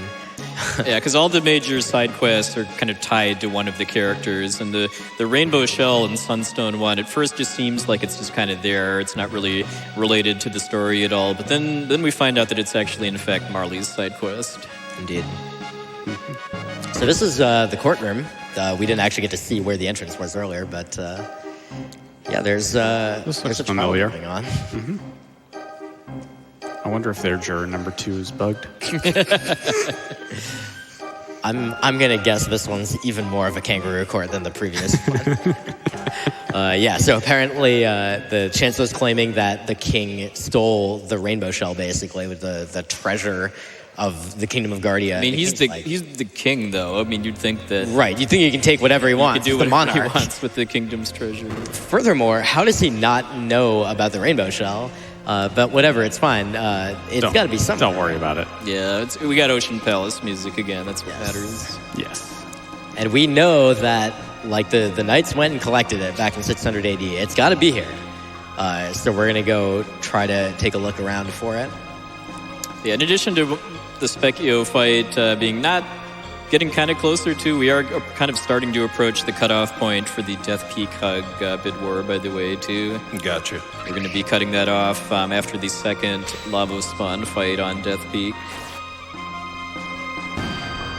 So these enemies look kind of familiar. Yeah, in fact, these are literally the same monsters that I fought in the very first dungeon of the game, too. It's interesting. Yeah, they give you the Yeah. same low amounts of XP. There is a plot.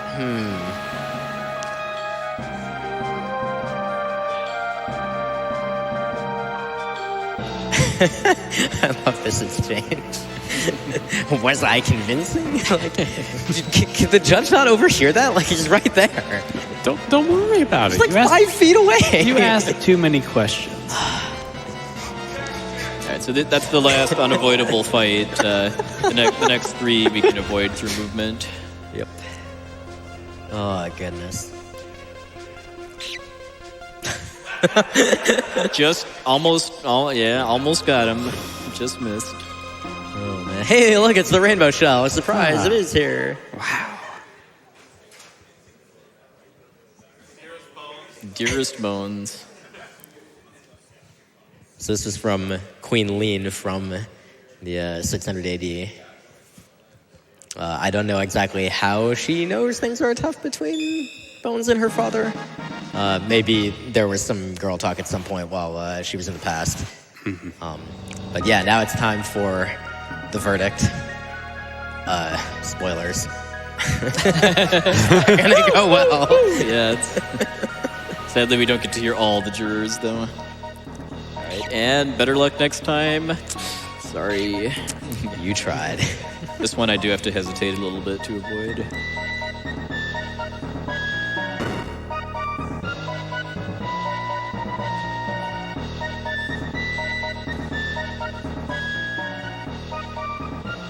I mean, those guards are still there, and they're still not going to let you in.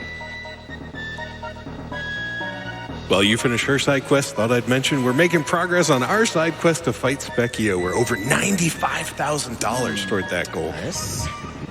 105K. Seems pretty doable. All right, we found an alternate means of ingress. And in true speedrunner fashion, We're sequence breaking. walls are a suggestion. Window breaking, too. Not a wall, it's a window. That's true. Well, you know, bounds. We get the Bounds epic are Chancellor face Okay. again, by the way, too. But everybody watching at home, though, keep an eye on the judge during this cutscene, too, especially when, spoilers, the Chancellor starts to transform into a monster. Haven't we seen this before? Yeah, never saw this one coming. All right. This is an interesting packed court. Oh, well. Oh. It was a packed courtroom, but there's no judge now, so it's fine. It's still pretty packed in the balconies. Oh, look, it's Yakra again. Yakra the 13th. Yeah. So, hey, you remember that thing we just did a little bit ago against the Rust Tyranno?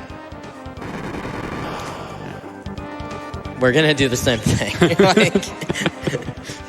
What we're hoping for here is Yakra will be so kind as to oblige us by offing bones so that we Yeah, can because get... remember, the Doomsicle gets a 100% power bonus for every dead ally, and... Yeah. He fooled me. He angled it down. But yeah, so like that's not what I want to see, just because every turn that Marley is still up after that, after she gets the haste off, I'm losing 500 damage per turn, or 1,000 if he gets crits.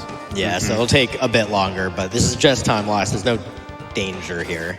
Crits are nice. Yeah, even if they are 2/3 power crits.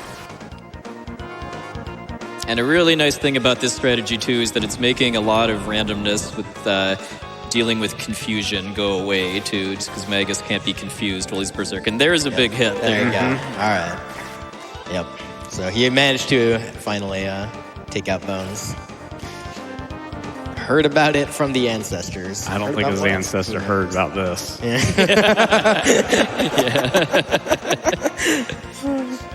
Your weaknesses are we going to find out what our weaknesses are? No. Better Don't luck think next so. time. Our weaknesses are defeated again. That's right. This is his final counterattack, and then Yep, he, and then he's done. that's it. All right. Marley's quest is done.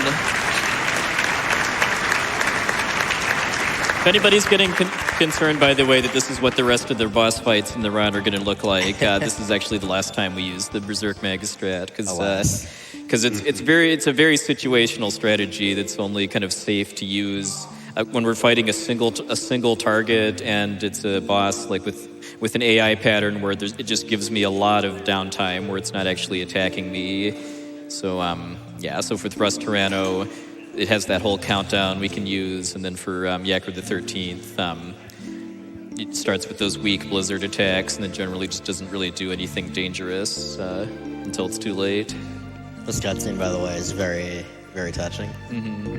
Yeah, Marley finally finding out the truth about her mother's passing and kind of reconciling with her father in the process. I used to call you Daddy. The amazing Yasunori Mitsuda soundtrack certainly helps too.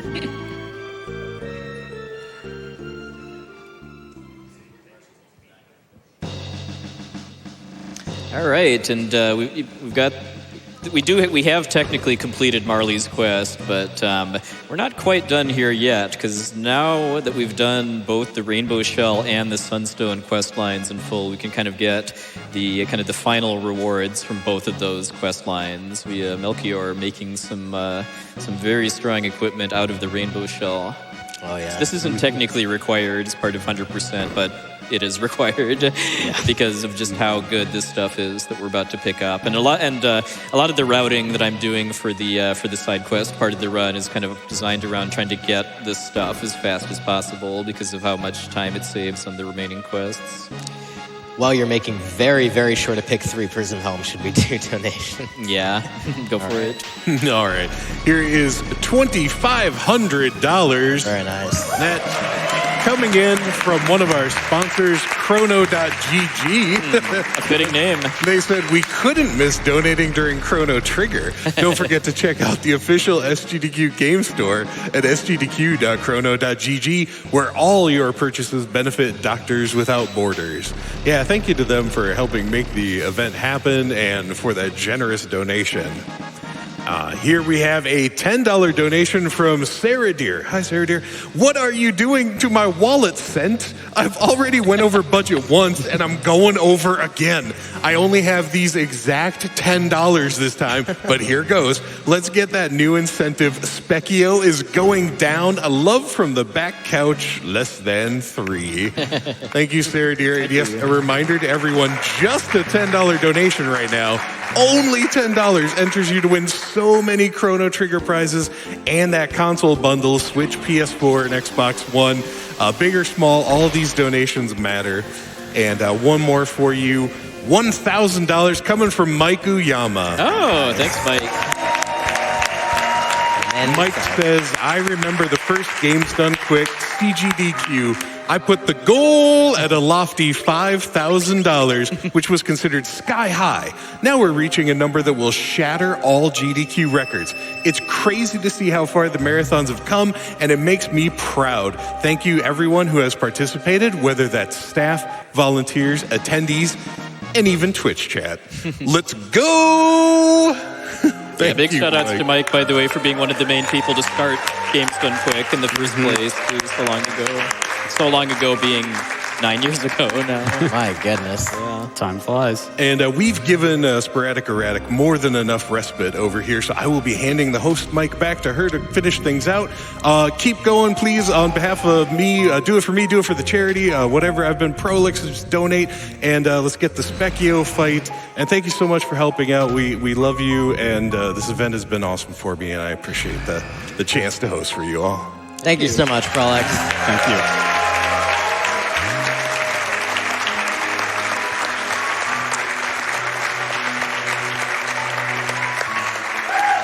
And as we welcome Sporadic back, we are now on the side quest to go restore Goku. So we got an item called the Chrono Trigger much earlier. We're going to take it to a place called Death Peak. Not ominous at all.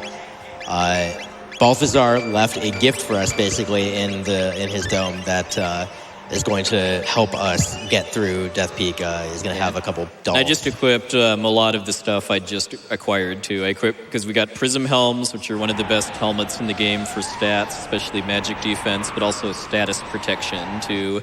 We got the Sunshades, which raise the damage from all attacks that you do, and then the Prism Specs, which also raise it, but by even more. On this first screen, this is only this screen, you can get blown off the mountain and have to re-enter if you don't have that doll there to block the way for you. That's a pretty tight encounter skip there. This next one is random, and I got it. Nice. Good. So just a reminder that we are fast approaching the cutoff for the Hug Bid War, so... Yeah, because there isn't a main boss for Death Peak. There's 3 mini-bosses, which are these lava spawns.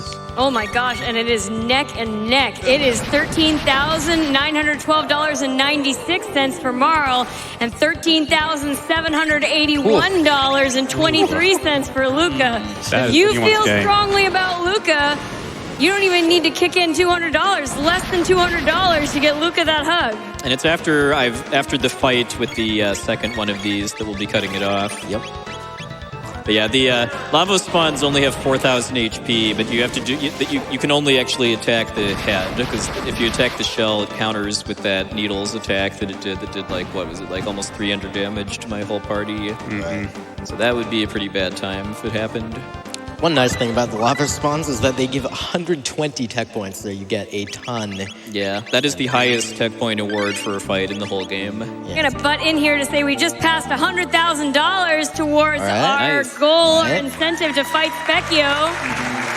Come on. But that means that we're just halfway there. How long would you say we have until we fight Specchio if we make it? 30 minutes, give or take. Yeah, 30 minutes. We have 30 minutes to raise $100,000, and if we do, we will pass the all-time record for the most money ever raised at any GDQ. Come on, we can do it. We can do it. Let's go. Come on. Yeah. Get those donations All right, in. we're coming up on Lava Spawn too, by the way. All right, get those donations in for that bid war.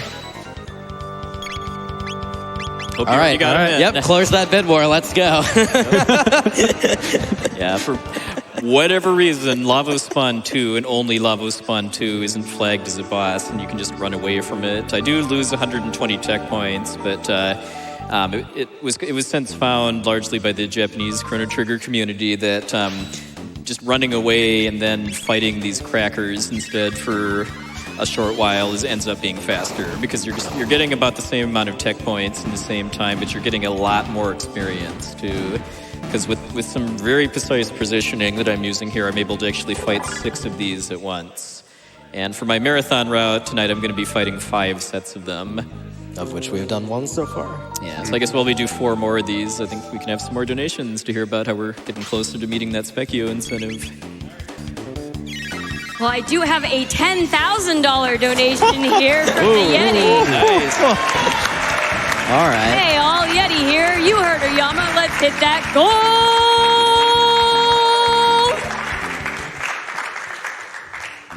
I have $25 here from Scarlet Fox, who just says, defeat the Specchio.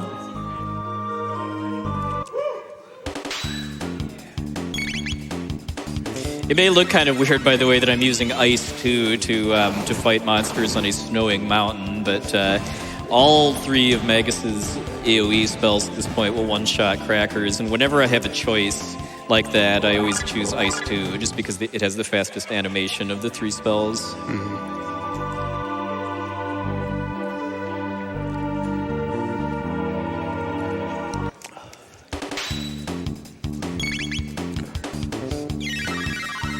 Oh, feel free to continue, Sporadic. Got a couple more. Oh, sure thing. I think one more after this one. I have a $200 donation here from Anonymous that says, thank you for running this amazing game, Puexel. Let's see that Specchio fight. I have $200 from iCamp that just says, more Chrono Trigger, more charity. It's all caps, so, you know, I had to yell. I have $50 here from just an avid watcher. Haven't played Chrono Trigger since the 90s. Puexel, you're doing great on the run. Oh, thank you. Shout out to all the staff that has worked hard to put on this marathon for a good cause. Great job, everyone. I have $100 here from the collector. Chrono Trigger was the first game I ever owned and is my favorite RPG. It started me on my journey of playing and collecting video games. Thank you, GDQ, for the amazing week. All right, so Lavo Spawn 3 we cannot run away from, so I'm just going to use the same strategy I did on the first one. These mini-bosses are actually fairly dangerous if they get more turns, because they kind of go through a cycle of attacks that cause various kinds of status ailments, including like confusion and sleep. And getting confused is especially bad because your confused character might attack the shell and proc the needles counter. But thanks to having the prism equipment, yeah, we can pretty easily, even on battle speed 1, kill. Oh, okay. I guess we're seeing one of the other attacks, but kill them before they actually do anything nasty. Yeah, ordering the side quest in this way makes it way, way easier to deal with some of the challenges. All right, so I need to set my party for the next cutscene. So who's going to get to hug Goku? You guys, 2.42 is our all-time record. Take a look at that counter.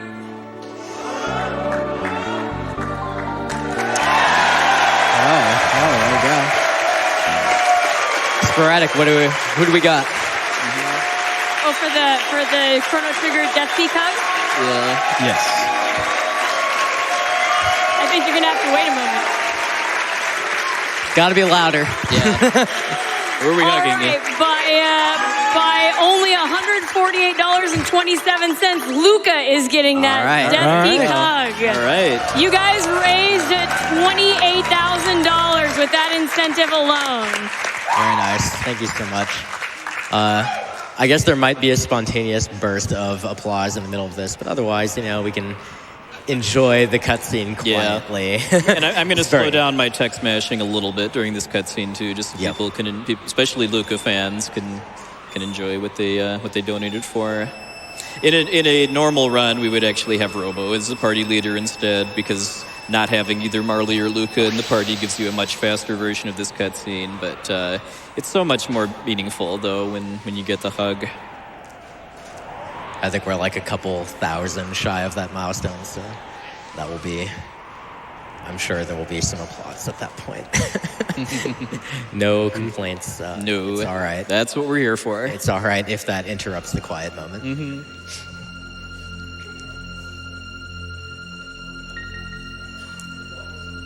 I mean, if you guys donate faster, we can get it out of the way before the thing.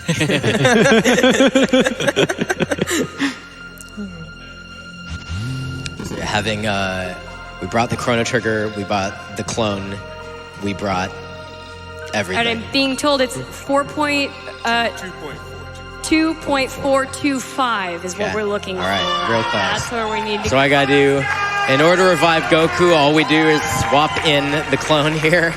We're able to relive this moment because it's I don't know. Time freeze? Yeah, a critical point in time where we're able to do the swap and we are able to recover. We get to see what's on my Yeti shirt right now too, which is the summit of Death Peak. Our reunion with a dear friend.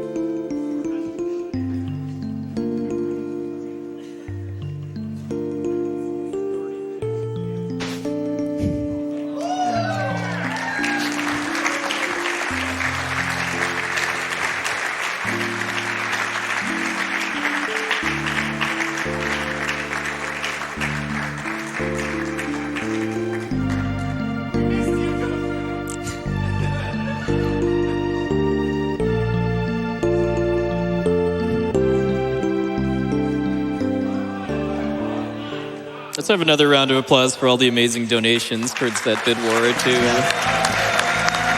you look, we're less than $1,000 away. Yeah, from you can probably breaking just that keep all-time the record. applause going. Like, you don't have to stop. We're gonna be continuing side quests.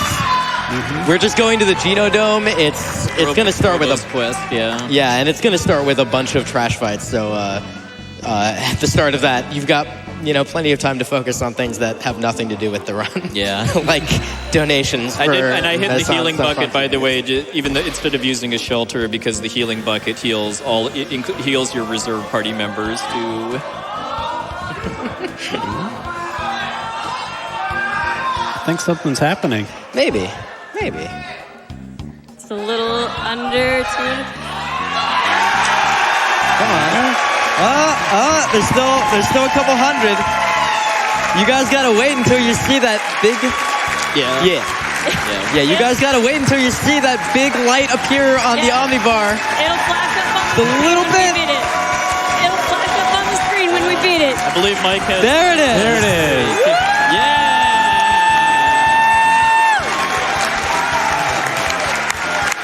Well, I guess there's only one thing I can say.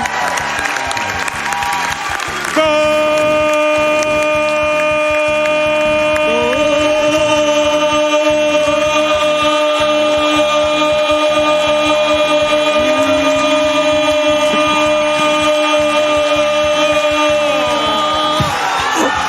What just happened?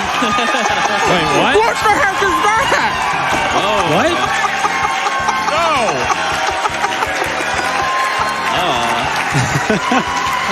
You might have noticed something. A new development has occurred. We've just added the sub revenue from Twitch chat and the sponsorship revenue. Oh my gosh. Go. Let's see how high we can go. Let's do it. There's still at least an hour. Can we hit Go!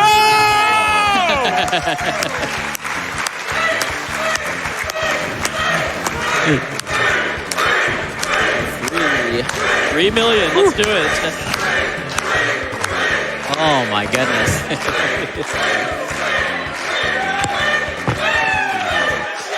Now, while you are donating towards that 3 million goal, don't forget, we want to fight Specchio. Indeed. We want to fight Specchio. We're at $117,411 out of $200,000. We made all that money, but it didn't go to fight Specchio. No, that is up to you, the viewers at home, with your direct donations That's to Doctors right. Without Borders. You guys have got to do that for us. Don't forget. Ooh. Shoutouts to this monster's name in the English version, by the way, because we go from buggers, which we fought in the what's your Protodome, language? to debuggers. Now we have debuggists. Oh. We should definitely call attention here to Puexel's actually going to be doing a really difficult strat in just a moment. Also, every fight in the Genodome is unrunnable, by the way, too. Yep. That's why I'm just using Ice 2. But if you want to set up the conveyor skip. Yeah, and so if you didn't hear earlier, also this is Robo's side quest. We're in the Genodome. So there's this, basically this robot off to the left that you barely saw there, and we're trying to find another robot that is somewhere inside the Genodome that we're going to bring over there through a very awkward series of things, and we're going to match them up against one another, and that allows you to pass. Short circuit the Guardian robot, basically. Yeah, exactly. So we need to find these 2 Poyozo dolls in order to basically open the way to the boss. Yep, one of which is guarded by that thing. So what we're going to do is take this spark, and one of them we can take to this spot right over here. Hit the Phantom Train password here, basically. Yep, and we can activate this door so we can get the one doll. That one's very simple. The other one's not so much. No. So we're gonna get this and attempt to take it all the way around here, back up against the grain on this conveyor right here. It's going down, but we're trying to go up slowly against it so we can reach this spot, and we made it. Right. Very nice. Very nice. That is a very tight window to be able to do.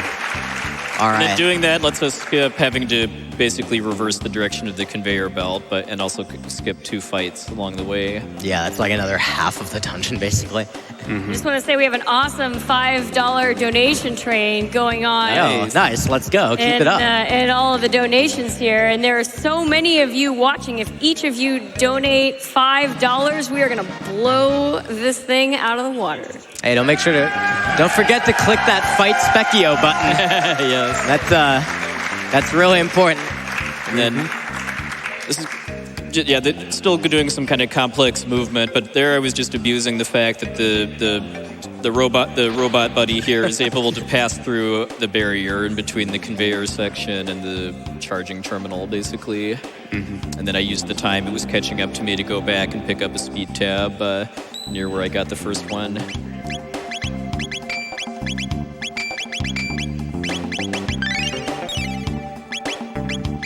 We have time for some more donations? Yes. I have a $1,000 donation here from Shoutouts. Always a pleasure to see Powexel close out GDQ with a classic RPG. Let's get those donations going and see that Specchio fight. I have another $1,000 donation here from Linky G. I've had a blast watching GDQ this week. Already looking forward to the next one. Good job, y'all. I have a $200 donation here from Euclio. Chrono Trigger is my favorite game of all time. Specchio's days are numbered. Yeah, because people that maybe tuned in recently too, when we say fight Specchio, we're going to fight him in his Masamune form too, which is the second strongest form. But sadly, the strongest form requires grinding to level 99, which we don't quite have enough time to do before the end of SGDQ. So we'll be fighting his blue Masamune form in much lower levels than you're intended to do. All right, so we've met Atropos, an old friend of our boy R66Y, and turns out she has been reprogrammed by Mother Brain, the Mother Brain of the Genodome, and she's gonna try to eliminate humans, but R66Y is having none of that, so we're gonna Uzi punch her. Yeah, we learned to Uzi punch here, which is it's a really, really, really strong single target attack, especially if Robo has a strong weapon. Like we used the Giga Arm here that we picked up on Death Peak, along with the Prism Specs to further boost the power. Yeah. Such a great ability name, too. Yeah, we routed the tech points here just to make sure Robo would get Uzi punched by this battle. Yeah, because it is actually possible to effectively skip this fight by just doing nothing for enough turns until Atropos kind of runs through her whole script and then self-destructs. But by doing this, it is a fair bit faster to actually deplete her health and win the fight. She's trying to change that. All right. So she will actually deal one final attack upon taking fatal damage. And we should be safe with that. Yeah, it's fairly weak. Yeah. I like that 7 I'm seeing in Robo's health too. That will come in handy. That one's digit of Robo's HP in just a few moments. So sadly, we find out that Atropos isn't really evil, but she was kind of reprogrammed by Mother Brain, who somehow survived, being beaten twice in the randomizer race before this, and is now in the world of Chrono Trigger too. And Good. is running the Genodome. And I got menuing to do. Yeah, unfortunately, we don't have any Zebetide skips to perform here. But what we do have is that nice 7-digit in Robo's HP. Yeah, that's pretty good. Oh, and we have a million magic tabs, and we are just going to dump them on Neon. Because her magic is going to matter a whole lot in that triple tech that we're going to be making use of in the very, very near future. But first, we're going to fight the 6 Zebetites, yeah, basically.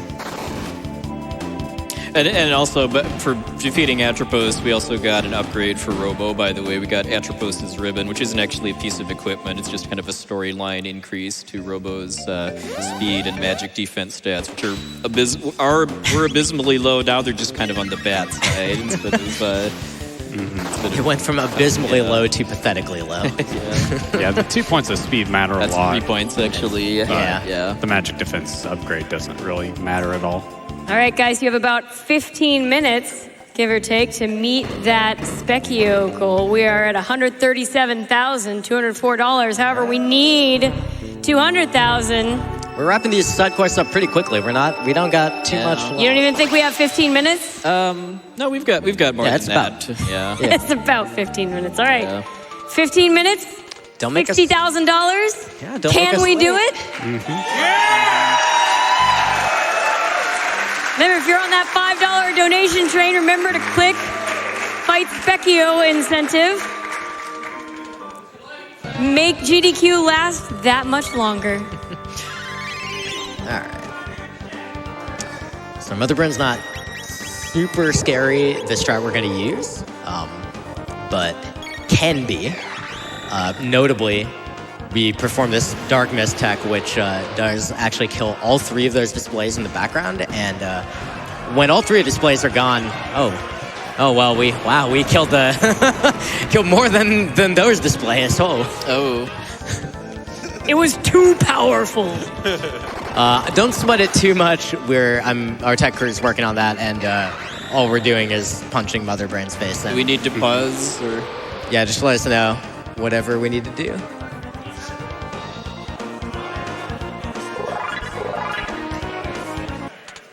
How about a few more donations? Yeah, feel free. All right. I have $40 here from the Sound Defense. If we leave even a single incentive unmet, we haven't done our duties. Let's unlock that Specchio fight and set a new GDQ record. Well, we got 1 out of 2. Yeah. Okay. All right. Sorry about that. But also, like, 15 people just, like, swarmed the stage to fix it. So, just in case you were wondering if the tech crew is, like, on top of their game. I guess what you missed was me using another Dark Mist to kill Mother Brain, and then we got weapon upgrades for Robo out of it, too. Mm-hmm. All right. 2.8. Y'all can do it. Ridiculous numbers.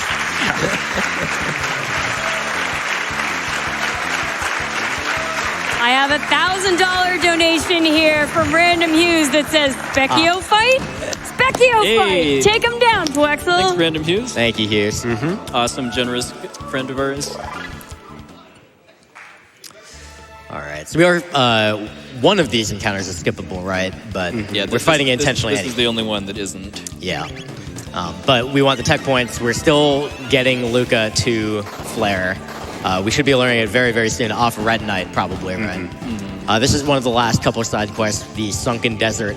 We talked to a woman in the Kingdom of Zeal and told her, she was like, hey, I have this flower. Should I plant it or burn it? Because Zeal told me to burn it. We were like, no, plant it. And somehow it turned into this, like, swirling thing in the desert. I don't really understand why, but... Stuff. JRPGs. Yes. And this apparently has this spooky skeleton enemy that we're going to have to fight called Red Knight. Yeah, basically an upgraded version of Zombor. Yep. And once we take him out, the desert will be able to flourish and become an actual, like, forest. All right, we're down to about 10 minutes. We just hit $150,000. Very nice. Out of $200,000, we have 10 minutes to raise that last $50,000. I have one donation here from Yuzuki Yukari for $1,024. It says, I clicked the Fight Specchio button. You can too.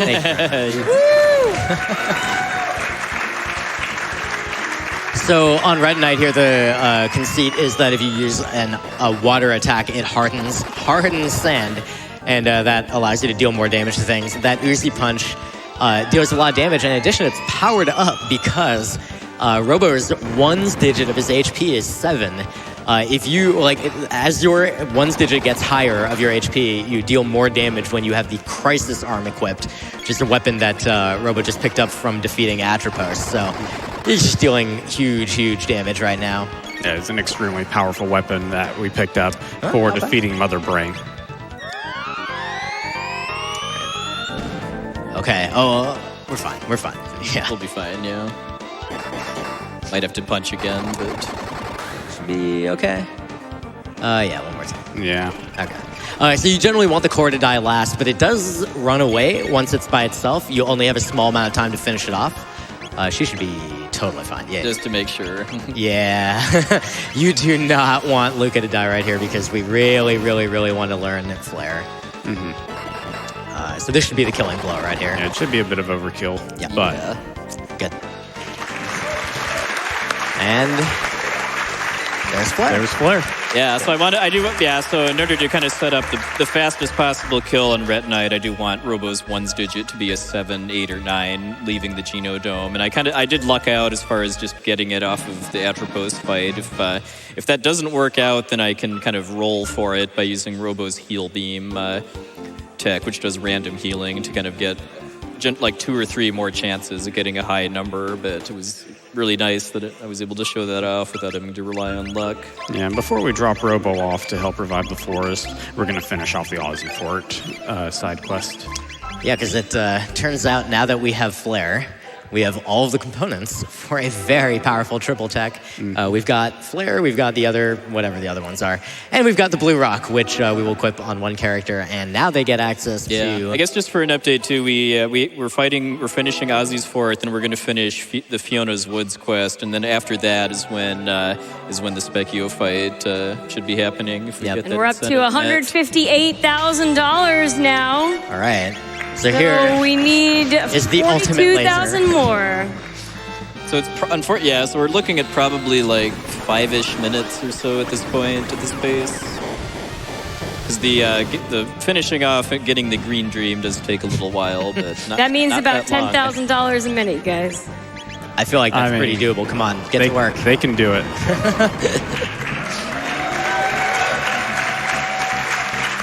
I mean, the way I'm seeing that number go up, like 10K a minute seems pretty reasonable. Yeah, but this is kind of the end goal of a lot of the routing with tech points and leveling up all throughout the run is learning all 8 of Luca's techs so that I can, by combining that with Magus's Dark Bomb and Robo's Laser Spin, I can use, and the Blue Rock that I picked up in the Giant Supply, I can use one of the secret triple techs called Omega Flare, and that basically cheesed out probably the most dangerous boss fight in the side quests, just because if you actually fight the Ozzy trio kind of fair and square, they have very, very nasty counterattacks. But if you do a strong attack that just one-shots Flea and Slash, then that's the end. Indeed. So now we get his refight against Ozzy, and we got a little help. And don't forget, guys, when you're donating, you're not just putting that money towards a good cause, but there are all kinds of amazing prizes that you can win, including for only $10. You get entered to win all 3 of those 8th generation consoles, the PS4, the Xbox One, the Nintendo Switch. All it takes to be entered into that is $10. And then even though I did win the boss fight, I did have to watch those last 2 cutscenes in order for the game to mark Magus's quest as complete. Yeah, again, the indicator is Gaspar, the Guru of Time, at the end of time. When you go to him at the end, if you have completed all the side quests, you should talk to him, and he should be like, go fight Lavos already. Stop wasting your time. So now we're going to leave Robo with Fiona. He's going to... it's going to take 400 years to restore the forest, so Robo's going to take care of that, and we'll pick him up in just a few.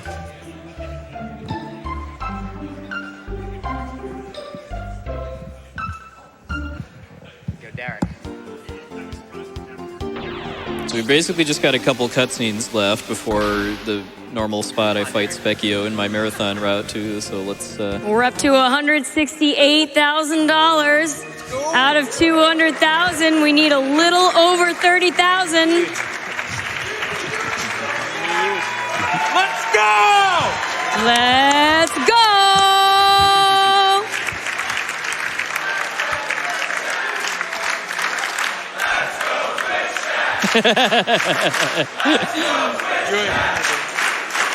Let's go Twitch chat.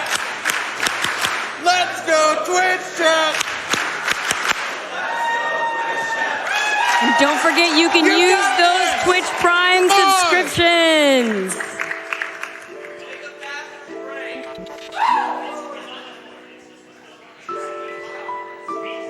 So So here we just kind of have some kind of speculation going on among our party about like where the time gates came from. If they really were created by Lavos, or if maybe just some other entity is kind of interfering with the timeline to try to stop Lavos. I could definitely believe that it's Alphador the cat that's the entity we're talking about here too.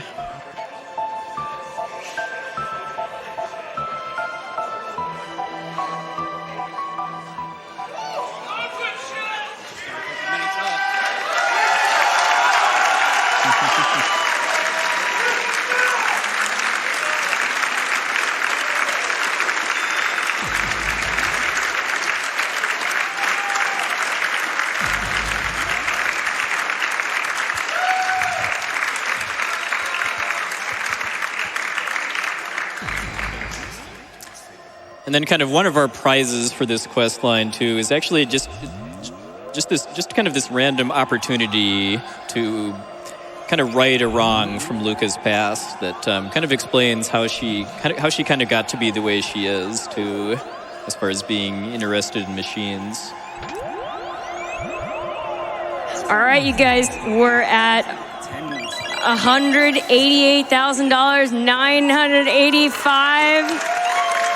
Yeah. We need about $11,000 more. I know you can do it. Yeah. I believe. And then entering the correct password to save Luca's mom's legs it's not only the right thing to do, but it's also faster too, because once we've entered the password, that cutscene immediately ends, and then there's also less dialogue between Luca and Robo here too. All right, it's just about time. Yeah, it's less than 10 grand away.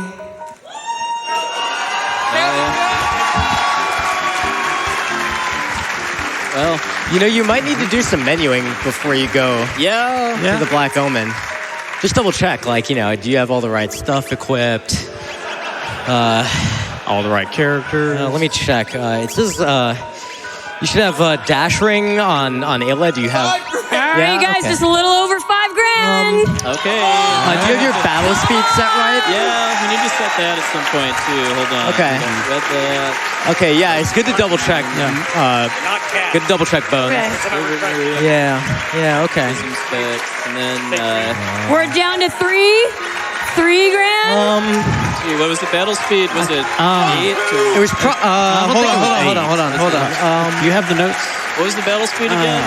Can you read this? 1,500. No. I see 2. Are you sure it's 3? Yeah.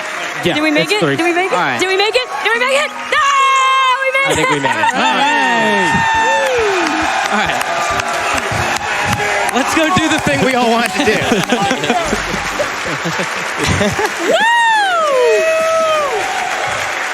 All right. That's the power of love, baby.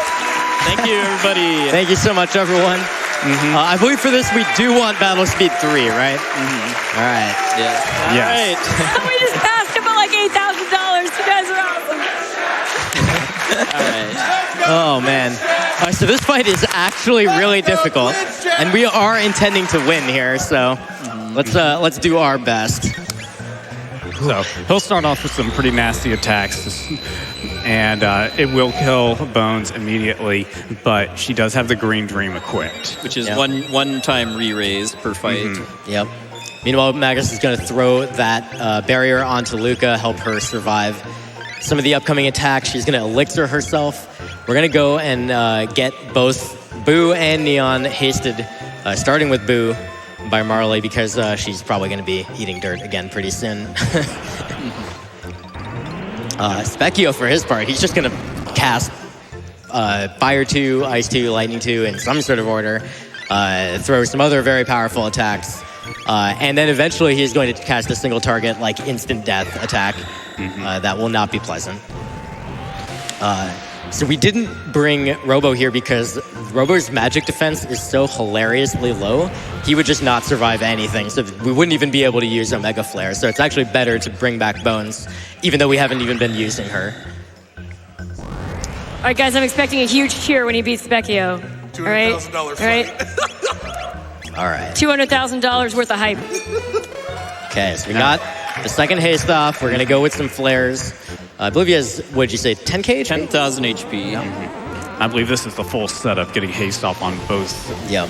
Bones and Neon, or Boo and Neon. Because I think we said that we're not using Omega Flare here because Robo just can't live through Specchio's attacks. And Omega Flare takes all 3 characters' turns, too, so I wouldn't really have spare turns to use items. Yeah, exactly. That's the problem with triple techs, if you can't survive long enough to use them. All right, so Bones already at critical HP, but really what we care about is getting all these Dark Bombs off, all the flares off. They're all doing about 1k damage, so we pretty much need 11-ish of them because we're dealing slightly below 1k. And if you were counting at home, good, because I totally lost track very quickly. Oh, man. All right, this is going well so far, though. Ow. Okay, fortunately, Boo has plenty of HP to spare here. Yeah, he also has an innate resistance to shadow attacks because he is shadow type. A shadow type Pokemon. Wait. You know what I mean. I do. All right. Bones still being alive is really nice. We are able to take advantage of Cure to get Neon pumped back up so that just in case, got the HP to spare.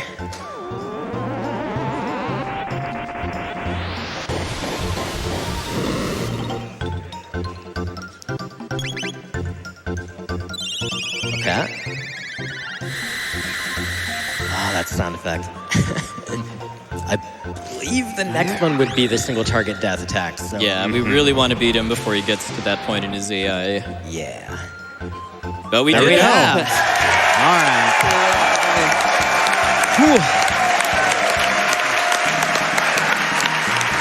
Thank you so much, everybody, for helping raise $250,000 to add that fight to the run.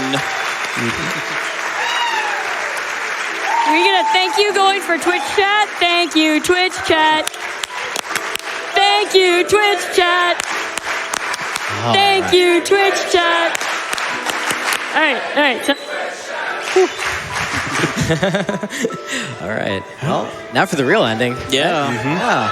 Let's go. All right, you guys, so we are at 2,867,927. Can we make it to 3 million? I think we're pretty close. For the end. I feel like we could.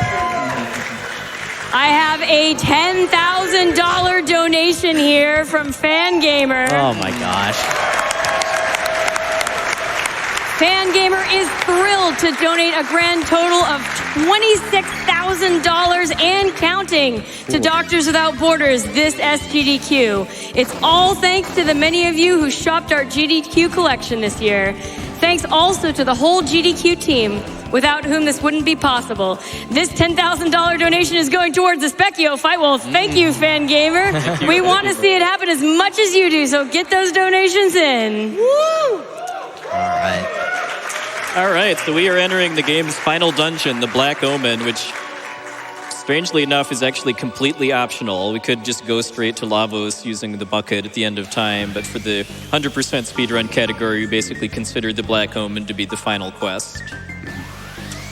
And it starts with a boss. Yeah. This is the DPS check that if you try to go to the Black Omen after getting off the Blackbird, You're dead. Yeah.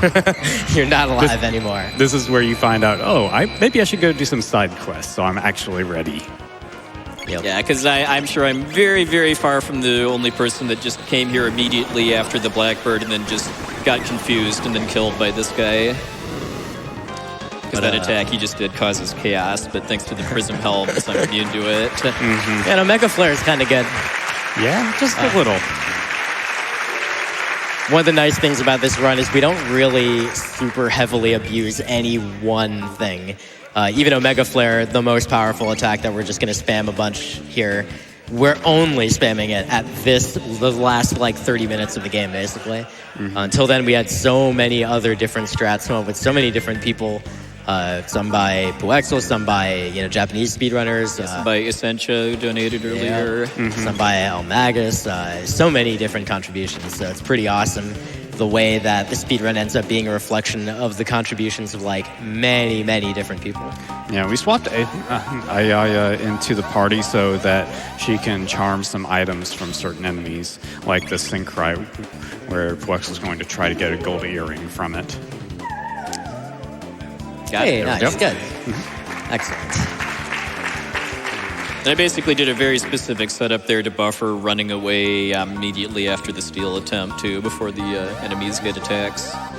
Yeah, and we're also going to try and get some speed tabs from these panels as well. Yes, everyone's favorite casual farming spot. Speed is the most important stat, easily, in this game, and so these speed tabs are going to help us round out all the speed levels on all of the 3 characters doing Omega Flare. That's our final party, to basically be either at cap or very close to cap. Fortunately, the first attempt failed there. So I killed one of them just to stop them from doing that combo attack they did. All right, Okay. There we go.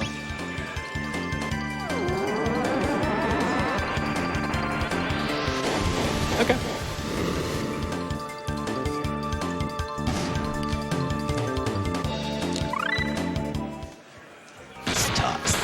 Yeah, sadly it doesn't get used in this category. It's got a really, really funny animation.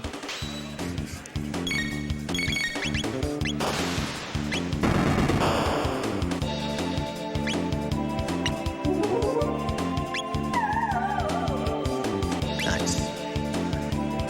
How many of these do we need 2 at this point? Yep. Okay.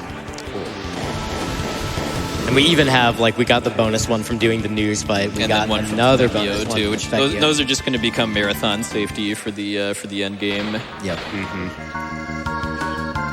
Okay, nice. That eye right there is random as far as whether it's open or closed when I come into this screen. And if it's open, I'll just keep basically coming in and out to reload until it's closed. And then this third one is unavoidable, but not unrunnable. Boss orb. Yes, indeed. This is the true boss. The boss of all The orbs. Yes. All right. Right, this is kind of a tight skip right there, but I got it. Very nice. Yeah, we're still doing fight skips. We're still doing everything. A lot of these fights are actually pretty dangerous if enemies actually get turns too. Yeah, just because we have been able to cast Omega Flare does not mean that we are just magically equipped to deal with everything. This is still a speedrun. We're still very underleveled. In some cases, kind of below the capabilities the game might expect from us. But on the bright side, we are very fast. Yes.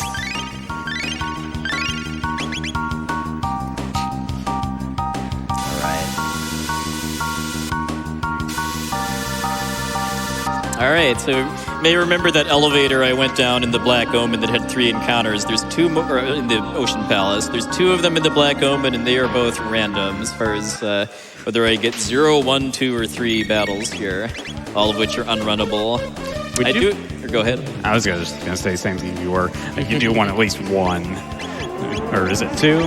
With the new fight, it's 3 Okay. total. Although because of the extra set of crackers, it ends up just being 2 now. Yeah, so you want a few because Luca does need to get to level 40 for the final boss. There is one such level up. Second one. Maybe we'll get lucky in the second elevator with 0. Yeah. Again, it's random. It can be anywhere from 0 to 3 for each elevator.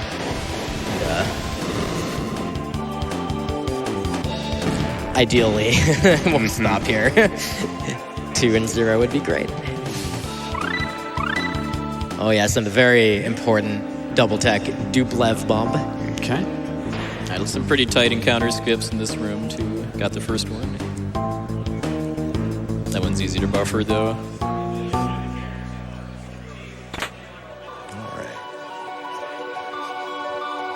There's like 3 different ways to do that one, but the way I did was just to walk across that special pattern on the floor. Got another one there.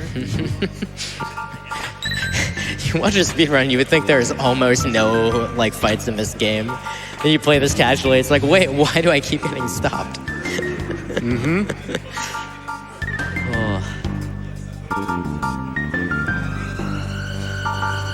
Our good friend, the Blubber Hulk. Yeah, in the DS version. Or Fat Beast in the Japanese version, or Tubster in the English version. Kind of rude, but I mean, hey, at least it's not Bugger. Sorry.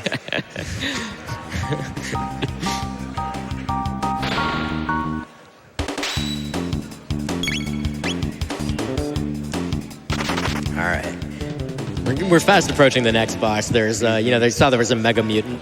Well, in this computer-savvy world, you should know that if there's a Mega Mutant, then there's also going to be a Giga Mutant. That's a pretty tight one there. Here we're doing the same trick that we actually did in the Luca Melkor Massimoon reforging cutscene. Walking into enemies like that can cause them to rotate through their cycles and get those eyes to close more quickly than they otherwise would. Because the pattern is random, but I can kind of speed up the cycles of the eye either staying open or closing by just walking into it like this. Unfortunately, it can't just stay open. Yeah. All right, there's one. All right, there's 2. All right. Even as long as that took, that's actually like that one was probably about breaking even with just getting the encounter and running away. Yeah. Because of all the time it takes for the characters to move into position, and then the battle starts, and then you have to run away. I always like to say this encounter was inspired by The Legend of Zelda, to how the enemies use the Triforce to wish for a Tubster. Oh man. And so, yeah, this cannon right here, if it sees you, you get an encounter. So I was kind of pacing back and forth at the top of the stairs to time it rotating away. And believe it or not, we still want more speed taps, so we're still going to be collecting them from these chests around here. Yeah, because the speed cap in this game is 16, and we're going to be hitting that on both Magus and Luca, and getting somewhat close with Robo. Apparently, I'm told there's an enemy in this room that an enemy type that we just don't even see in the speedrun. Yeah, Alien. It's got a really cool sprite too, but there's no forced encounters with them, unfortunately. It's a shame. I think it's basically just that room. All right, so we're doing setup for the Giga Mutant now. This one is actually a little bit scary. Unlike the Mega Mutant, which is just like a DPS check, this one, it has the possibility to inflict status ailments, so that's and just do a lot of damage to you too. Right. Both parts of it can attack, and they both have some fairly strong magic attacks. Right. Yeah, it has both a top part and a bottom part, the same that the Mega Mutant did. It is theoretically still 2 Omega Flares, so if things work out, you're not even going to notice. It's going to seem as easy as everything else was. Getting it off before it attacks is pretty tight too. It's part of why I do the Black Omen on battle speed too, just to make this boss fight a lot faster and easier. You'll notice that both of those parts got their attacks off immediately after the Omega Flare.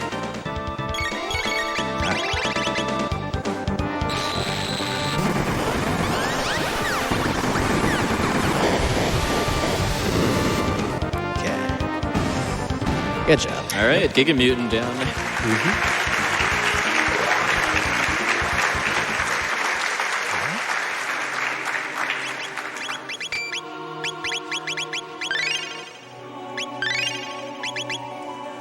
I switched Magus to the Prism Helm there, primarily to actually lower his speed, because he was getting a +1 speed from the Gloom Helm that I found in Ozzy's for it. But for the next couple fights, I actually want Luca to be faster than Magus, and just by bumping him down to 15 speed, that guarantees that. Hey! Oh, perfect. Yes. Exactly what you wanted. That's never happening again.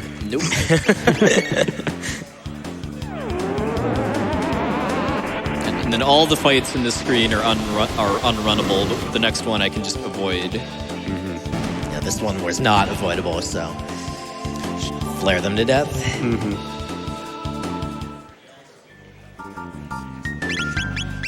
All right, you guys, check out that counter. We're almost up to 2,900,000. Nice, good dodge. We're about $500 away.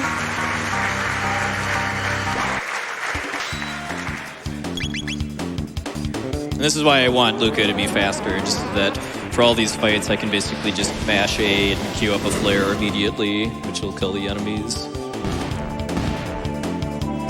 It's very important to kill tubsters in one hit too, just because they don't actually attack you directly, they counterattack, but their counterattack hurts a lot.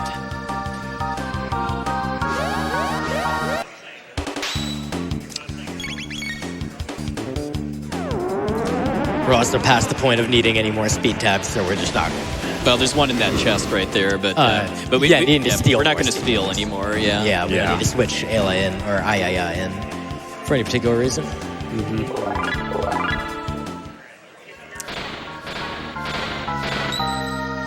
We are, in fact, pretty much happy with this party for the rest of the game, with one change that will happen in a little bit. But otherwise, this is the group we're going with. And, oh, hey, if it was a Mega Mutant first and a Giga Mutant second, what do you think is next? Yeah, I heard like one person in the audience. Good. There you go, it's the Terra Mutant. Terra? We should ask Covert Muffin whether it's a Patera Mutant. A joke that will make sense to like 20 people. Nice. Yeah. Do we have time for a donation here? Yeah. You can say no. We're pretty much just gonna kill this We thing. can do one, All right, I'd say. all right. I have $25 from Sumichu. Hi, it's Sumichu. I just wanted to mention how thankful I am for Puexel. Not only is he a great speedrunner, but before this event, I wasn't feeling well, and he offered to take time out of his busy week to get me medicine. I'm thankful for him as a colleague and as a friend. Aw, thanks, Sumi. Heart. Appreciate it.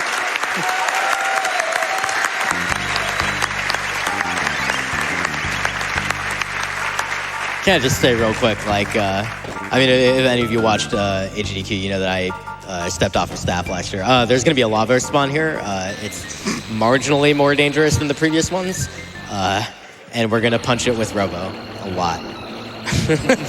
And we have the Crisis Arm, so... and then the goal during guarantees that we have a 9 for Yes. the ones digit, which gives us a full power Crisis Arm. Yeah, so it's going to be doing like... Around 3K, or yeah. 2.5K or something, yeah. You know that I stepped off of GDQ staff after AGDQ, but I worked with these people for a very long time, and they're so amazing. And the fact that they're all like, everyone is just swarmed around behind the stage and over there. If you're in the room, you can see this entire like cluster of humanity around here. And the work that goes into these events is just absolutely off the charts. Puex has been part of it for a very long time. I got to be part of it for a comparatively short time. But I would really love for you guys to just give a huge round of applause for all of the people who make this event as amazing as it is, that we can even be talking about maybe hitting $3 million tonight. It's incredible. Speaking of which, I have another $1,000 donation here from Random Hughes. Hey. It just says, go, go, go. Go, yes, go. Go ahead. Go, go. So yeah, and then this lava spawn, just like the others, you don't want to attack the shell directly or it'll do needle counterattacks. Just like Welk. That's why we don't use the Omega Flare. We do kind of a superpower Uzi Punch instead. Right. We're fast approaching the actual end of the Black Omen, at which point we're going to have a boss rush, and then another boss rush, and then a third I don't know boss if we're going to hit it. It's kind of slow to... Oh, pardon me? Oh no! Well, you know what, Sporadic? You're right at the moment, but maybe That is how I feel about it. I'm not sure if we're going to hit it. We're 120,000 away from that 3 million. I mean, look. So we have a boss rush against like actually difficult bosses coming up, but then after that, we're gonna have the Lavo Shell, where we're just gonna refight everything in the game. And I mean, we're going to be kind of bored during that. So, like, if you want to just pour donations in, that seems like the optimal time, really. I will read every donation I am able to read until you tell me to stop. All right, but first we've Hit got that 3 million. First we've got these actual bosses to go through. Yeah, the final bosses of the Black Omen. All right, so hey, Queen Zeal, she's still there. And she thinks she's going to win, and we're going to convince her otherwise by beating her up a bit. With Omega Flare. With Omega Flare. You might be familiar with this type of attack from games like Final Fantasy VI. It reduces your entire party to 1 HP. And that seems rather scary, and it's really actually not. We're just going to laser her to death. And the way her AI works, she will actually do nothing dangerous at this point other than... She's still some MP eat there. some MP, yeah. Nom nom. But yeah, and then she might do Halation, I think, again on the next turn. Up to 2 more times. Yeah, but otherwise we're totally safe on this fight. Because when we're already at 1 HP, it doesn't do anything, and as long as we're just spamming Omega Flare, it's just going to keep hitting the HP triggers to make her do it again. She only has 12,000 hit points, so yeah, it's just 3 Omega Flares. All right, so that's one down. One down. All right, so now we're going to fight the Mammon Machine. Yeah, the gimmick with the Mammon Machine is that it powers up its attacks if you use magic on it, and its defense powers up if you use physical attacks. But Omega Flare is good enough, is so strong, and we're so fast at this point thanks to the speed tabs and speed raising equipment that we can just get 4 Omega Flares off to kill it before it actually releases its stored energy, and then the power of which is based on how many magic attacks you've used on it. In other words, it's going to do nothing. Yeah. Just give us that. Yeah. Good fight. Little fun bit of trivia, though, is that in the US version of Chrono Trigger, this boss's death animation is bugged out, where it just kind of abruptly disappears. Whereas, like in the Japanese version and like remakes of the game, it has a full boss death animation.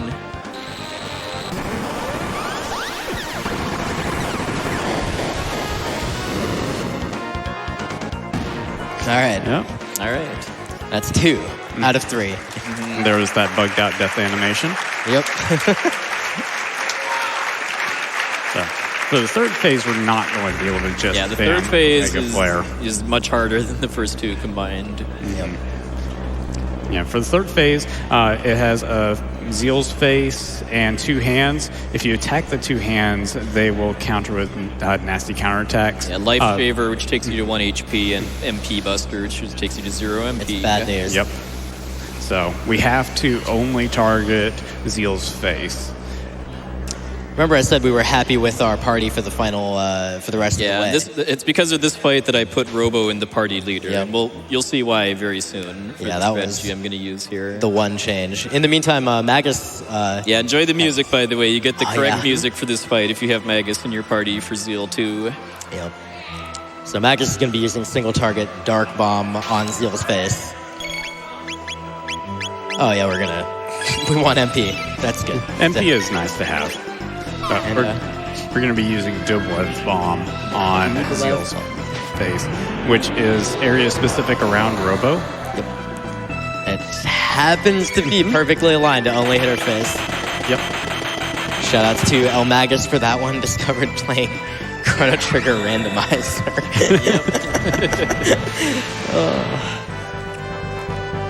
All right, there is also another important aspect going on here, which is that in a little bit, as part of her script, Zeal will use a very powerful magic attack called Hexagon Mist, which will deal a crap load of water damage and is very scary. So we're actually trying to make sure we hit an HP threshold to force her to use 10,000, which is half her health. Yep, half her health. I think we might have a chat train going on or something. Okay, cool. So we forced her to use Halation instead of Hexagon Mist, and as a result, we are able to replace it basically, and now we're safe. So just a couple more Dublev bombs.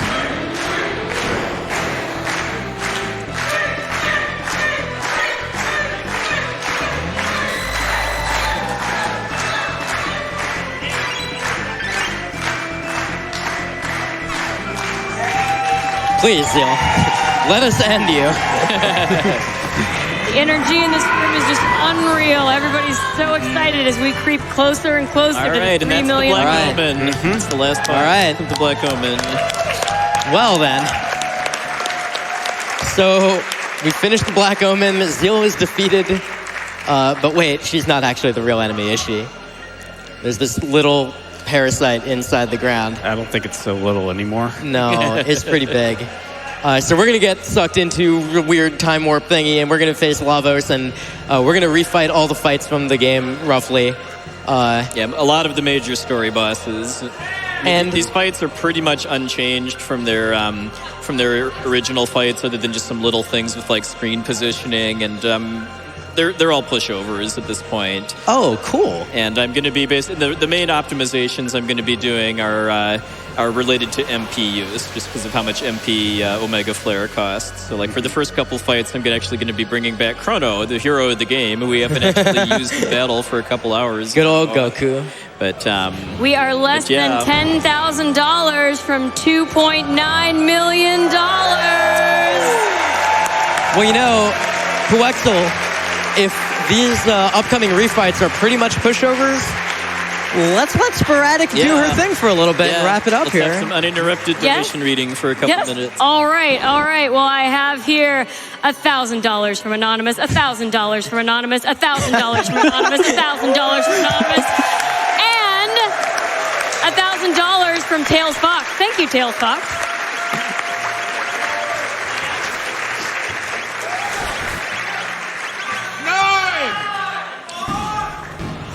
I have $1,900 from the fifth Matt.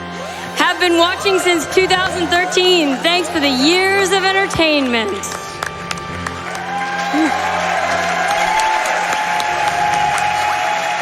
I have a $500 donation here from Termi. It was a great year. Looking forward to closing it out in style with Chrono Trigger. I have I'm looking for this very special donation, a $10 donation here from Big Bad Eric, just to remind everybody that every donation counts. Yes, it does. Big Bad Eric says, let no one say I was the one who let Dance Dad down. Don't let Dance Dad down.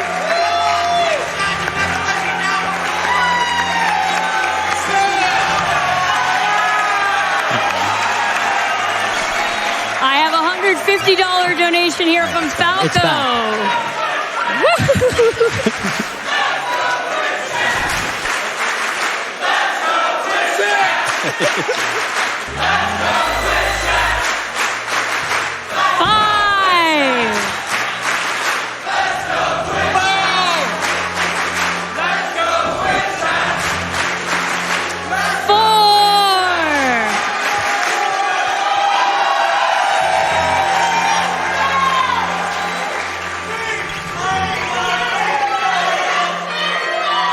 Still got a few more fights to go. Yeah. I'm very interested to hear those donations.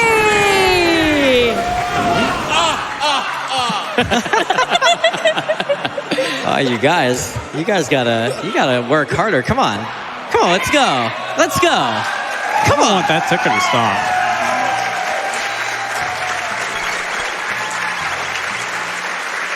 All right, I have $150 here from Falco. Shout out to my daughter Serena, who has loved watching runs with me all week. I can't wait to introduce her to the games I loved growing up, especially Chrono Trigger. Let's hit that 3 million.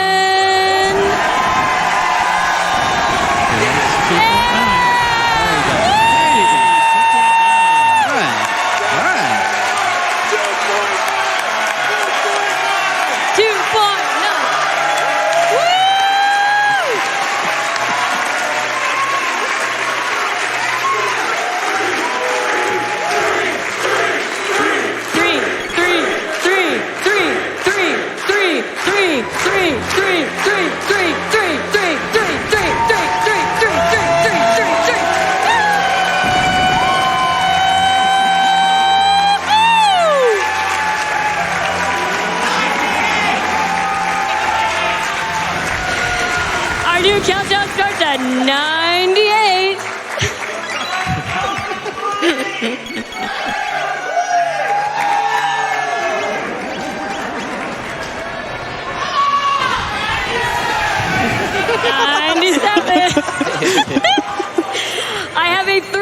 $100 donation here from Ground Flyer. Nearly $3 million raised. I'm in shock.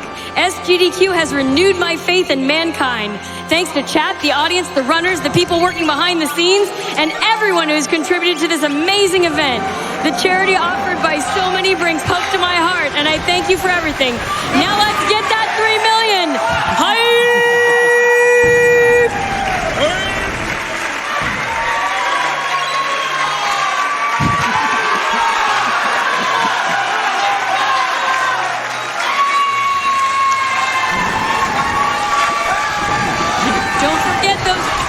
Prime subscriptions count. If you don't think that you have $5, but you do have a Twitch Prime subscription, just click that subscribe for the Summer Games Done Quick Twitch stream, and you will have donated.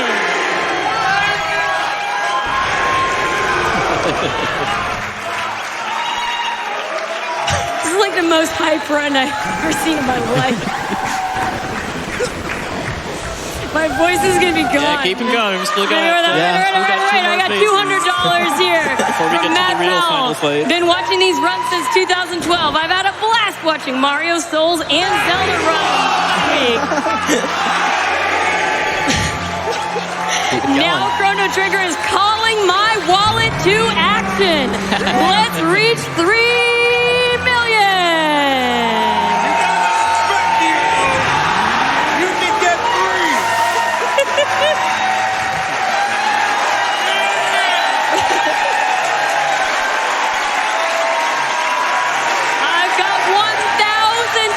Here from Starlock, made it back just in time to catch the end of Chrono Trigger. 3 million hype! I have $750 here from Rock48, pushing that 2.9K, 3 million in sight.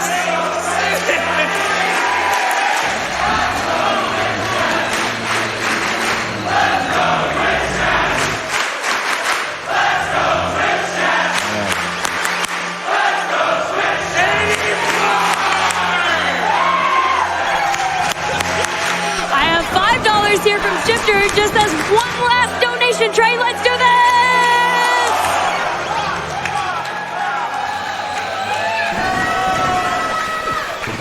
All right, I'm gonna take a breath here. I'm gonna take a breath. Sporadic, we got one more Omega Flare for you. I got $25 here from Scott that says Puexel is one of my favorite streamers. Always calm, collected, and knowledgeable. And Puexel is really keeping it together through all this streaming. Let's hear it for Puexel. And it is a pleasure to see him perfect this run. All right. Sporadic, thank you so much. Donors, thank you so much. Prolix, thank you so much. Let's go fight the real final boss, huh? Yeah. Sounds like a plan. All right. It has been an honor, Summer Games Done Quick. This was my very first time here and my very first time hosting. I couldn't have asked for a more amazing experience. 3 million hype!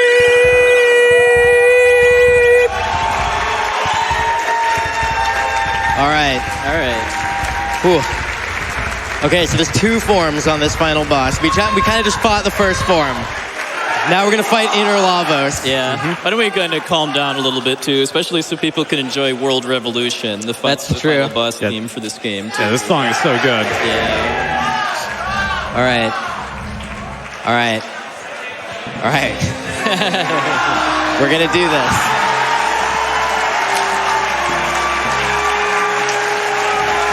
So right off the bat, Robo's going to get one shot. Yep. The doors of doom have opened. We could offset this with like something with the Green Dream or something, but honestly, it's fine. We're going to get him up. We're going to Mega Elixir. We're going to get everybody back to full health and MP. And then we're going to start in on the actual fight. And the main thing we need to do ASAP is get the arms down, because they are just going to make our life really miserable. And they're also going to prevent us from dealing any significant damage to the main enemy of Lavos itself. All right, so it's just 2 Omega Flares to do this. The right arm has a little bit extra health compared to the left arm. We're going to try and take down that right arm with one more Omega Flare just after this health refill. All right. Okay. All right, we got the double V-bomb off, yeah. Yeah. So we're going to take out the right arm. This is it's a pretty tight window to kill this arm before it gets an attack off, which you would do an attack called Protective Seal, which makes me lose my status protection, which is bad news for this fight. Yep. All right. All right, now we've waited for obstacle, very important step, so that now the defense on the main form of Lavos is down and we can actually damage it with Omega Flare. It's 4 Omega Flares to take this main form down. So we're just gonna squeeze those in and see how quickly we can get them through. We're trying to beat out an attack called Shadow Doom Blaze, which is exactly as scary as it sounds, but we should be fine. Not this one. This is a different shadow attack. I know they're confusing. Yeah, you wouldn't mistake Shadow Doom Blaze once it actually comes on screen. All right. One more Omega Flare. Okay, we're even going to squeeze in the Mega Elixir right now before we start the final battle so that we don't have to worry about being at low health before that. So here's the 4th Omega Flare. That should be under Lavos down. Yep. Yeah, it's 20,000 hit points. Also, if this looks like imperfect cell to you, it's because it was drawn by the same guy. All right, cool. One fight down. One more fight to go. Oh, yes, and then we're coming up on time, too. Time will be the last hit on this boss. All right. Stand up, stand up, stand up, stand up, stand up, stand up, stand up, stand up. It's been a long ride for this run and for this marathon, but we're almost done, so let's finish this out. So it turns out there's actually this weird chicken creature at the center of Lavos. This is apparently the real thing. Lavos apparently was guiding evolution on the whole planet to achieve its end of eating all the energy. So here we go, the final fight. All right.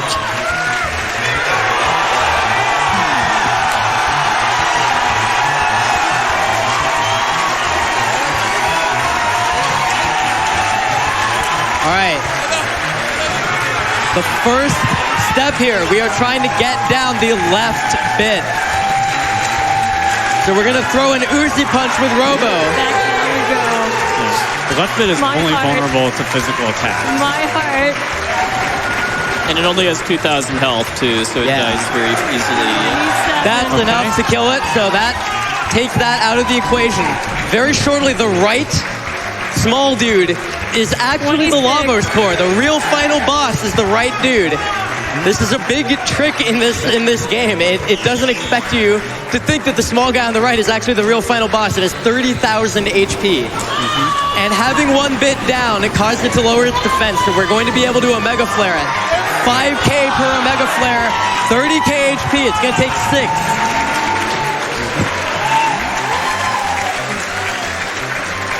Lavos core has some very dangerous attacks if we let it live long enough to get those off. Yeah, I got pretty much the best possible opening pattern for this fight. Yeah, the middle guy can be a real pain, but now he's going to go down with this second Omega Flare, so he won't be able to do anything right now. Yeah. 30,000. Less than 30,000. So with both the left and center bit down, the right guy is going to revive them ASAP. But he's not going to restore his defense, so we're just going to pretty much Omega Flare right away and take out the center bit again. Yeah, he waited just in time for that revive to come through so he could hit the middle one with the Omega Flare. Yeah, because I want to kill it. It's starting a new cycle at this point, and I want to kill it again, the middle bit again, before it has a chance to attack me. Yeah, and we don't care about the left bit at this point. It's totally irrelevant. All right, so this is 4 Omega Flares out of 6 that we need to kill the right guy. 26. Can't hear anything you're saying, Derek. Don't worry about it. We'll figure it out later. All right. So 25. 2 more Omega Flares, 10K, that's all the damage we need to do. And 25K is all the donations we need. Make it 24. All right. That's number 5. All right.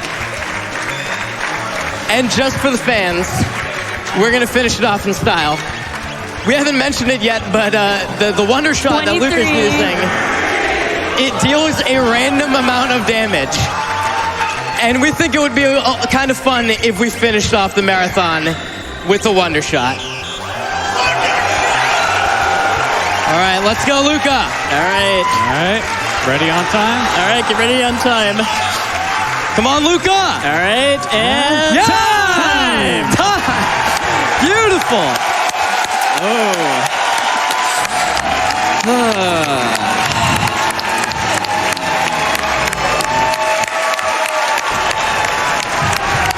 All right. Counter's still going. Man, 541. That is 18. What a great time. I want you all to appreciate, on top of the donations, this was a fantastically executed run by one of the best RPG speedrunners I know of. And let's watch the ending while we get to 3 million. Let's go. I mean, we end timing at Lavo's Core because you can't lose anymore, but at least whenever I finish a run of this, I mean, the game isn't really done until we've heard To Far Away Times, which is the ending theme. So sounds like we have the approval from management to finish off SGDQ the same way. The best part is nobody in the room can hear anything we're saying. No way. Hopefully the home viewers can. Indeed. I can't hear it either myself. Catch it on the VOD. It's fine. Should we join the count? We're at 14 now. 14? Don't look away, you'll miss it.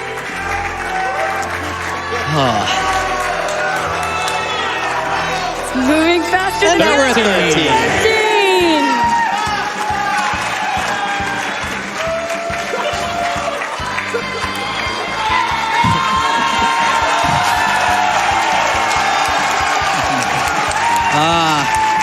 Yeah, that was a good run. I mean, the last time I did this run with the same incentives for a charity marathon, my time was a 5:52. We wish you could have been here too, Takaze. Coming in. I agree. Yeah.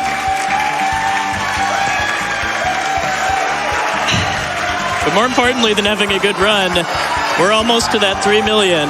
We got about a little under 10 minutes until the end of the credits, so well, we're at 11. 11, yeah. Let's do it.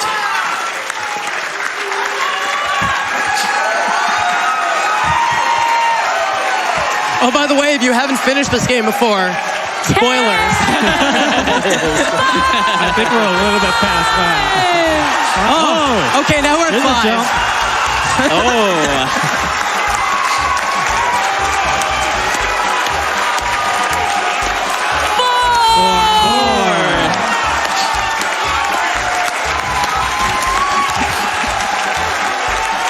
Oh. Oh, 3.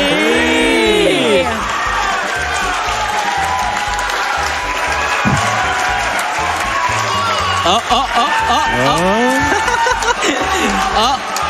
2.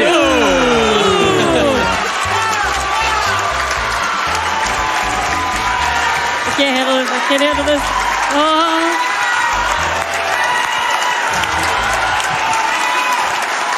Come on. And 1. That's what you guys are. Here we go. Yeah. You're number 1. Here we go. Here it comes. Come on. Almost there.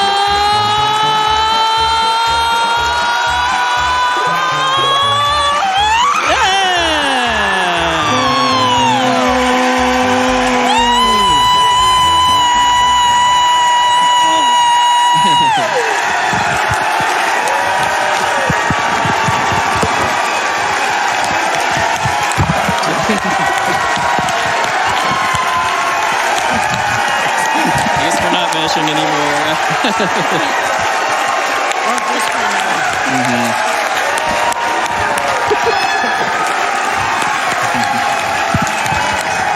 I'm just taking this crap off. Yeah. You can just mute me.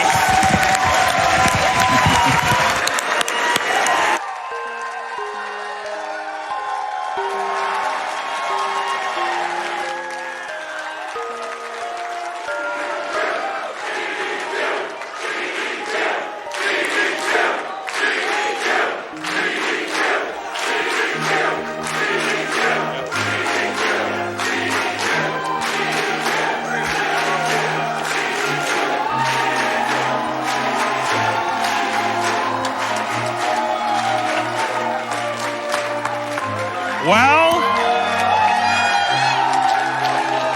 I guess there's only one thing to say. Go, oh, wait a minute. This is Chrono Trigger. Let's get into the theme. Wonder shot!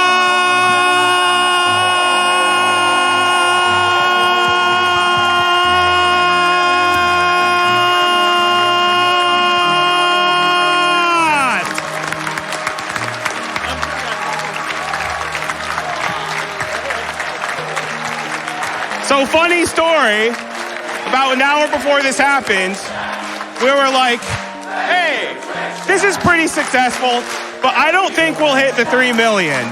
Well, thanks for proving us very, very, very wrong. I guess you aimed for the wonder shot sky high. All right, everybody. Thank you so much for all of your donations. But first, can we please get a warm round of applause for Puexel, our fantastic Chrono Trigger winner.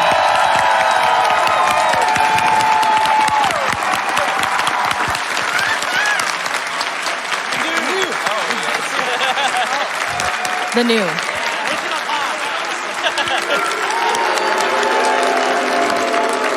Not only do we want to give thanks to Puexel for his great run, but we want to give thanks to all of our amazing runners who showed us their speedrun prowess.